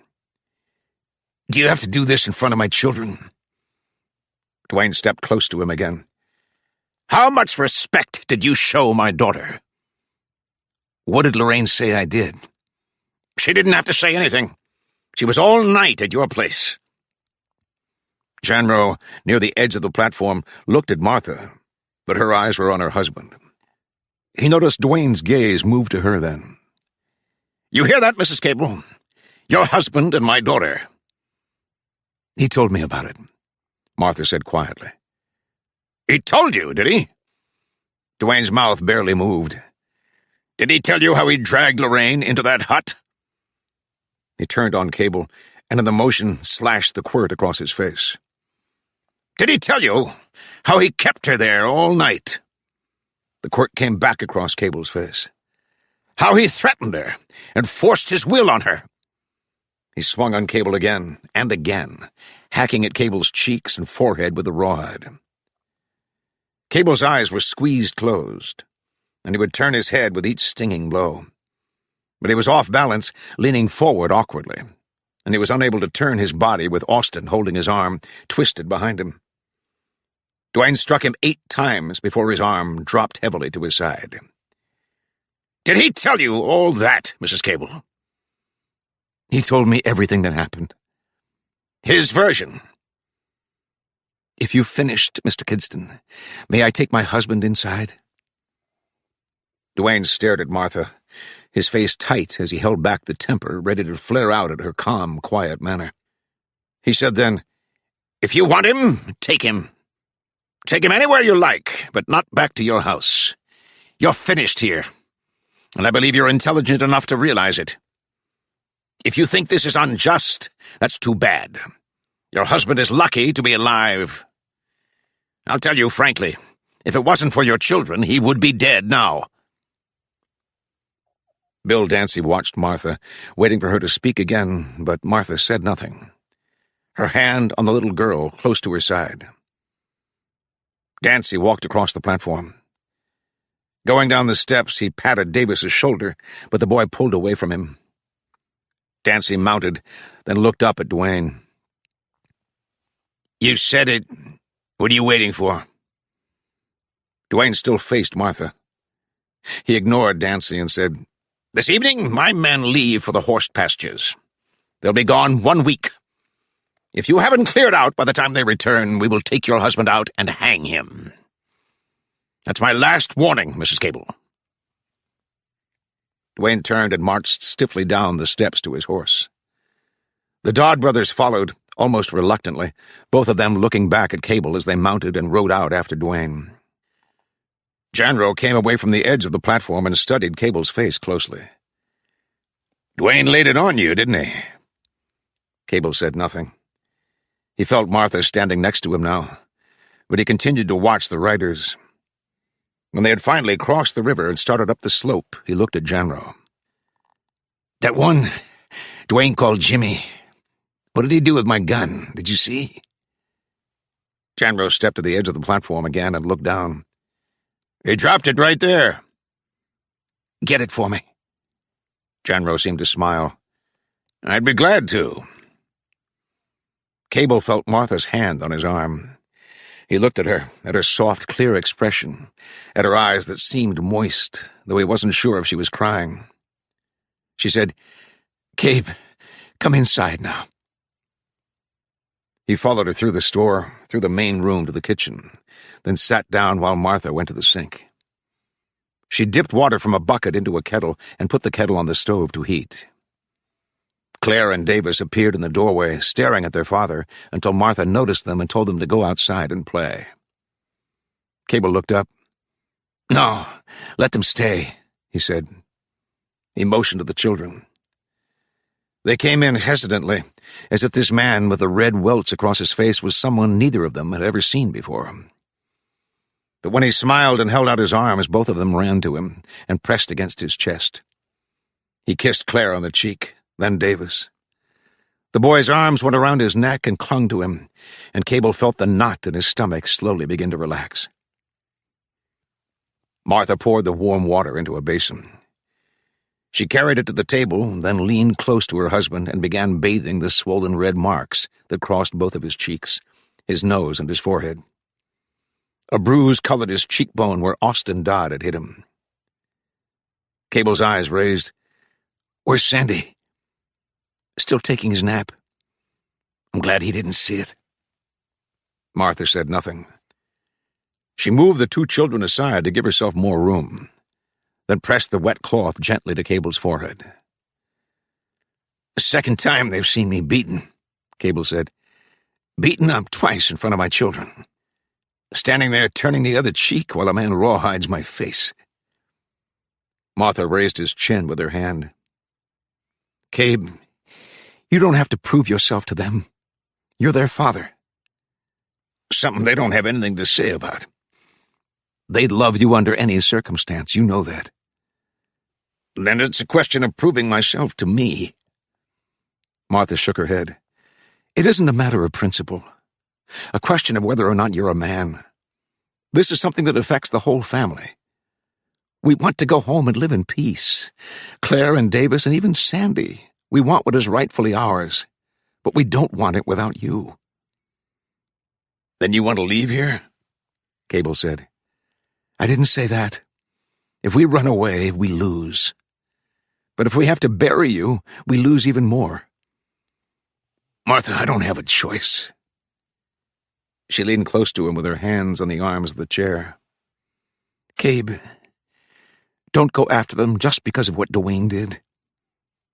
You know it's more than that. You were beaten up in front of the children. Right now, that's all you can think about. Sooner or later, this will be settled with guns, Cable said. It might as well be now. It doesn't have to be that way, Martha said urgently. If we wait, if we can put it off, Cabe, something could happen that would solve everything. Like what? She hesitated. I'm not sure. Martha, I'm awful tired of waiting. She looked at him intently. You could go to Fort Buchanan. Put it up to the authorities. You know who they'd side with. But we're not sure, Cabe. At least it's worth trying. From the doorway, Janro said, I got the only way to solve your problem. He extended Cable's Walker Colt, holding it in the open palm of his hand. Right here. Martha turned, looking at him coldly. That would solve nothing. All right, Janro said. Go up to Buchanan. Tell the Yankees you're a rebel soldier come home to find a gang of Yankee horsebreakers using your land and threatening to hang you. Janro moved into the kitchen. You know what they do? Supply the rope. Martha motioned the two children to the back door. She held it open for them, then, closing it behind them, looked at Janro again. Mr. Janro, I don't think this concerns you. Ask your husband whether it concerns me or not. He stopped in front of Cable and handed them the revolver. Right? Cable said nothing. He took the walker and looked at it idly, holding it in both hands. Janro watched him. You going back to your place? Cable nodded. That's the right direction, Janro said. His eyes remained on Cable's lowered head. Did you hear what Dwayne said about his men going off this evening? They'll go over to some pastures Vern's got way north and west of here and start working the herds home. Dwayne said they'd be gone a week. Janro shook his head. They'll be gone longer than that. And just Dwayne and maybe Vern will be home. Just the two of them. Cable looked up. You told me that once before. Janro nodded. And Dwayne confirmed it. His voice lowered. It would be easy for a man like you. Ride in there and take both of them. Martha came away from the door. You're asking my husband to commit murder. Janro glared at her. Like any soldier murders. This isn't war. He isn't a soldier now. We've been all through that, Janro said. Whether it bothers his conscience or not, your husband doesn't have a choice. He's got to kill them before they kill him. That evening, as soon as it was dark, Janro slipped onto the platform and let himself into the locked storeroom. He measured 3 strides to the crates of Enfield rifles stacked against the back wall, then stood in the darkness, wondering if there would be room for the wagon load of rifles due to arrive later that night. The rifles that were here should have been picked up days ago. You can worry about it, Janro thought, or you can forget it and ask Luz when she comes. She should be here within 2 hours. Perhaps they told her in Hidalgo why the rifles had not been picked up. Perhaps not. Either way, there was something more immediate to think about. Something raw and galling, because it was fresh in his mind, and seemed to have happened only moments before, though it had been this afternoon, hours ago. He had almost convinced Cable. No, not almost or maybe, he had convinced him. He had handed the man his gun and told him to kill the Kidstons or be killed himself. And Cable had seen the pure reality of this. If he had left at that moment, he would have gone straight to the Kidstons' place. Janro was sure of it. But Martha had interfered. She talked to her husband, soothing the welts on his face with a damp cloth while she soothed his anger with the calm, controlled tone of her voice. And finally Cable had nodded and agreed not to do anything that day. He would go home and watch the house. That much he had to do. But he would not carry the fight to the Kidstons. At least not while he felt the way he did. He agreed to this grudgingly, wearily, part by part, while Martha reasoned in that quiet, firm, insisting, never-varying tone. Perhaps if he went out to see Cable now. No, the guns were coming, and he would have to be here. In the morning, then, though by that time the sting would be gone from the welts on Cable's face, and that solid patience would have settled in him again. He had convinced Cable. That was the absolute truth of it, until the woman had started in with her moral, monotonous reasoning. Janrose straightened. He stood listening, hearing the faint sound of a horse approaching. The hoofbeats grew louder, but not closer, and when the sound stopped, he knew the horse had reached the back of the store. Luce? No, it was too early for her. He left the storeroom carefully, quietly padlocking the door, came out into the open and took his time mounting to the platform and passing through the darkened store. He saw Martha first, standing in the kitchen, then Luce, and saw the girl's eyes raised to his as he moved toward them. "You're early." "They're not coming," Luce said. "What do you mean they're not coming?" "Not anymore." "All right," Janrose said. "Tell me what you know." "The war's over." She said it simply in the same tone, and for a moment Janro only stared at her. "What are you talking about?" "It's true," Martha said. "They told her as soon as she reached Hidalgo." He looked at Martha then, seeing her face no longer composed, but for the first time flushed and alive, and with a smile that was warm and genuine, and seemed to include even him, simply because he was here to share the news with them. He turned to Luce again. "Who told you?" "Everyone knows it. They told me to come back and tell you." "But how do they know? How can they be sure?" "They know, that's all." "Listen, wars don't just end like that." "How do they end?" Martha asked, not smiling now. "There's some warning, days, weeks before that it's going to end." "You know how news travels out here," Martha said. "No!" Janro shook his head. "We would have heard something. It's a false alarm, or a Yankee trick. It's something else because a war just doesn't end like that." "We're telling you that the war is over," Martha said. "Whether you believe it or not, it ended 5 days ago, the day we came home." "And they're just finding out now." Janro shook his head again. You don't sell me any of that." "Would they have lied to Luce?" "I don't even know what they told her. How do I know she even went there?" Martha was staring at him. "You don't want to believe it." "What am I supposed to believe? Everything this girl comes in and tells me?" "Luce," Martha glanced at the girl. "Can I take your horse?" Janro saw Luce nodding, and he said anxiously, "What for?" "To tell my husband," Martha answered, looking at him again. "You think you should?" Janro asked.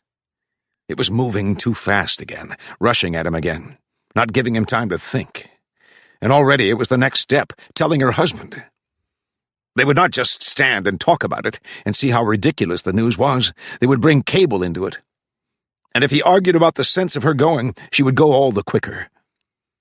"I mean, riding out alone at night," Janro said. He shook his head. "I couldn't see you doing that." "I think my husband should know," Martha began. "I believe that," Janro said. The words were coming easier now. "But I think I better be the one to go tell him." Martha hesitated. Before she could say anything, Janro had turned and was gone. She looked at Luce, but neither of them spoke, hearing Janro just in the next room.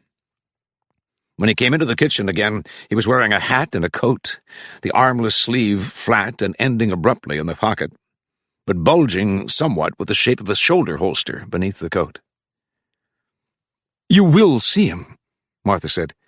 "I mean, make sure he finds out." "Don't worry about it." "And you promise to tell him everything?" "I won't be long." Janro went out the back door and mounted Luz Acasso's dun mare.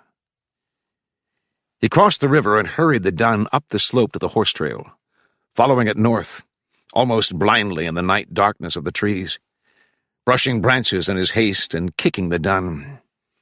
He moved along the ridge, though with no intention of visiting Cable. He knew only that there was no time for Cable now. He could admit that to himself without admitting the other, that the war was over. Certainly it could be at the very edge of the end. This could be the last day. It might very well be the last day. All right, it was the last day. And now there was no time for Cable.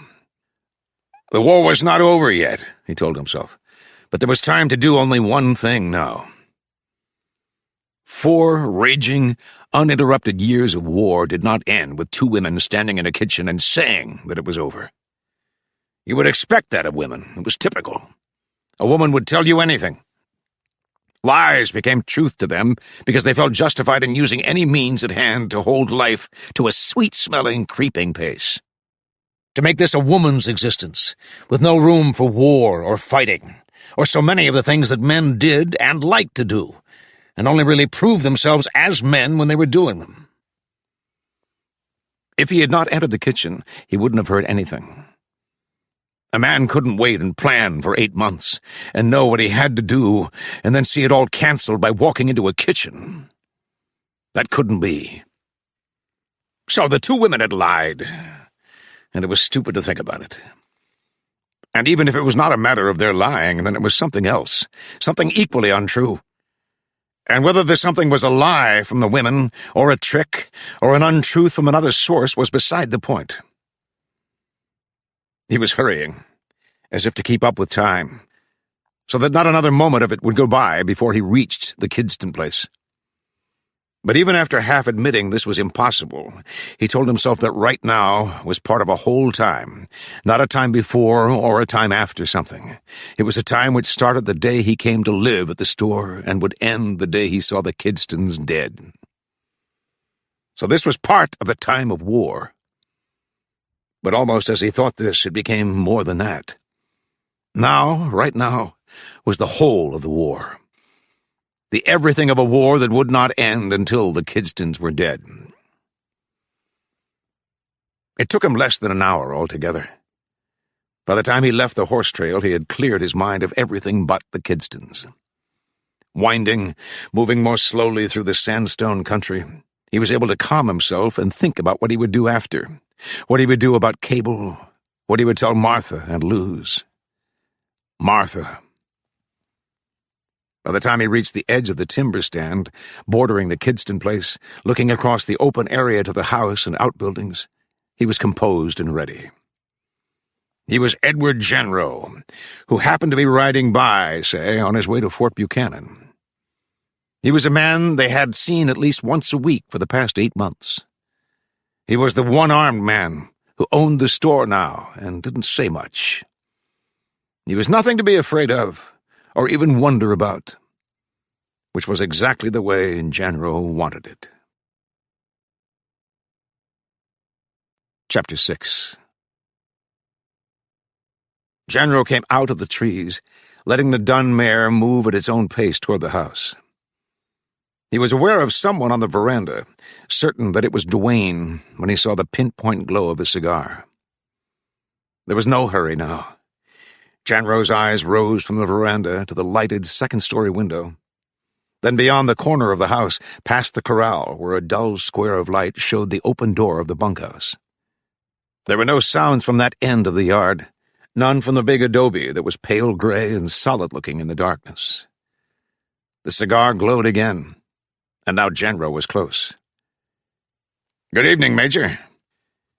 Duane leaned forward, the wicker chair squeaking. "Who is it?" "Edward Genro." Now almost at the veranda, Genro brought the dun to a halt. He saw Duane rise and come close to the railing, touching it with his stomach. "I didn't mean to startle you," Genro said. "You didn't startle me." There was indignation in Duane's tone. "I meant you sitting here by yourself. Is Vern about?" "No, he's up at his pastures. You wanted to see him?" "I'd like to have, but I guess you can't have everything." "What?" Where's Vern? Out on the horse drive? Getting it started. He's been gone all day. You alone? My daughter's in the house. And somebody's out in the bunkhouse. Dwayne seemed annoyed, but he said, A couple of the men. I thought everybody went out on the drives, Janro said. We always keep one man here. You said a couple of men were there. As if remembering something, Dwayne's frown of annoyance vanished. The second man rode in a while ago to tell us the news. I've been sitting here ever since thinking about it. Dwayne paused sullenly. Mr. Janro, the war is over. Lee surrendered the Army of Northern Virginia to General Grant on April 9th. Is that a fact? Janro said. I have been thinking of a place called Chancellorsville, Dwayne said gravely. I have been thinking of the men I knew who died there. Men I campaigned with, who gave their lives that this final victory might be accomplished. A touching moment, Janro said. Dwayne's eyes rose. If you had served, you would know the feeling. I served. Oh? I didn't know that. In the Union Army? With Kirby Smith. Oh. You lost your arm. Were wounded in battle? During the fight at Richmond, Kentucky. Is that right? I was in Cincinnati at the time. If I hadn't been on my way to Washington, I wouldn't have answered General Nelson's call for volunteers. That would have been something, Janro said, sitting easily and looking down at Dwayne. If we'd fought against each other. Dwayne nodded gravely. More terrible things than that have actually happened. Brother fighting brother, friend against friend. The wounds of our minds, as well as those of our bodies, will have to be healed now if we are to live together in peace. Dwayne added for effect, The war is over. You're not just telling me that, Janro said. What? That the war's over. Of course it is. The word came direct from Fort Buchanan. They learned about it this afternoon. Their rider ran into Vern, and Vern sent a man here to tell us. Vern realized I would want to know immediately. I haven't been told, Janro said. Not officially. And your telling me doesn't count. Dwayne was frowning, squinting up at Janro in the darkness with his cigar poised a few inches from his face. How could you learn more officially than this? The message came from Fort Buchanan, a military establishment. You learned it from your side, Janro said. I haven't been told officially from mine. Man, you've been out of the war for at least a year. Do you expect them to tell personally every veteran who served? I haven't been out of it. Janro paused, studying Dwayne's reaction. I'm still fighting, just like you've been with your saddle-tramp cavalry, like your brother's been doing supplying Yankee remounts. Dwayne was squinting again. You've been at your store every day. I'm almost sure of it. Look under the store, Janro said. That's where we keep the Enfields. British rifles? Brought in through Mexico, then shipped east. I don't believe it. Dwayne shook his head. All this time you've been moving contraband arms through the store? About 2,000 rifles since I started. Well, Dwayne said, officially now, if you have any there now, I advise you to turn them over to the people at Fort Buchanan. I presume Confederate officers will be allowed to keep their horses and sidearms, but rifles are another matter. Janro shook his head slowly. I'm not turning anything over. You'd rather face arrest. They can't take me if they don't know about the guns. Mr. Janro, if you don't turn them in, don't you think I would be obligated to tell them? I suppose you would. Then why did you tell me about them then? So you would know how we stand. You see, you can be obligated all you want, but you won't be able to do anything about it. Dwayne clamped the cigar in the corner of his mouth. You've got the nerve to ride in here and threaten me? I guess I do. Janro was relaxed. He sat with his shoulders hunched loosely and his hand in his lap. You're telling me that I won't go to Buchanan. Dwayne's voice rose. Listen, I'll take my saddle-tramp cavalry, as you call it, and drag those guns out myself. And I'll march you right up to the fort with them, if I feel like it. So don't go threatening me, mister. I don't take any of it. Janro watched him calmly. It's too bad you didn't volunteer that time you said. That would have made this better. No, it would have made it perfect. If you had been in command of that Yankee artillery company. They were upon a ridge, and we had to cross a cornfield that was trampled down and wide open to get at them. They began firing as soon as we started across. Almost right away I was hit, and my arm was torn clean from my body. I think we've discussed this enough for one evening, Dwayne said stiffly. What if you had given that order to fire? Janro said. Do you see how much better it would make this? He shook his head then. But that would be too much to ask. Like having Vern here, too. Both of you here and no one else around. I would advise you to go home, Dwayne said, and seriously consider what I told you. I don't make idle threats. I don't either, Major. Janro's hand rose to the open front of his coat. He drew the Colt from his shoulder holster and cocked it as he trained it on Dwayne. Though I don't suppose you'd call this a threat. This is past the threatening stage, isn't it? You don't frighten me, Dwayne said. He remembered something Vern had told Cable that day at Cable's house, rephrasing it now because he was not sure of the exact words. There's a big difference between holding a gun and using it. If you're bluffing, Mr. Janro, trying to frighten me, I advise you to give it up and go home. I'm not bluffing.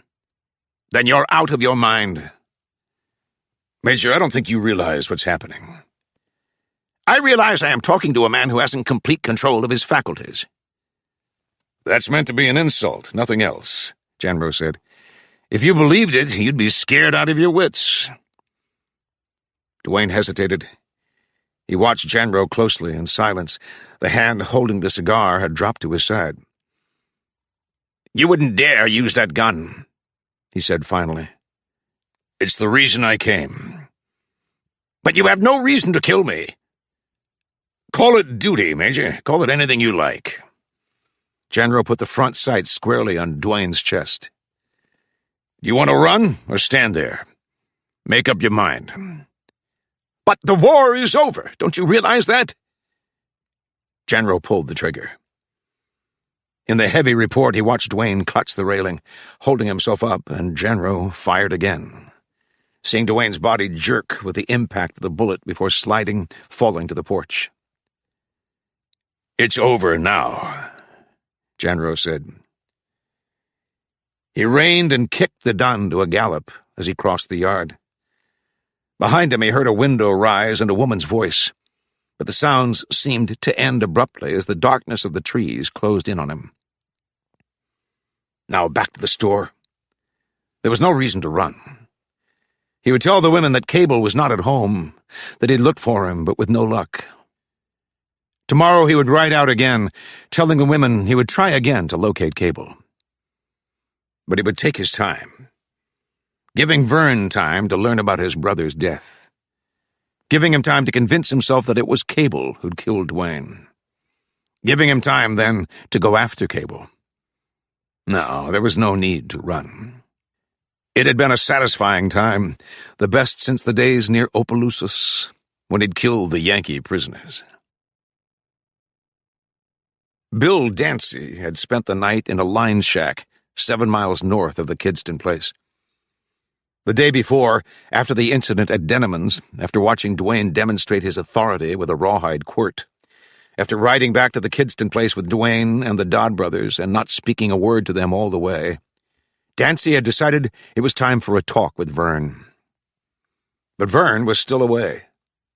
Since that morning, he'd been visiting the grazes, instructing his riders to begin driving the horses to the home range. Vern could be gone all night, Dancy knew, and that was why he went out after him. What he had to say wouldn't wait. By late evening, after he had roamed the west and north pastures, but always an hour or more behind Vern, Dancy decided to bed down in the line shack. It was deserted now, which suited him fine.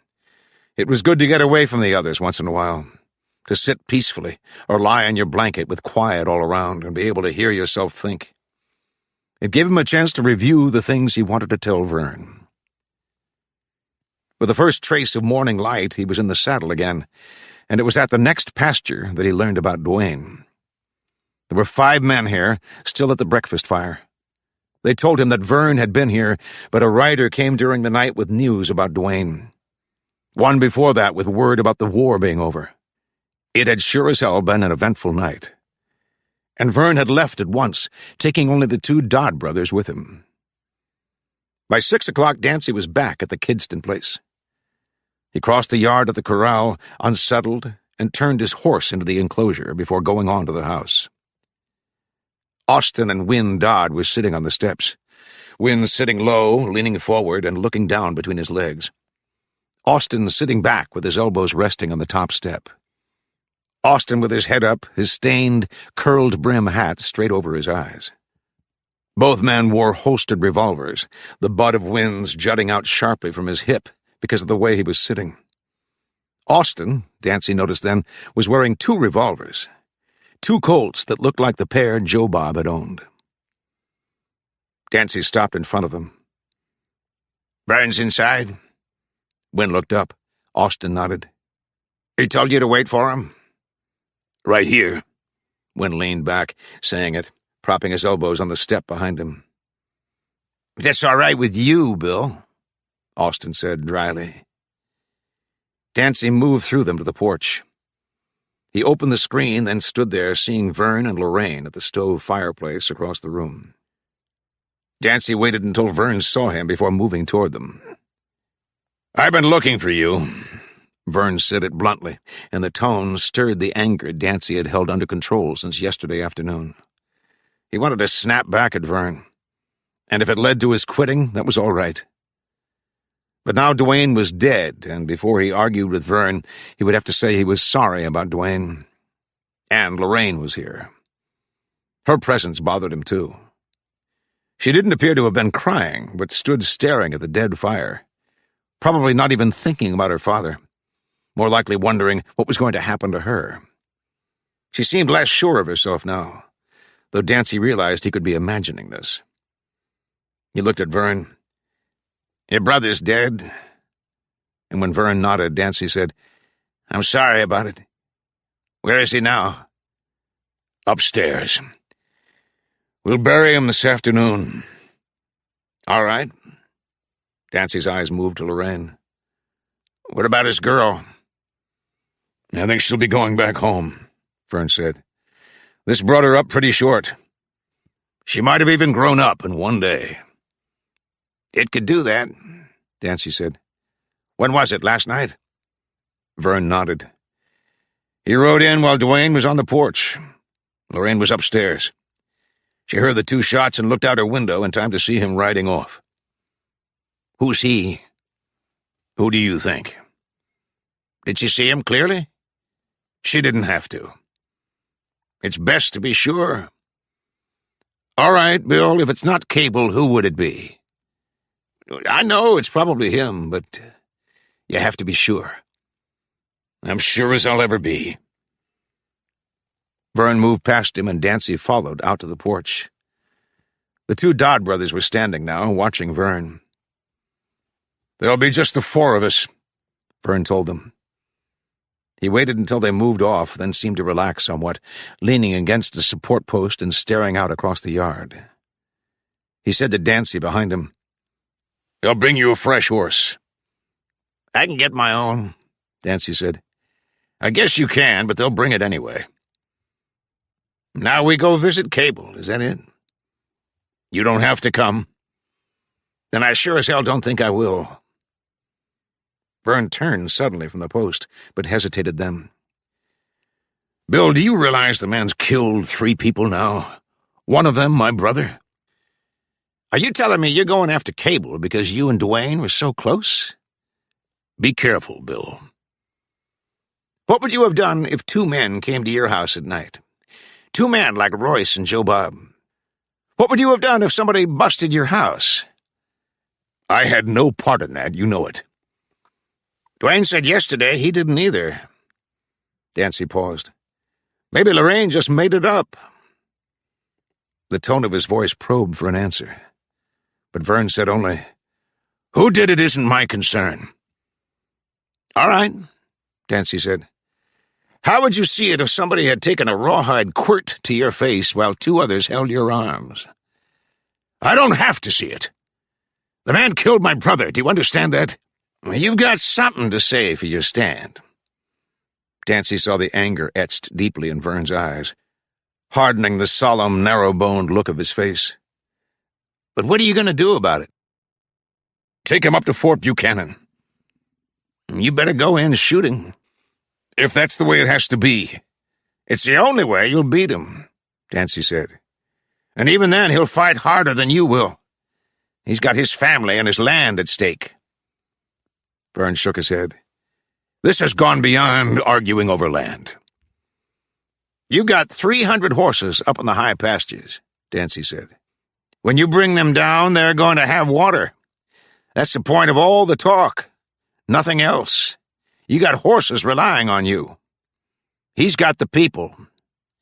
Now, who do you think's going to swing the hardest? Vern watched the Dodd brothers coming, leading the horses, then looked at Dancy again. I'll give him a chance to go up to Fort Buchanan peacefully. If he refuses, that's up to him. Dancy shook his head. You'll have to kill him. I said it's up to him. Maybe you'd hold back. Dancy watched the Dodd brothers approaching. But they wouldn't. They'd give up a month's pay to draw on him. Dancy hesitated, and when Vern said nothing, he added, You've got yourself talked into something you don't even believe in. Listen, Vern said tightly. I've said it. If he won't come peacefully, we'll shoot him out. But you're hoping he'll listen to you. I don't care now. He won't, Dancy said. And not one person in his family would. I saw that yesterday. I saw it in his wife and kids.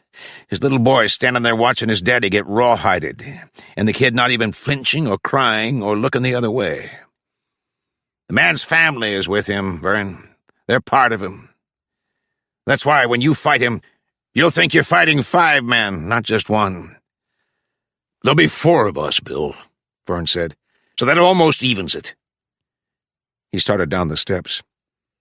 3, Dancy said. I'll drive your horses. I will, this time. But I won't take part in what you're doing.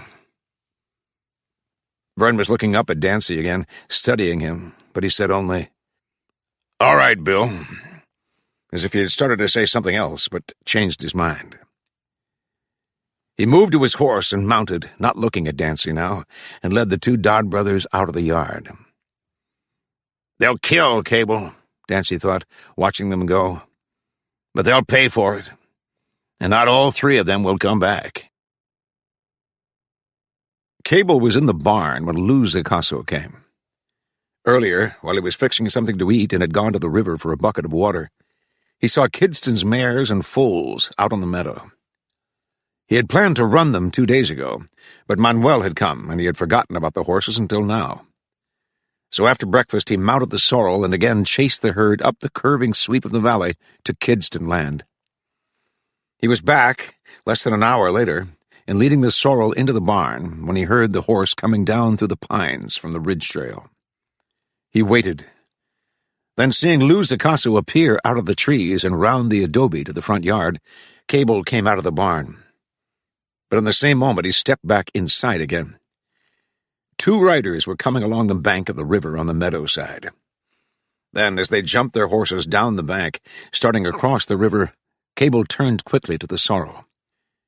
He drew the Spencer from the saddle, skirted the rectangle of light on the barn floor, and edged close to the open doorway.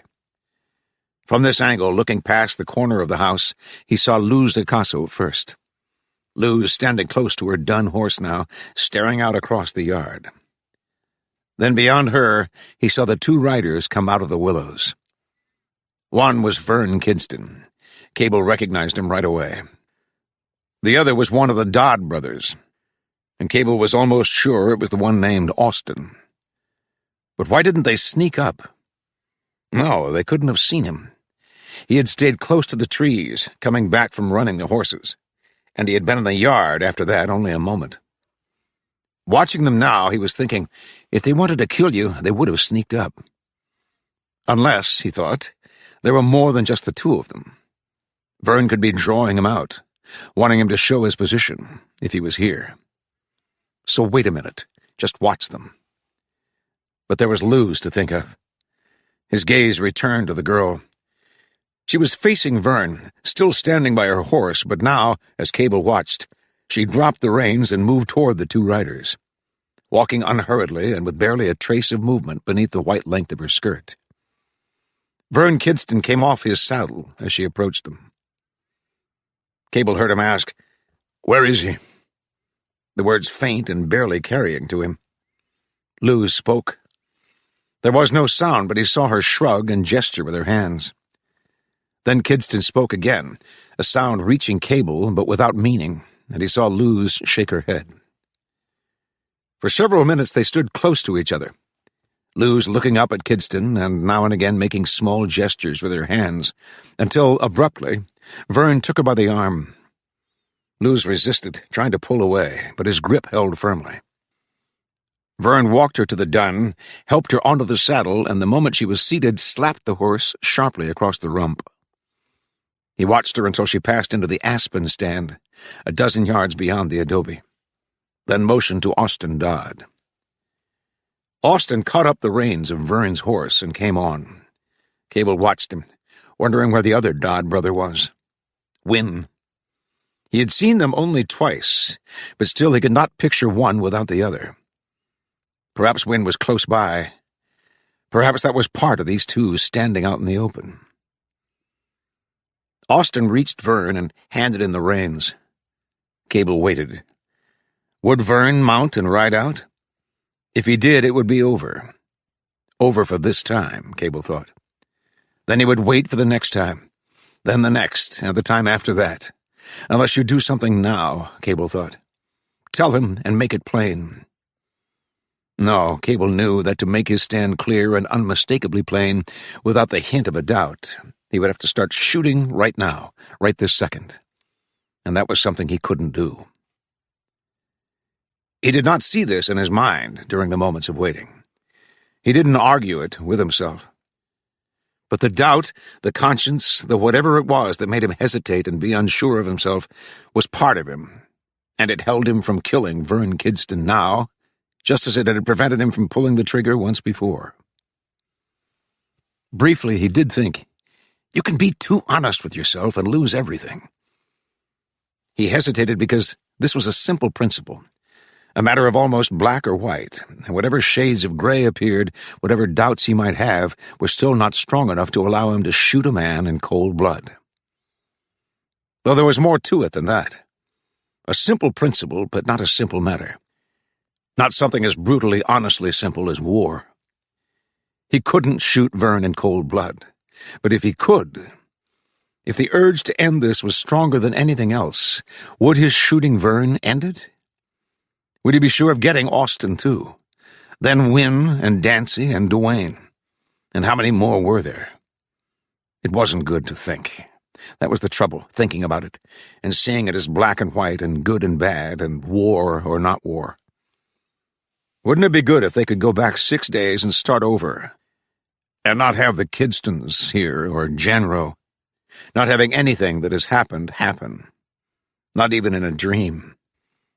No, it was not merely a question of not being able to shoot Vern in cold blood. It never was just that. It was being afraid, too, of what would happen to his family. To him and then to his family. If they would fight, he thought, if they would hurry the hell up and fight, you could fight back, and there would be nothing else but that to think about. And there wouldn't even be time to think about that. He saw Vern Kidston draw his revolver. He saw Austin Dodd dismounting, pulling a Sharps rifle from his saddle boot. Both men walked toward the adobe, and within a few strides from this angle, watching them from the barn and looking past the front corner of the house, they passed from Cable's view. "They'll wreck it for good this time," Cable thought. "If you let them." He felt the tenseness inside of him, but he was not squeezing the Spencer, and his legs felt all right. Stepping from the barn, he glanced toward the back of the adobe. The clearing between the pine slope and the house was empty. Then he was running across the yard, watching the front now, until he reached the windowless side wall of the house. He edged along the front, cocked the Spencer, and stepped around. Vern and Austin Dodd were coming out of the front door, under the Ramada now. Vern with his hands empty, his Colt holstered again. Austin Dodd holding the sharps in one hand, the barrel angled down but his finger through the trigger guard. Both men saw Cable at the same time, and both were held motionless by the same moment of indecision. Cable saw it.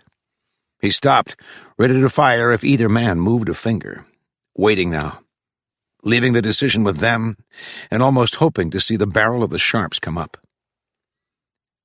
"Make up your mind," Cable said, even though he felt the moment was past. He moved toward them, along the log section of the house, until less than a dozen strides separated him from the two men. "You came to wreck it a second time?" "I came to talk," Vern said flatly. "That first." "With your gun in your hand?" "So there wouldn't be an argument." "Well, you've got one now." Vern's gaze dropped to the carbine. "You better put that down." "When you get off my land—" "If you want to fight," Vern said, with the same sullen tone, "one of us will kill you. If you want to come along peacefully, I give you my word we won't shoot." "Come where?" "To Fort Buchanan." Cable shook his head. "I got no reason to go there." Vern stared at him, his full mustache accentuating the firm line of his mouth. "I'm not leaving before you do," he said. "Either shoot your gun off or let go of it." Almost at once, Cable had sensed the change in Vern Kidston. 4 days ago, he had stood covering Vern with a gun, and Vern had calmly told him that he could outweight him. But now something had changed Vern. Cable could hear it in the flat, grim tone of the man's voice. He could see it on Vern's face, an inflexible determination to have his way now. There would be no reasoning with Vern, no putting it off. Cable was sure of that. Just as he knew he himself would not be budged from this place by anything less persuasive than a bullet. Still, momentarily, he couldn't help wondering what had brought about the change in Vern, and he said, "So you've lost your patience." "You visited Dwayne last night," Vern said. "We're returning the call." "I never left this house last night." "Like you don't know anything about it." "Well, you tell me what I did, so I'll know." "In case you didn't wait to make sure," Vern said, "I'll tell you this. Dwayne's dead.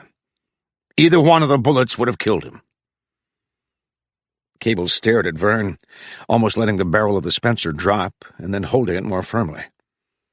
He could not picture Dwayne dead, and he wondered if this was a trick. But if Vern was making it up, what would it accomplish? No, Dwayne was dead. That was a fact. That was the reason Vern was here. And somebody had killed him. Janro. Janro tired of waiting. Janro carrying the war, his own private version of the war, to Dwayne. It could be Janro. It could very well be, and probably was, without any doubt, Janro. But he couldn't tell Vern that. Because to convince Vern it was Janro, he'd have to explain about the man, about the guns, and that would involve Luz and Manuel. And then Vern would go to the store, and Martha and the children were there now, and they'd seen enough, too much. Besides, this thing between him and Vern still had to be settled, no matter what Janro had done.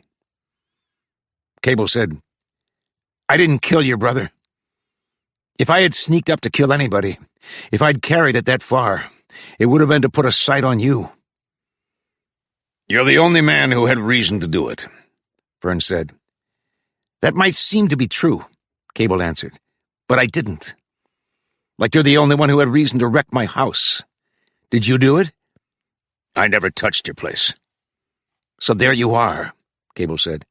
"Maybe we're both lying. Then again, maybe neither of us is." "You're not talking your way out of it," Vern said flatly. "I don't have to." Cable raised the carbine slightly. "I'm holding the gun. And once you pull the trigger, Austin will put a hole through you." "If he's alive," Cable said, centering his attention on Austin Dodd, who was still holding the sharps in one hand, the tip of the barrel almost touching the ground. The man seemed even more sure of himself than Kidston. He studied Cable calmly, with an intent, thoughtful expression, half closing his eyes. Like you don't have a gun in your hand, Cable thought, watching him. He's not worried by it because he knows what he's doing. So you go for Austin first if you go at all. In his mind, he practiced swung the Spencer on Austin, aiming to hit him just above his crossed gun belts. When a man is stomach shot, he relaxes, and there is no reflex action jerking his trigger, no wild dead man firing. Then he pictured swinging the carbine lower and farther to the left. Austin might drop and roll away, and it would be a wing shot, firing and letting the man dive into it. No, it wouldn't be like that. But that's the way it would seem. He thought then, that's enough of that. If you have to think when it's happening, you'll be too late. The silence lengthened before Austin Dodd spoke. He talks, but he's scared to do anything. Kidston said nothing. Austin Dodd's eyes still held calmly, curiously on Cable. I've got him thought out, but for one thing. Where'd he buy the nerve to kill Joe Bob? Ask him, Kidston said. He'll say he killed him fair. Carefully, Austin raised his left hand and pulled on the curled brim of his hat, loosening it on his head and replacing it squarely. Maybe, he said then, we gotta just walk up and take the gun away from him. Cable watched him. A moment before, as Austin adjusted his hat, he was sure the man's eyes had raised to look past him. And just before that, Austin had started talking. Not a word from him until now. To make sure you keep looking at him, Cable thought. He felt his stomach tighten as he pictured a man behind him, a man at the corner of the house or coming carefully from the direction of the barn with his gun drawn. Austin was staring at him again. Then, there it was. Vern Kidston's gaze flicked out past him. Vern looked at Cable, then quickly saw his intent stare and let his gaze wander aimlessly toward the willows. Now you're sure, Cable thought, wanted to turn and fire and run and not stop running until he was alone and there was quiet all about him, with the only sounds in the distance. But he made himself stand and not move, his mind coldly eliminating the things that could not happen. Like whoever it was being able to sneak up close to him without being heard. Or suddenly shooting Vern and Austin Dodd standing directly in front of him in the line of fire. So it would be timed. The moment they moved, the second they were out of the way, the man behind him would fire. It came to that in Cable's mind because there was no other way it could be. And it would come soon.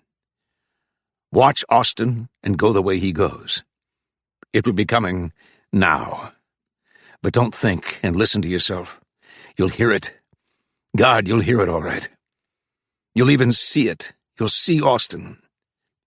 And Cable was moving, spinning to the outside, pushing himself out the line of fire, and throwing the carbine to his shoulder, even before Austin Dodd and Kidston hit the ground. With the sound of the single shot still in the air, he was putting the carbine on Wynne Dodd, 30 feet away, and in the open, standing holding his Colt at arm's length. Cable fired. Too soon. He saw Wynne swing the Colt on him as he levered the Spencer, brought it almost to his shoulder, and fired again. Wynne was turned, thrown off balance by the impact of the bullet, and his Colt was pointing at the willows when it went off. Still, he held it, trying to bring it in line again. But now Cable was running toward him, levering the trigger guard, half raising the carbine, and firing again. Wynn's free hand went to his side, and he stumbled, almost going down. From 10 feet, with Wynn's Colt swinging on him and seeming almost in his face, Cable shot him again, being sure of this one, knowing Wynn would go down. And now levering, turning, snapping a shot at Austin Dodd and missing as the man came to one knee with the sharps almost to his shoulder. Austin and Vern had held their fire because of Wynn, but now both of them opened up. Cable's snap shot threw Austin off, and he fired quickly, too wide. From the Ramada, Kidston fired twice. Before he could squeeze the trigger again, Cable was past the corner of the adobe, beyond their view, and within 10 strides safely through the open doorway of the barn.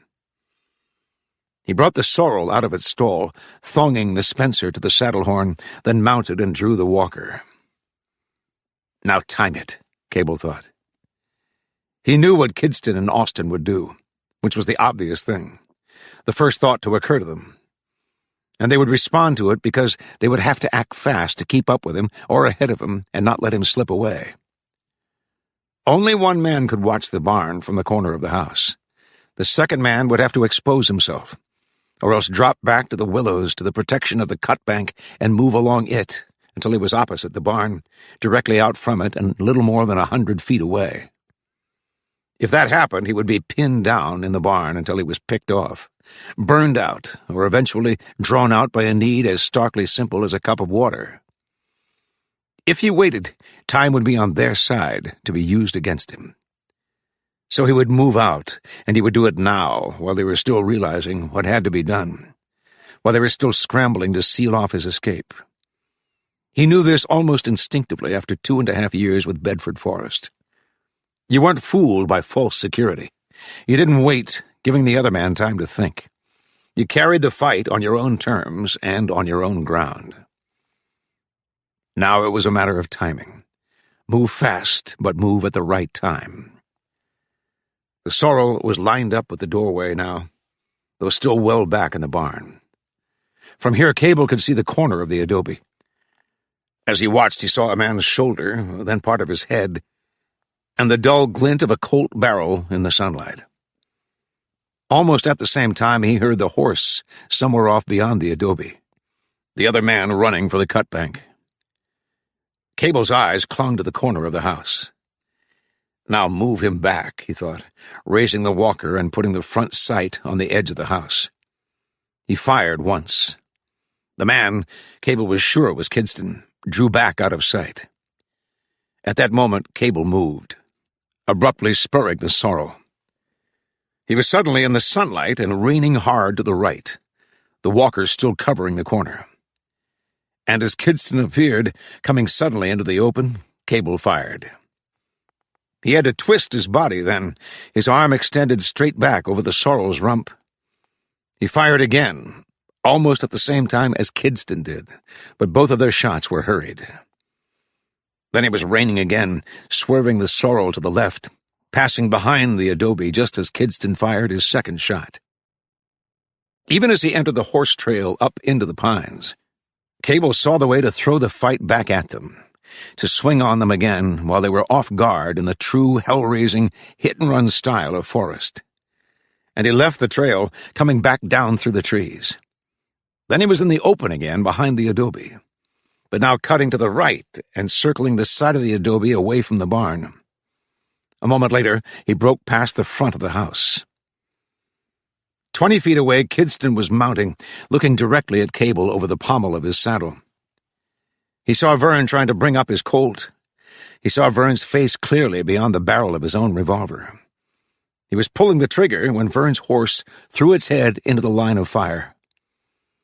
Cable reined the sorrel hard to the right, then, seeing Vern's horse stumble and go down with Vern falling and rolling clear. He caught a glimpse of Austin Dodd already mounted and coming up over the cut bank, but that was all. There was one shot left in the walker, and now Cable was spurring, running the sorrel through the light and dark-streaked aspen stand, then cutting to the left, reaching the willows, brushing through them and feeling the thick, heavy branches behind him, covering him as he splashed across the river and climbed out onto the meadow. Get distance on Austin. That was the thing to do now. Get time to reload and at the same time look like you're running. Now he would lead Austin, let Austin think he was chasing him, and perhaps he would become careless. Austin fired the sharps as he came out of the willows to the edge of the river.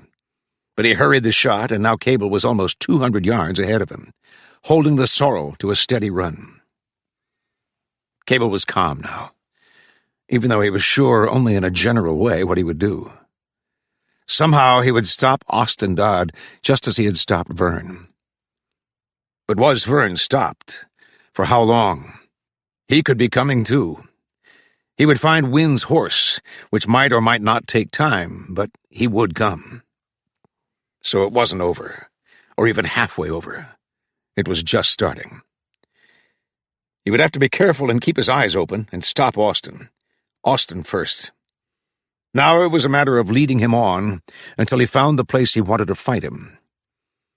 He was applying what he had learned well with Bedford Forrest, how to kill and keep from being killed. Though not killing with an urge to kill. Not killing Austin Dodd because he was Austin Dodd. Though you could probably even justify that, Cable thought.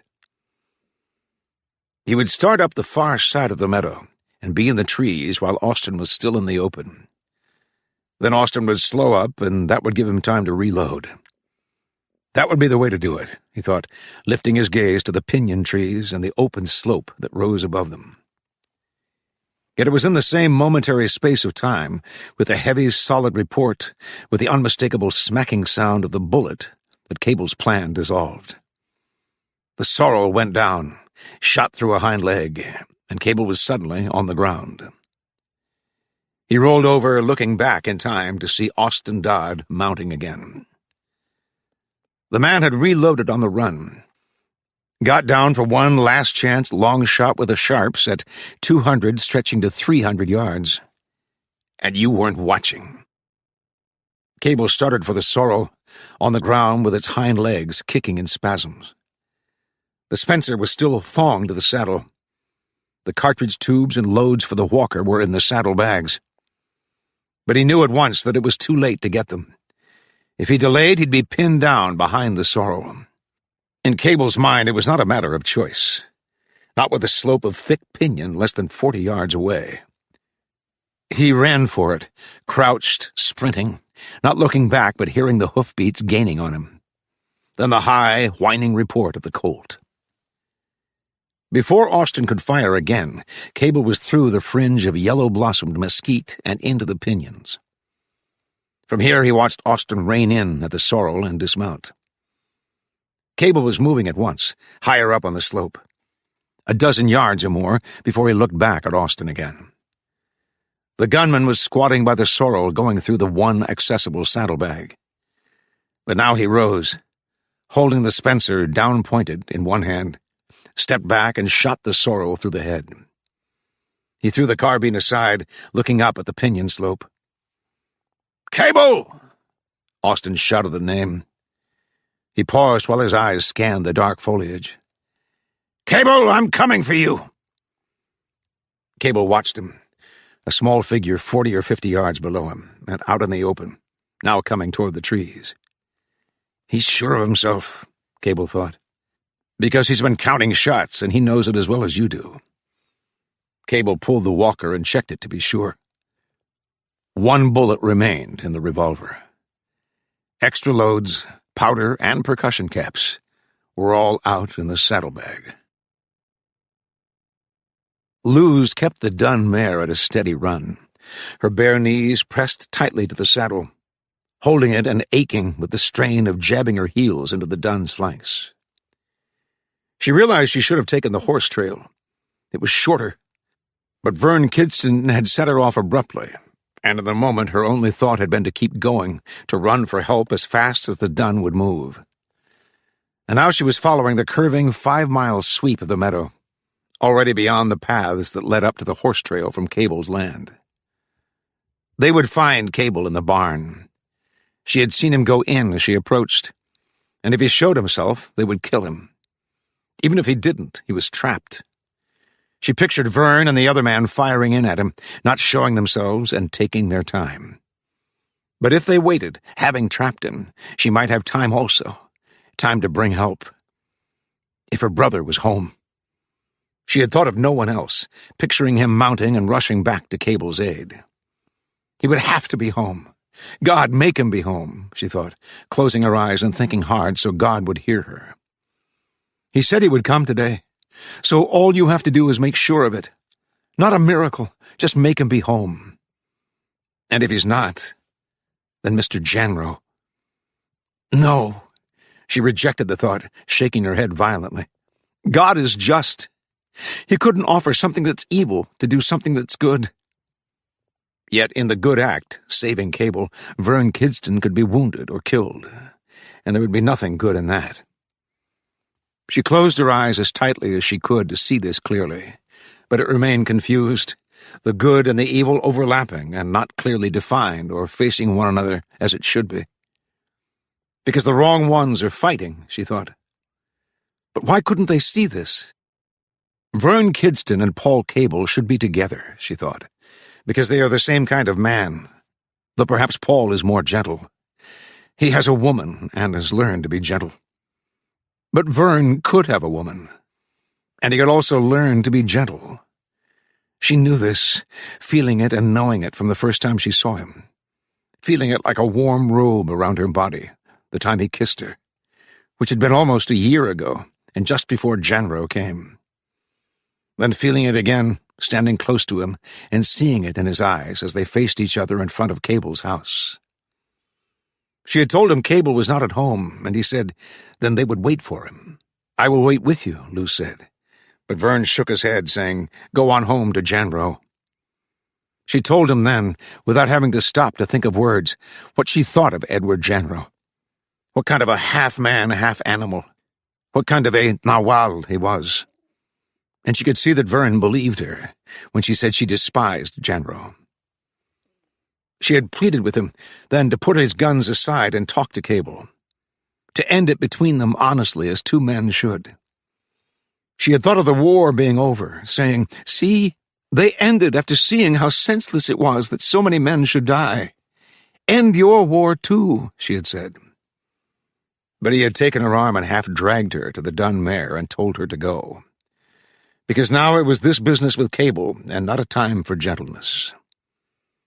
He did not say this, but Luz could feel it, just as she knew now why he had stopped seeing her after Janro's coming. Because Vern Kidston was proud and would rather stay away and clench his fists than risk discovering her living with or in love with Edward Janro. That meant only one thing. Vern Kidston loved her. He did before, and he did now. But don't think of it now, she thought. Don't think of anything. Just do what you have to do. She told herself that this was beyond her understanding. For how could there be room for love and hate in the same moment? How could good be opposed to good? And how can you be happier than you have been and more afraid than you have ever been, both at the same time? Within a few minutes she was in sight of the store with the dark sweep of willows bunched close beyond. She kept her eyes on the adobe now, and soon she was able to make out a figure on the platform. She prayed that it was Manuel. But it was Janro, standing rigidly and staring at her, waiting for her as she crossed the yard and reined in the dun. "Where have you been?" She saw the anger in his face and in the tense way he held his body. But there was no time to be frightened. She wanted to tell him. She wanted to say all of it at once and make sure he understood. "I went to the Cable place," she began, out of breath and almost gasping the words. "I told you I was going there." Janro's voice whipped at her savagely, then lowered to the hoarse tone of talking through clenched teeth. "I told you to stay home, that I was going later, but you went anyway. I told you he wasn't there last night, and I would see him this morning, but you went anyway." "Listen to me," Luz screamed it, feeling a heat come over her face. "Vern Kidston is there." Janro stared at her, and slowly the tightness eased from his face. "Alone?" "One man with him, perhaps more." "What happened?" Not anything yet. But something has happened to Vern, and he wants to kill Cable. I know it. Janro's chest rose and fell with his breathing, but he said calmly, "He probably just wants to talk to Cable." No, he was armed. Vern and the one called Austin, with 2 guns and a rifle on his saddle. Listen, is my brother here? Not yet. He said he was coming today. Probably later on. She was looking at him intently now, trying to see something in him that she could trust, that she could believe. But there was no time even for this, and she said, "Come with me, now, before they kill him." "Luz, Vern just wants to talk with him." Janro was completely at ease now. "Vern's a patient man. Why would he change?" "Then you won't come?" Luz said. "There's no need to. Come in the house and stop worrying about it." She shook her head. "Then I'm going back." "Luz, I said come in the house. It's none of your business what's going on between them." She saw the anger in his face again, and she raised the reins.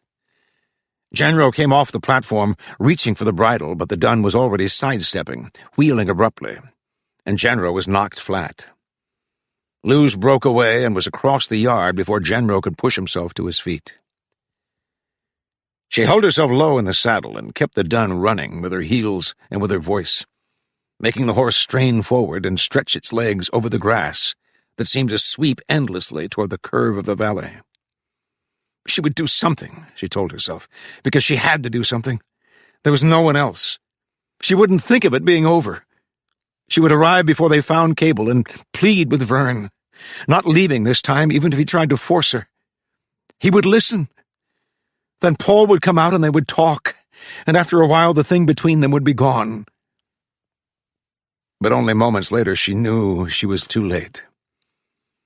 Luz slowed the mare, rising in the saddle and pulling the reins with all her strength to bring the dun finally to a halt.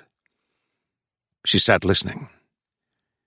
Now, in the distance, she heard it again, the flat, faraway sound of gunfire. And she knew they had found him and were trying to kill him. Chapter 7. Soon there would be 2 of them. Cable could see the rider now. It would have to be Vern on Wynn's horse, already on this side of the river and coming across the meadow. Below, closer to him, was Austin Dodd. Cable waited until Austin came through the yellow mesquite patches at the edge of the piñon pines. As the man reached the trees, Cable began to fall back.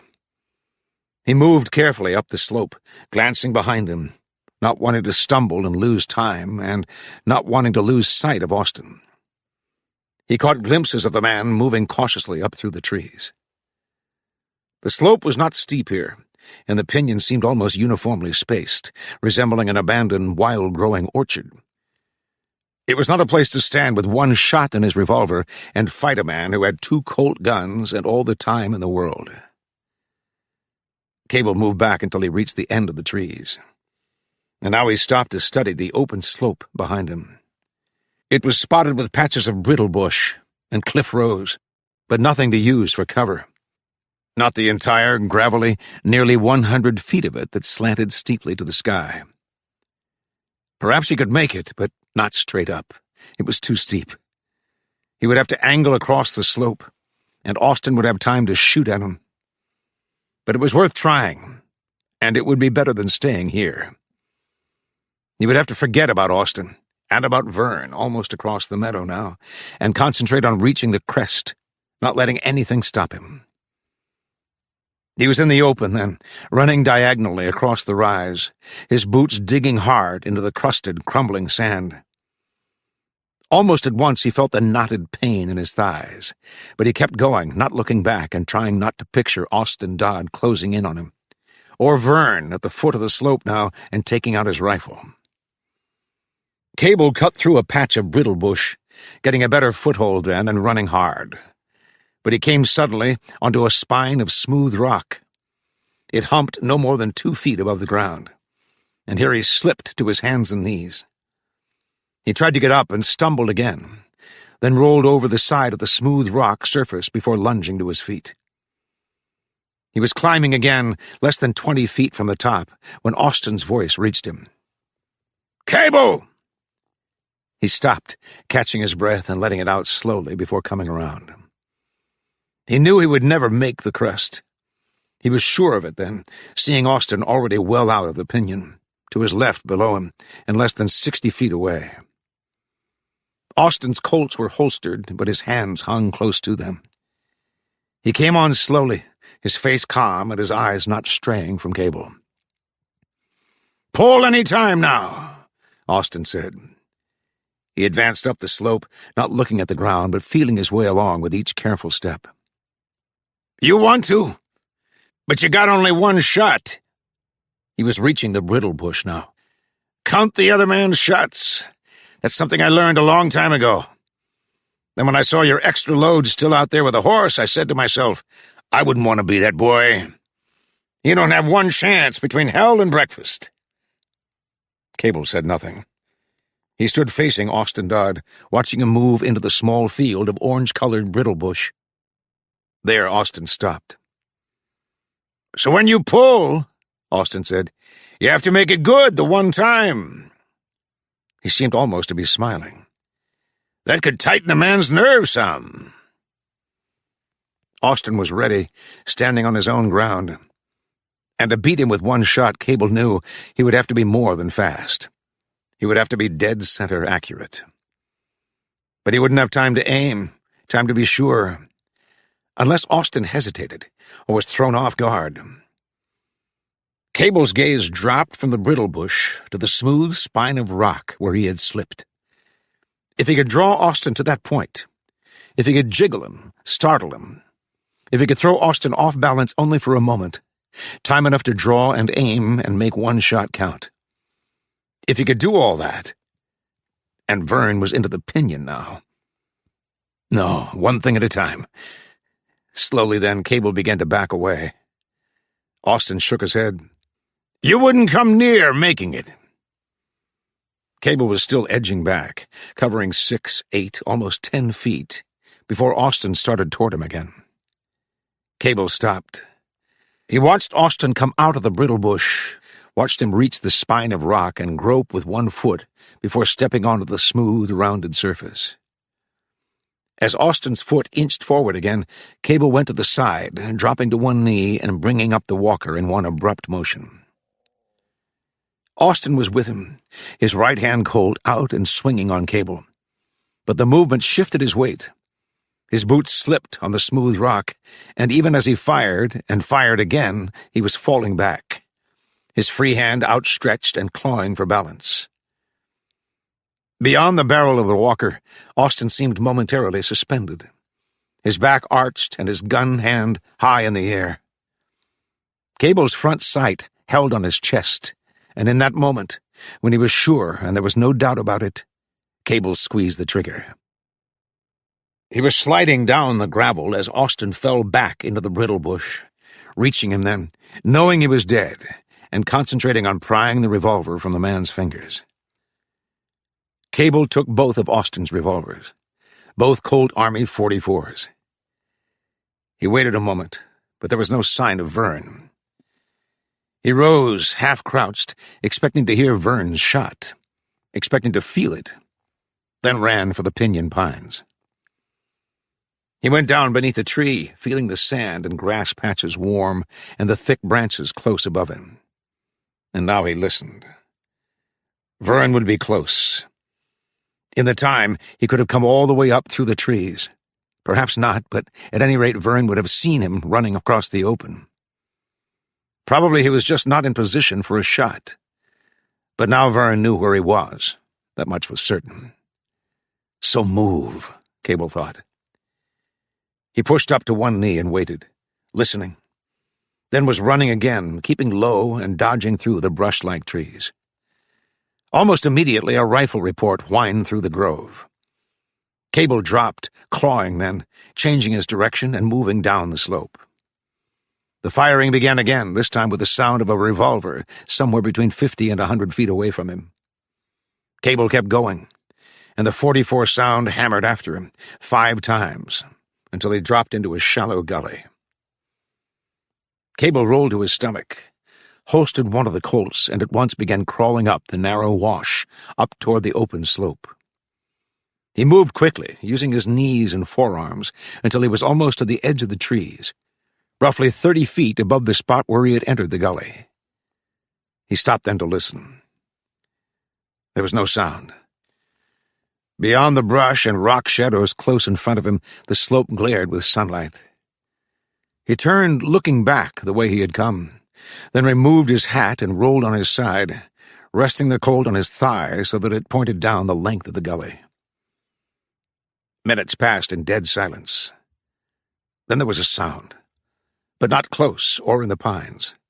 It was the sound of horses' hoofs, distant, still far out on the meadow. More of them, Cable thought. He would have to take Vern quickly before they came. He would have to keep it even if he expected to come through this. And if you knew where Vern was, maybe you could. But he didn't. Vern could be close. Vern could even know he was lying here, and if he ran for the slope, Vern could very possibly drop him. Or even if he moved or stood up. And if times if equals if, and there's no getting out of this. No running. Only waiting and letting it happen. Even Forrest waited sometimes. He waited for them to make mistakes. But he would be waiting this time. God, yes, he would be waiting, whether they made mistakes or not. The horse sound seemed nearer. He concentrated, listening, until he was sure that it was only one horse coming. One rider. One helper for Vern. Cable pushed up with one hand, trying to see the meadow over the trees below him.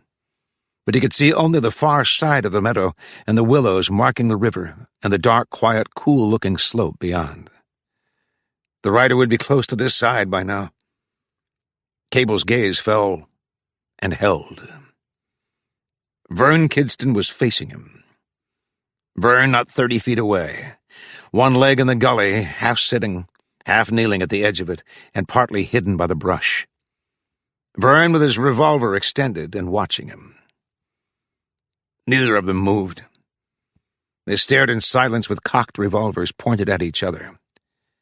Cable sitting with one hand behind him, the other holding the Colt on his thigh, his face calm and showing clearly in the sunlight that filtered through the trees. Vern's expression, though partly shadowed and solemn with his mustache covering the corners of his mouth, was as relaxed as Cable's. The tension was somewhere between them, waiting for one or the other to move. And as the silence lengthened, it seemed that even a spoken word would pull a trigger. It was in Vern's tone when finally he said, "Cable," and waited, as if expecting a reaction. "I could have killed you," he said then. "I had my gun on you and you were looking away. Why didn't I?" Cable said nothing. "I could have ended it right then, but I didn't. Do you know why?"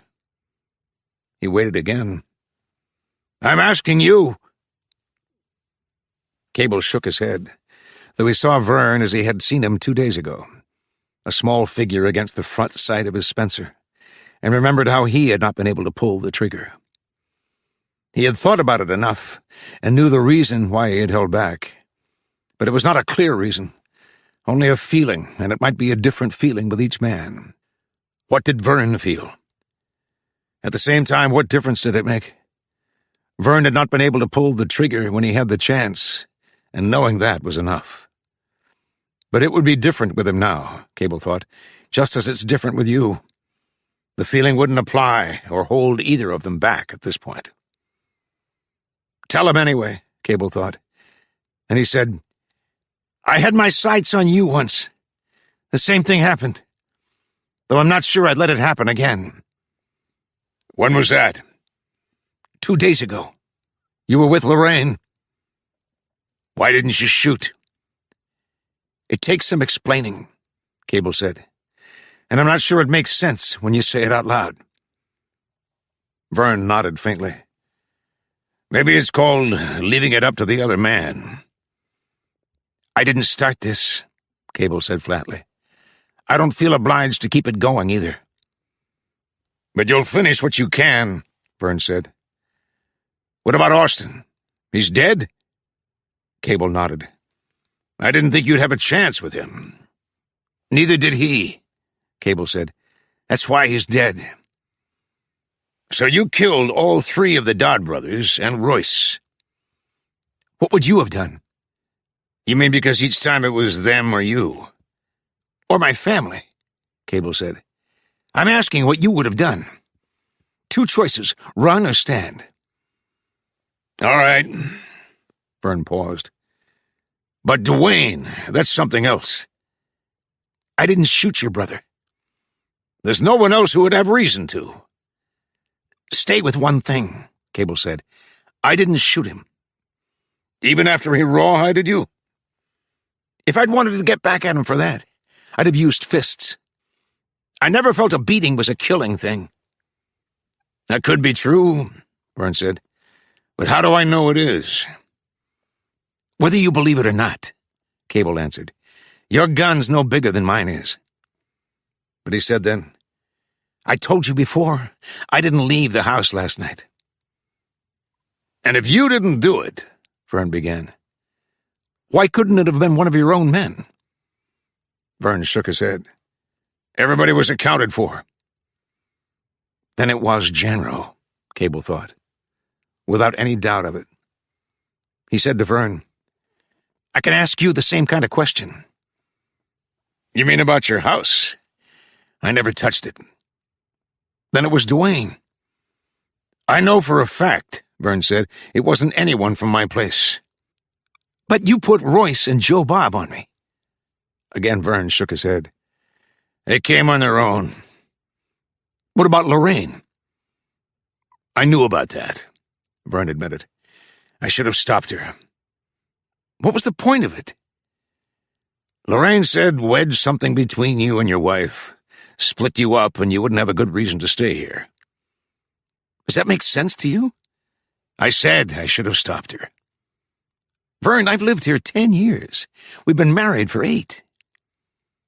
Kidston nodded, then solemnly. Bill Dancy said you had more reason to fight than I did. What did you say? I don't remember. Do you believe him? I tell you this, Vern said. I'd like to have known you at a different time. Cable nodded. Maybe we would have gotten on. Even worked out this land thing. Even that, Vern said. I would have been willing to let you put some of your horses on my graze, Cable said, if it hadn't started the way it did. Well, it doesn't matter now, Vern said. But it could matter, Cable thought. We were going to wait each other out, Cable said, but Royce and Joe Bob got into it. Then your brother. I wonder how this would have turned out if he was still alive. Vern was watching Cable closely.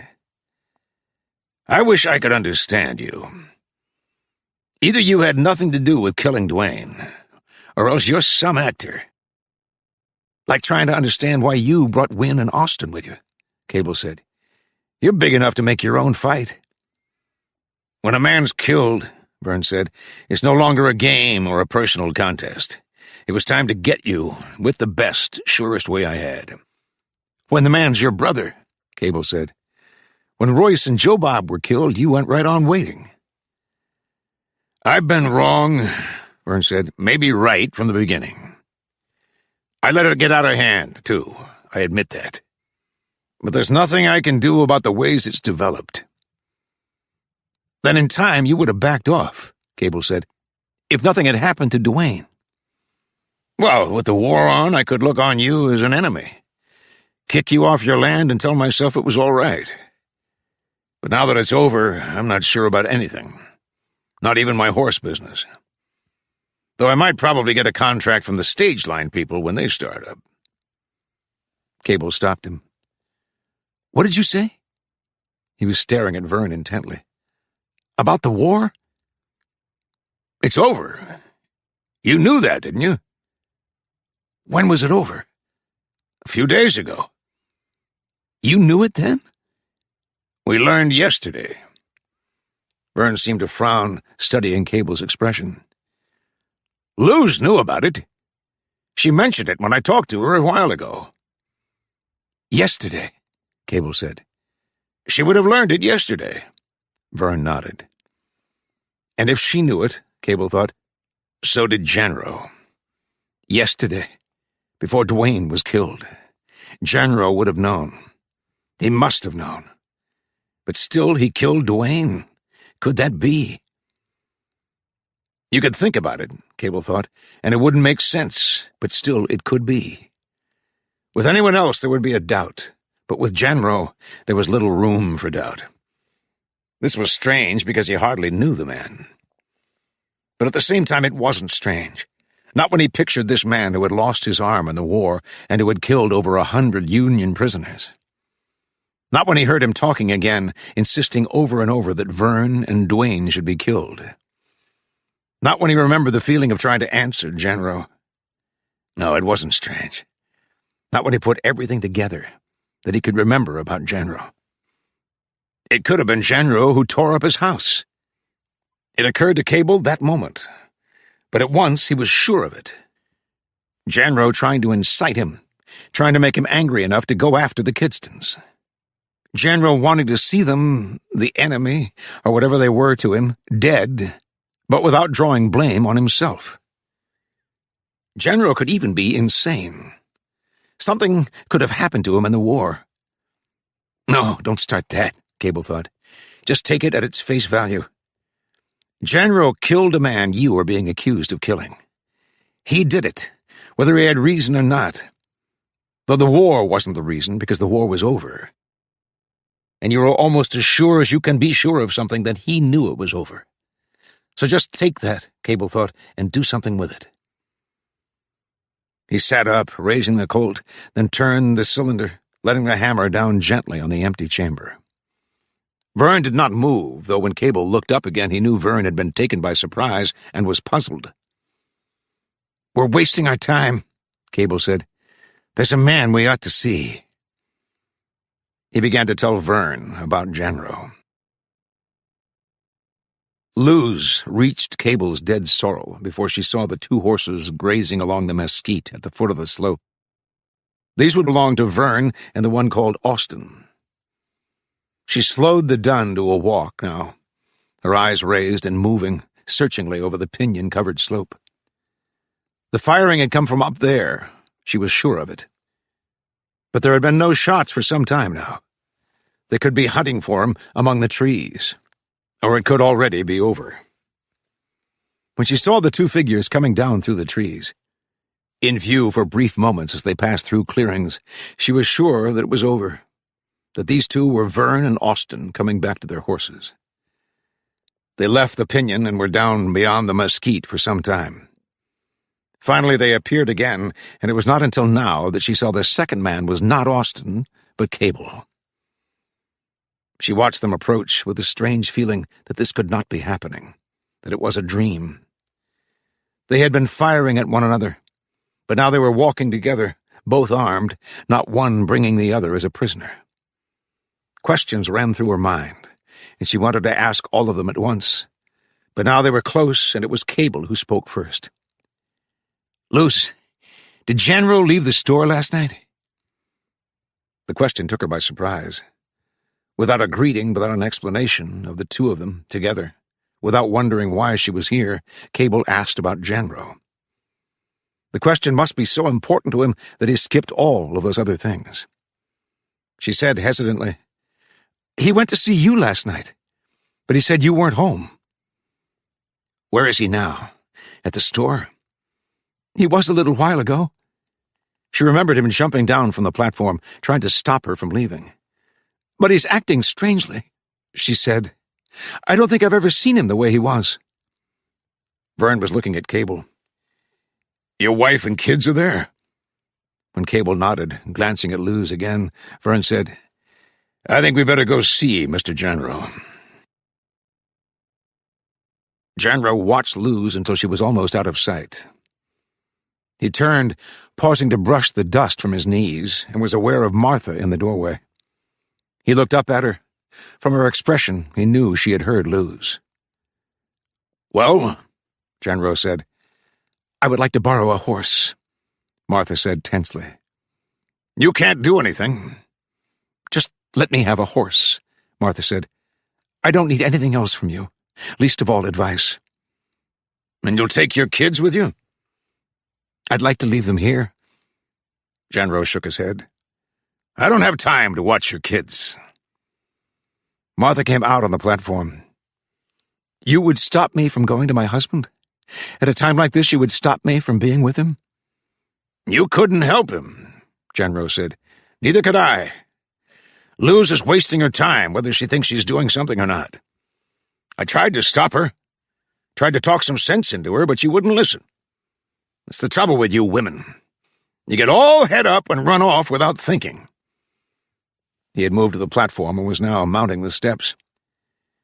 "If Vern's there to talk to your husband, there's no sense in stopping him. If he's there for any other reason, none of us could stop him if we tried."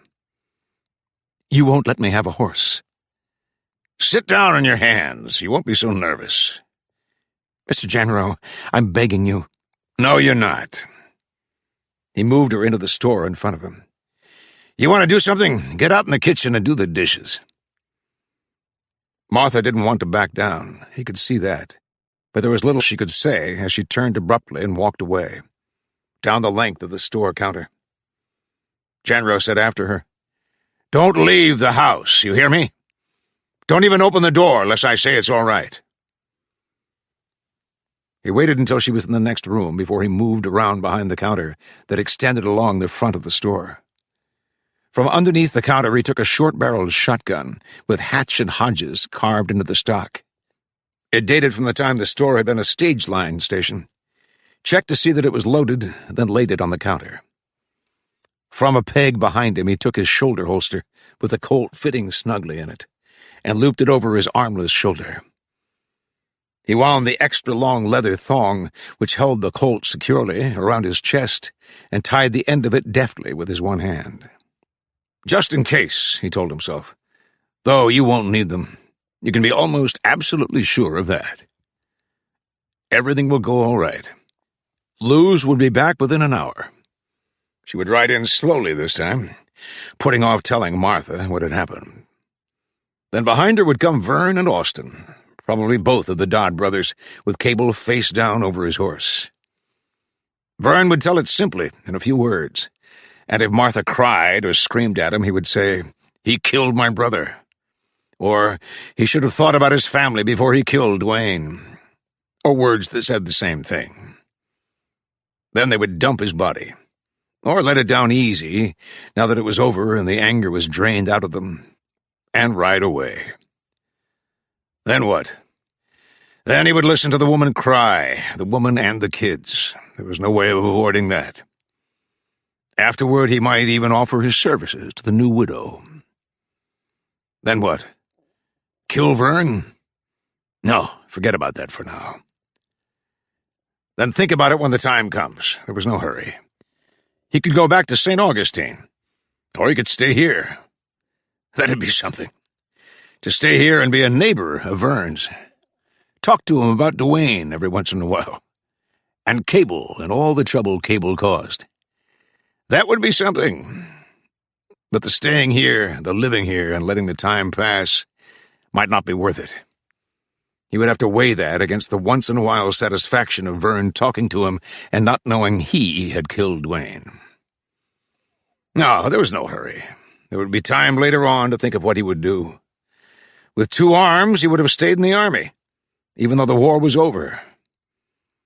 Janro caught himself. Is it over? All right, it's over. You've had no word, he thought. But if they want to say it's over, then it is. It was a good war. Part of it was. But now, as of right now, you can say it's over. You can't fight people who won't fight back. First Luz would come, then Vern. Everything had happened just about the way it was supposed to, and there was no reason for it to change now.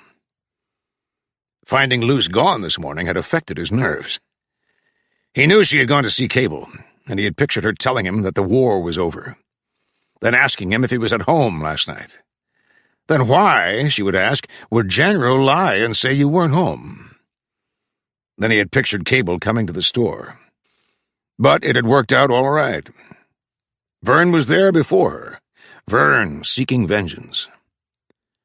So now there was no chance of Cable finding out and eluding Vern or beating him or coming here. No, he would come here all right, but not alive. But this damn waiting. Janro paced the length of the space behind the counter, but it was too confining.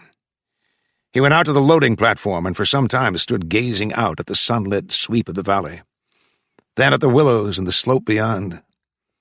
He went inside again, through the store to the sitting room. From here he saw Martha still in the kitchen. Davis, the older boy, was with her, standing on a chair to put the breakfast dishes away.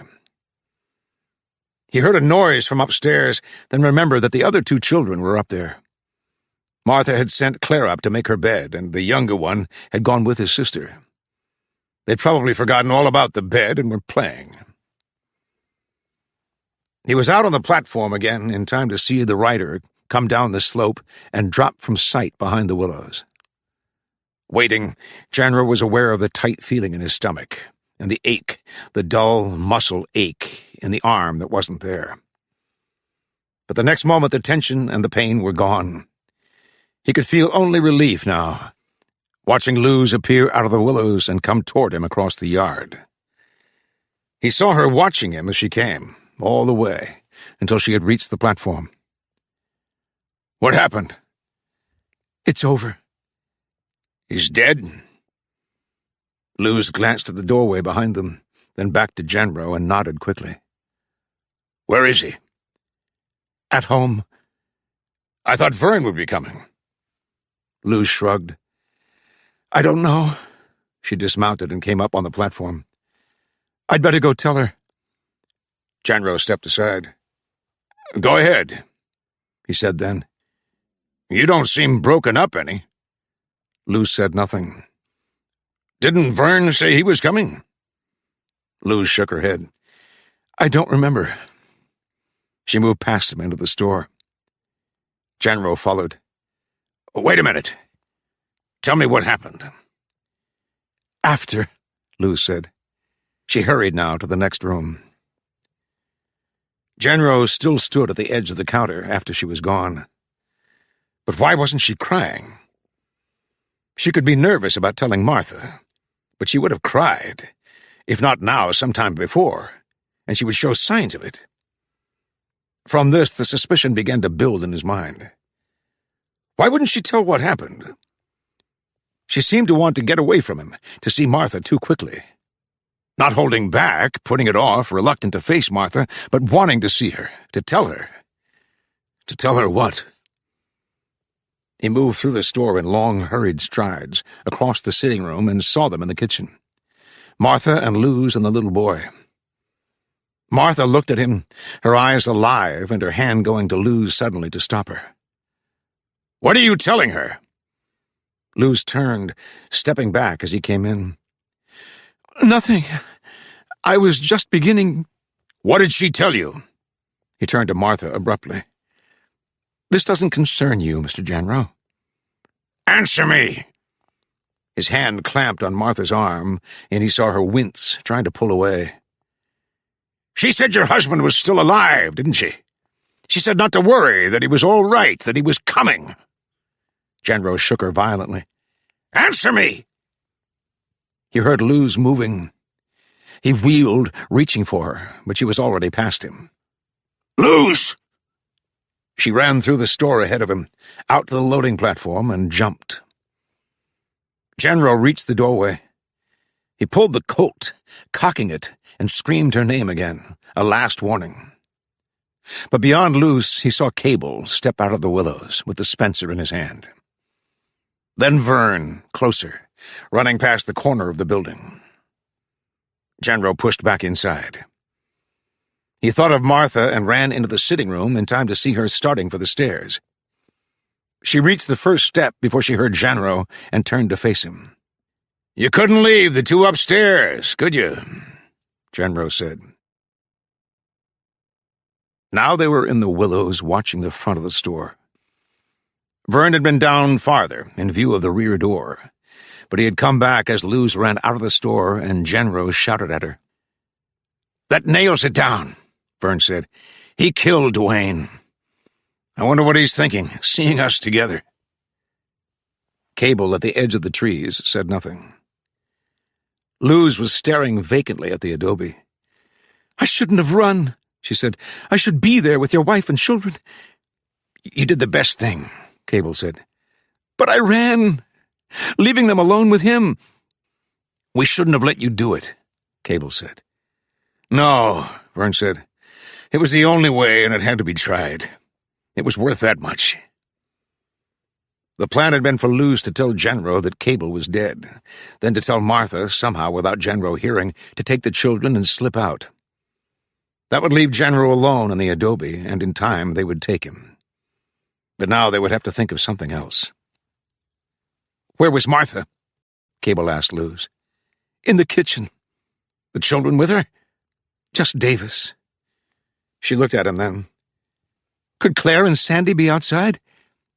"They'd be close, but I haven't seen them." He glanced at Vern. "In back?"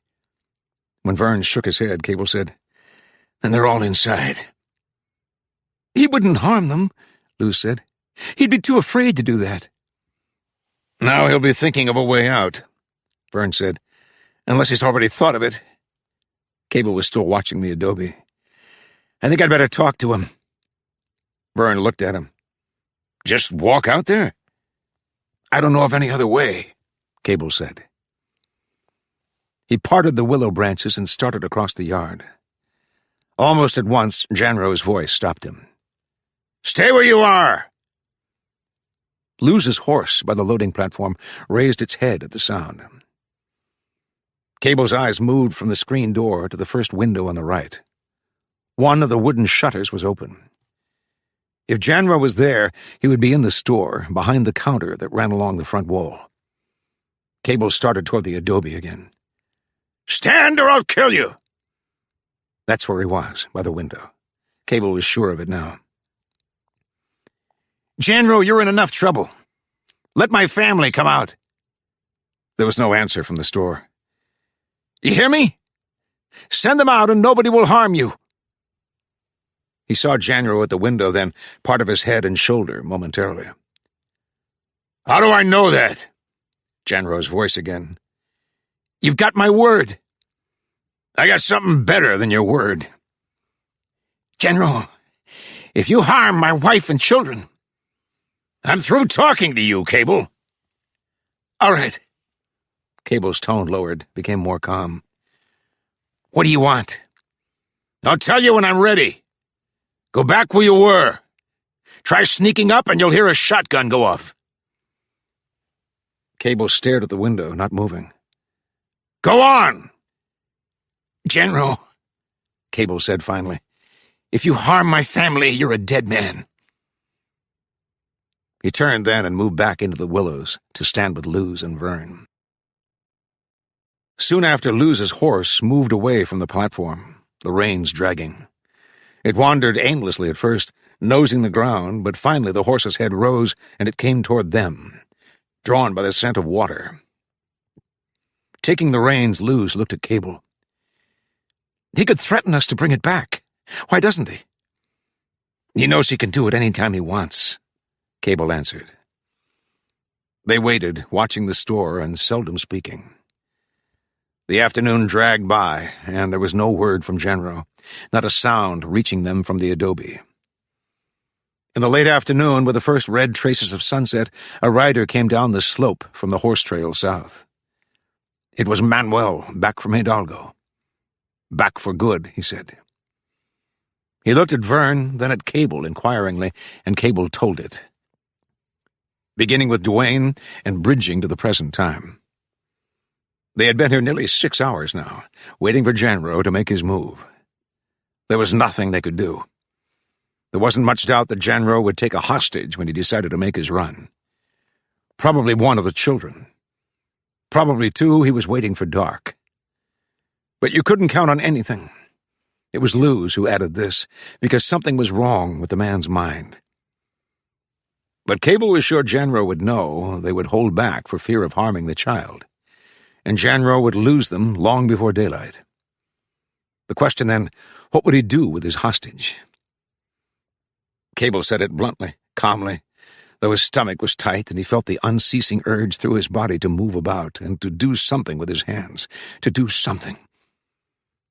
It was Vern who brought up the question of the back door.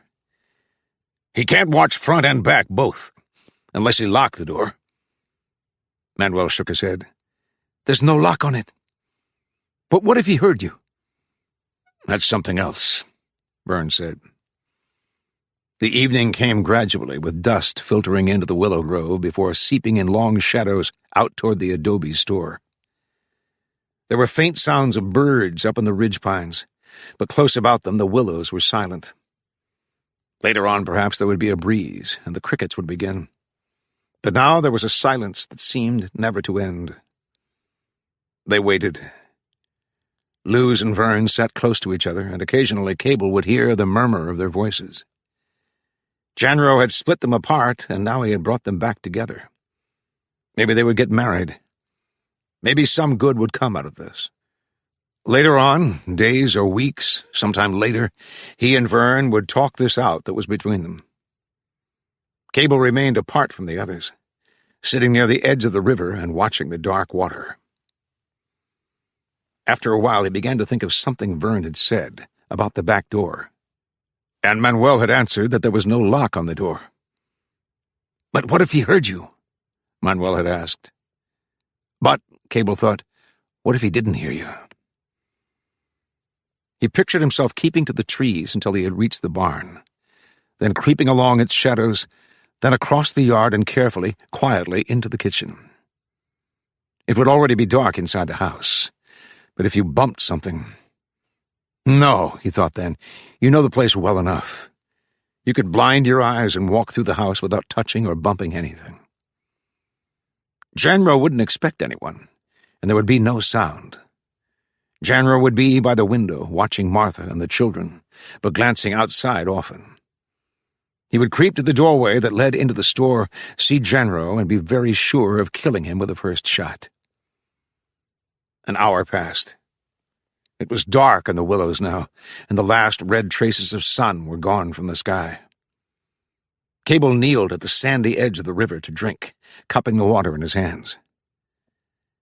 In the other time, Martha would be getting the children ready for bed now. They would come in and kiss him good night before Martha sat with him on the bed, their eyes wide and watching her, while she told them a story. There had been a story the children liked and asked for often, about the little girl and her brother who were lost in the forest. When night came, the little girl began to cry, and her brother put his arm around her. They sat huddled together, shivering with cold and listening to the night sounds. And when it seemed they could bear no more, neither the cold nor the frightening sounds, the little girl's guardian angel appeared and led them through the forest to their home. The children liked the story because it was easily imagined, and because of the good feeling of being safely at home while they pictured themselves in the frightening dark. Soon part of this story would come to life for one of his children. Janro would take one of them as a hostage, because a child would be easier to handle than Martha. He would need only one horse and hold the child in front of him on the saddle, moving south toward the border and keeping to the wild terrain that offered good cover. But somewhere along the way, when he was sure he had lost the ones trailing him, when he no longer needed his hostage, Janro would drop the child. He would have no concern for the child's life. There was no reason even to hope that he might. It could be Sandy, 3 years old and alone somewhere in the vast, trackless rock country to the south. If they didn't find him, and it would be almost as miraculous as the story if they did, the boy would survive perhaps 2 days. So you have no choice, Cable thought. He would have to stop Janro before he left the store. Or while he was leaving it. Cable pushed himself erect. Perhaps that was it, with a backdoor idea to make it work. Perhaps as Janro came out with the child in front of him. But it would be a long shot, too far, and even now there wasn't enough light. But say Vern worked his way around to the side of the adobe and waited there. That could be done. Janro would come out, would call for one of them to come unarmed with a horse, threatening to shoot the child if he wasn't obeyed. He would mount first and pull his hostage up in front of him. Or he would put the child up first. Either way, there would be a moment when Janro would be seen apart from the child. That was the time. You'll be there, Cable thought. Through the store as he walks out, right behind him, and fire from the doorway, from close range. But if the child was in the way, then it would be Vern's shot. Vern shooting from about 50 feet in the dark. There was no other way. When he presented his plan to the others, there were objections. But finally, after talking it out and seeing no alternatives, they agreed to it. After that, each of them thought about what he would do. Martha sat on an empty packing case with her arm around Davis next to her. It was dark in the store with the night showing in the doorway and in the window behind Janro. The counter separated them. On it, pointed at Martha and the boy, was the shotgun.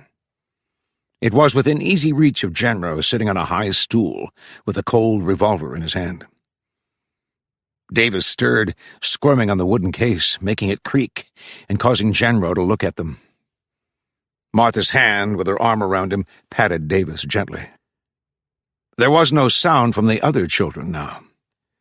They were still locked in the upstairs bedroom, and through the long afternoon Martha had listened to the faint sounds of their crying. Perhaps they were asleep now, even though they were frightened and had had nothing to eat since breakfast. That seemed such a long time ago. First Luz, coming, riding in with the excitement on her face and talking to Janro. Then returning, coming into the kitchen and telling her that it was over and that Cable was alive. Then Janro. She remembered the fear, the desperation in his eyes as he herded them upstairs, pushing them to make them hurry. He made Davis go into the bedroom where Claire and Sandy were playing. But as if something occurred to him, he brought Davis out and locked the door. He herded them downstairs again, closed the kitchen door, and kicked at it angrily when he saw it had no lock. From the kitchen, he moved them into the store, where they now sat. When Cable came out of the trees and Janro called to him to halt, Martha stood up. She caught only a glimpse of her husband in the yard before Janro ordered her to sit down.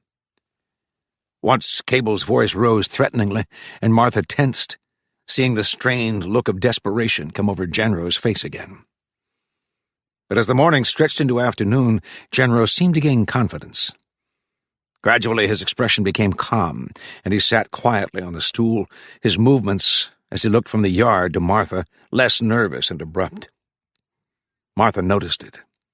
She watched him closely, noting each change in his manner as he became more sure of himself. Occasionally, as he looked outside, her eyes would drop to the shotgun on the counter. It was 5 feet away, no more than that, but it was pointed at her. It would have to be picked up and turned on Janro. Well, all he had to do was raise his revolver a few inches and pull the trigger. Twice she asked him what had happened, why he was holding them, but both times he refused to talk about it. Janro came off the stool when Luz's horse wandered from the platform to the trees. He stood at the window, his attention turned from Martha longer than at any time before. But finally he sat down again. "My horse left me," Janro said, looking at Martha. "But all I have to do is call, and they'll bring it back."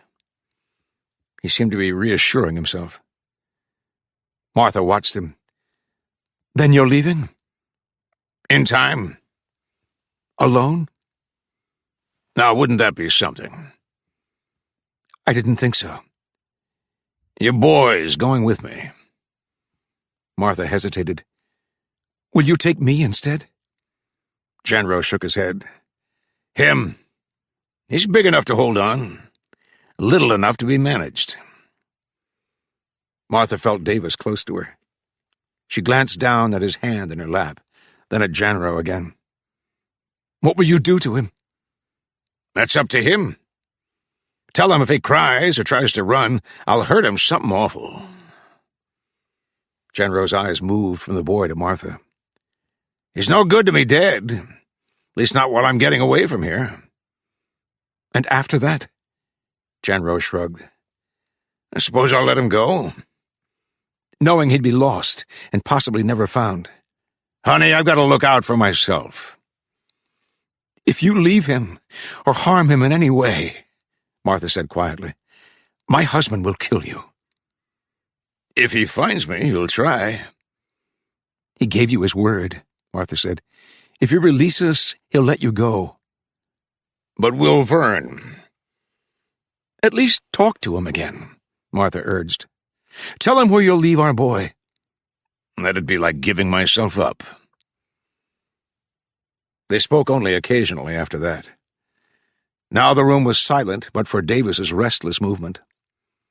Martha watched Jenro, seeing his heavy-boned profile against the dull gray light behind him. She thought of Claire and Sandy upstairs, and of Davis, not looking at him but feeling his small body pressed close to her side.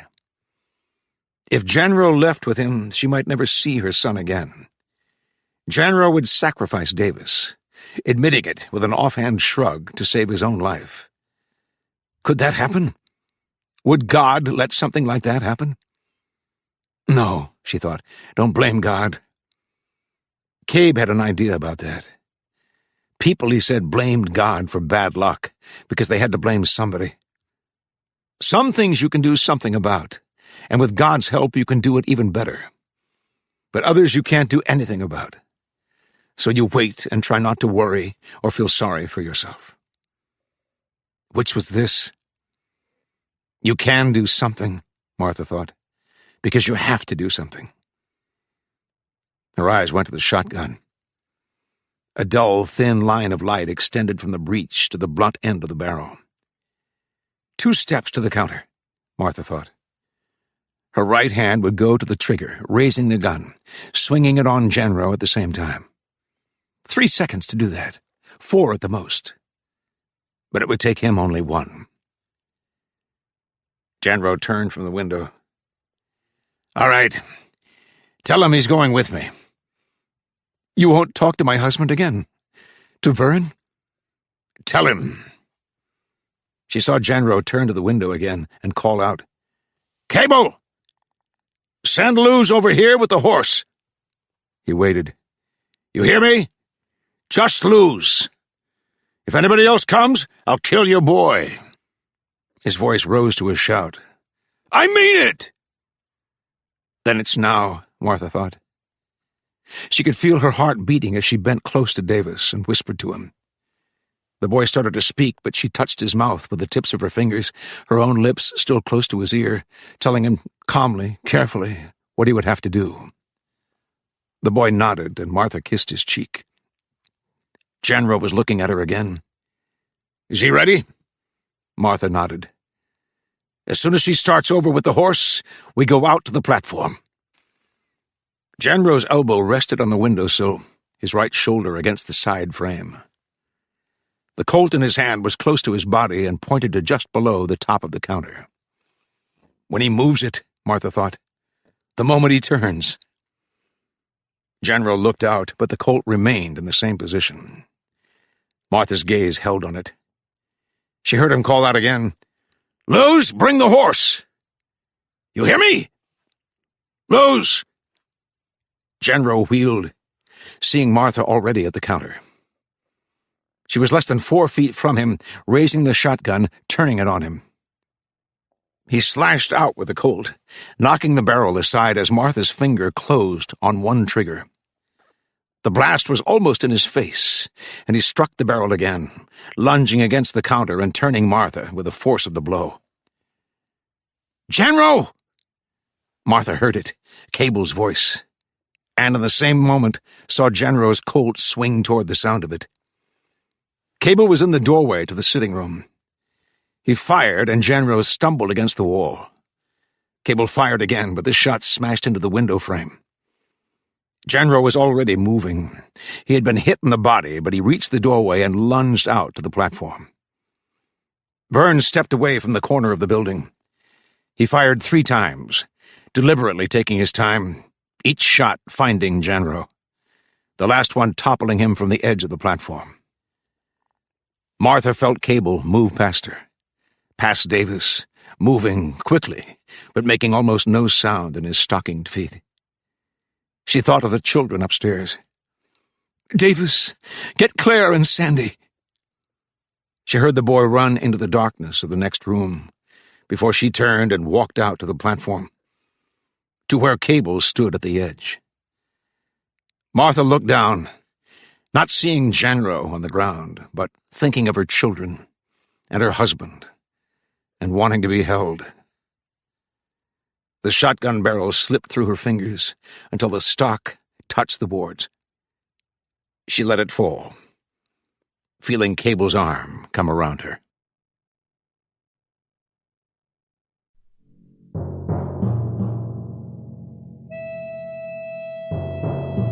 This is Richard Poe.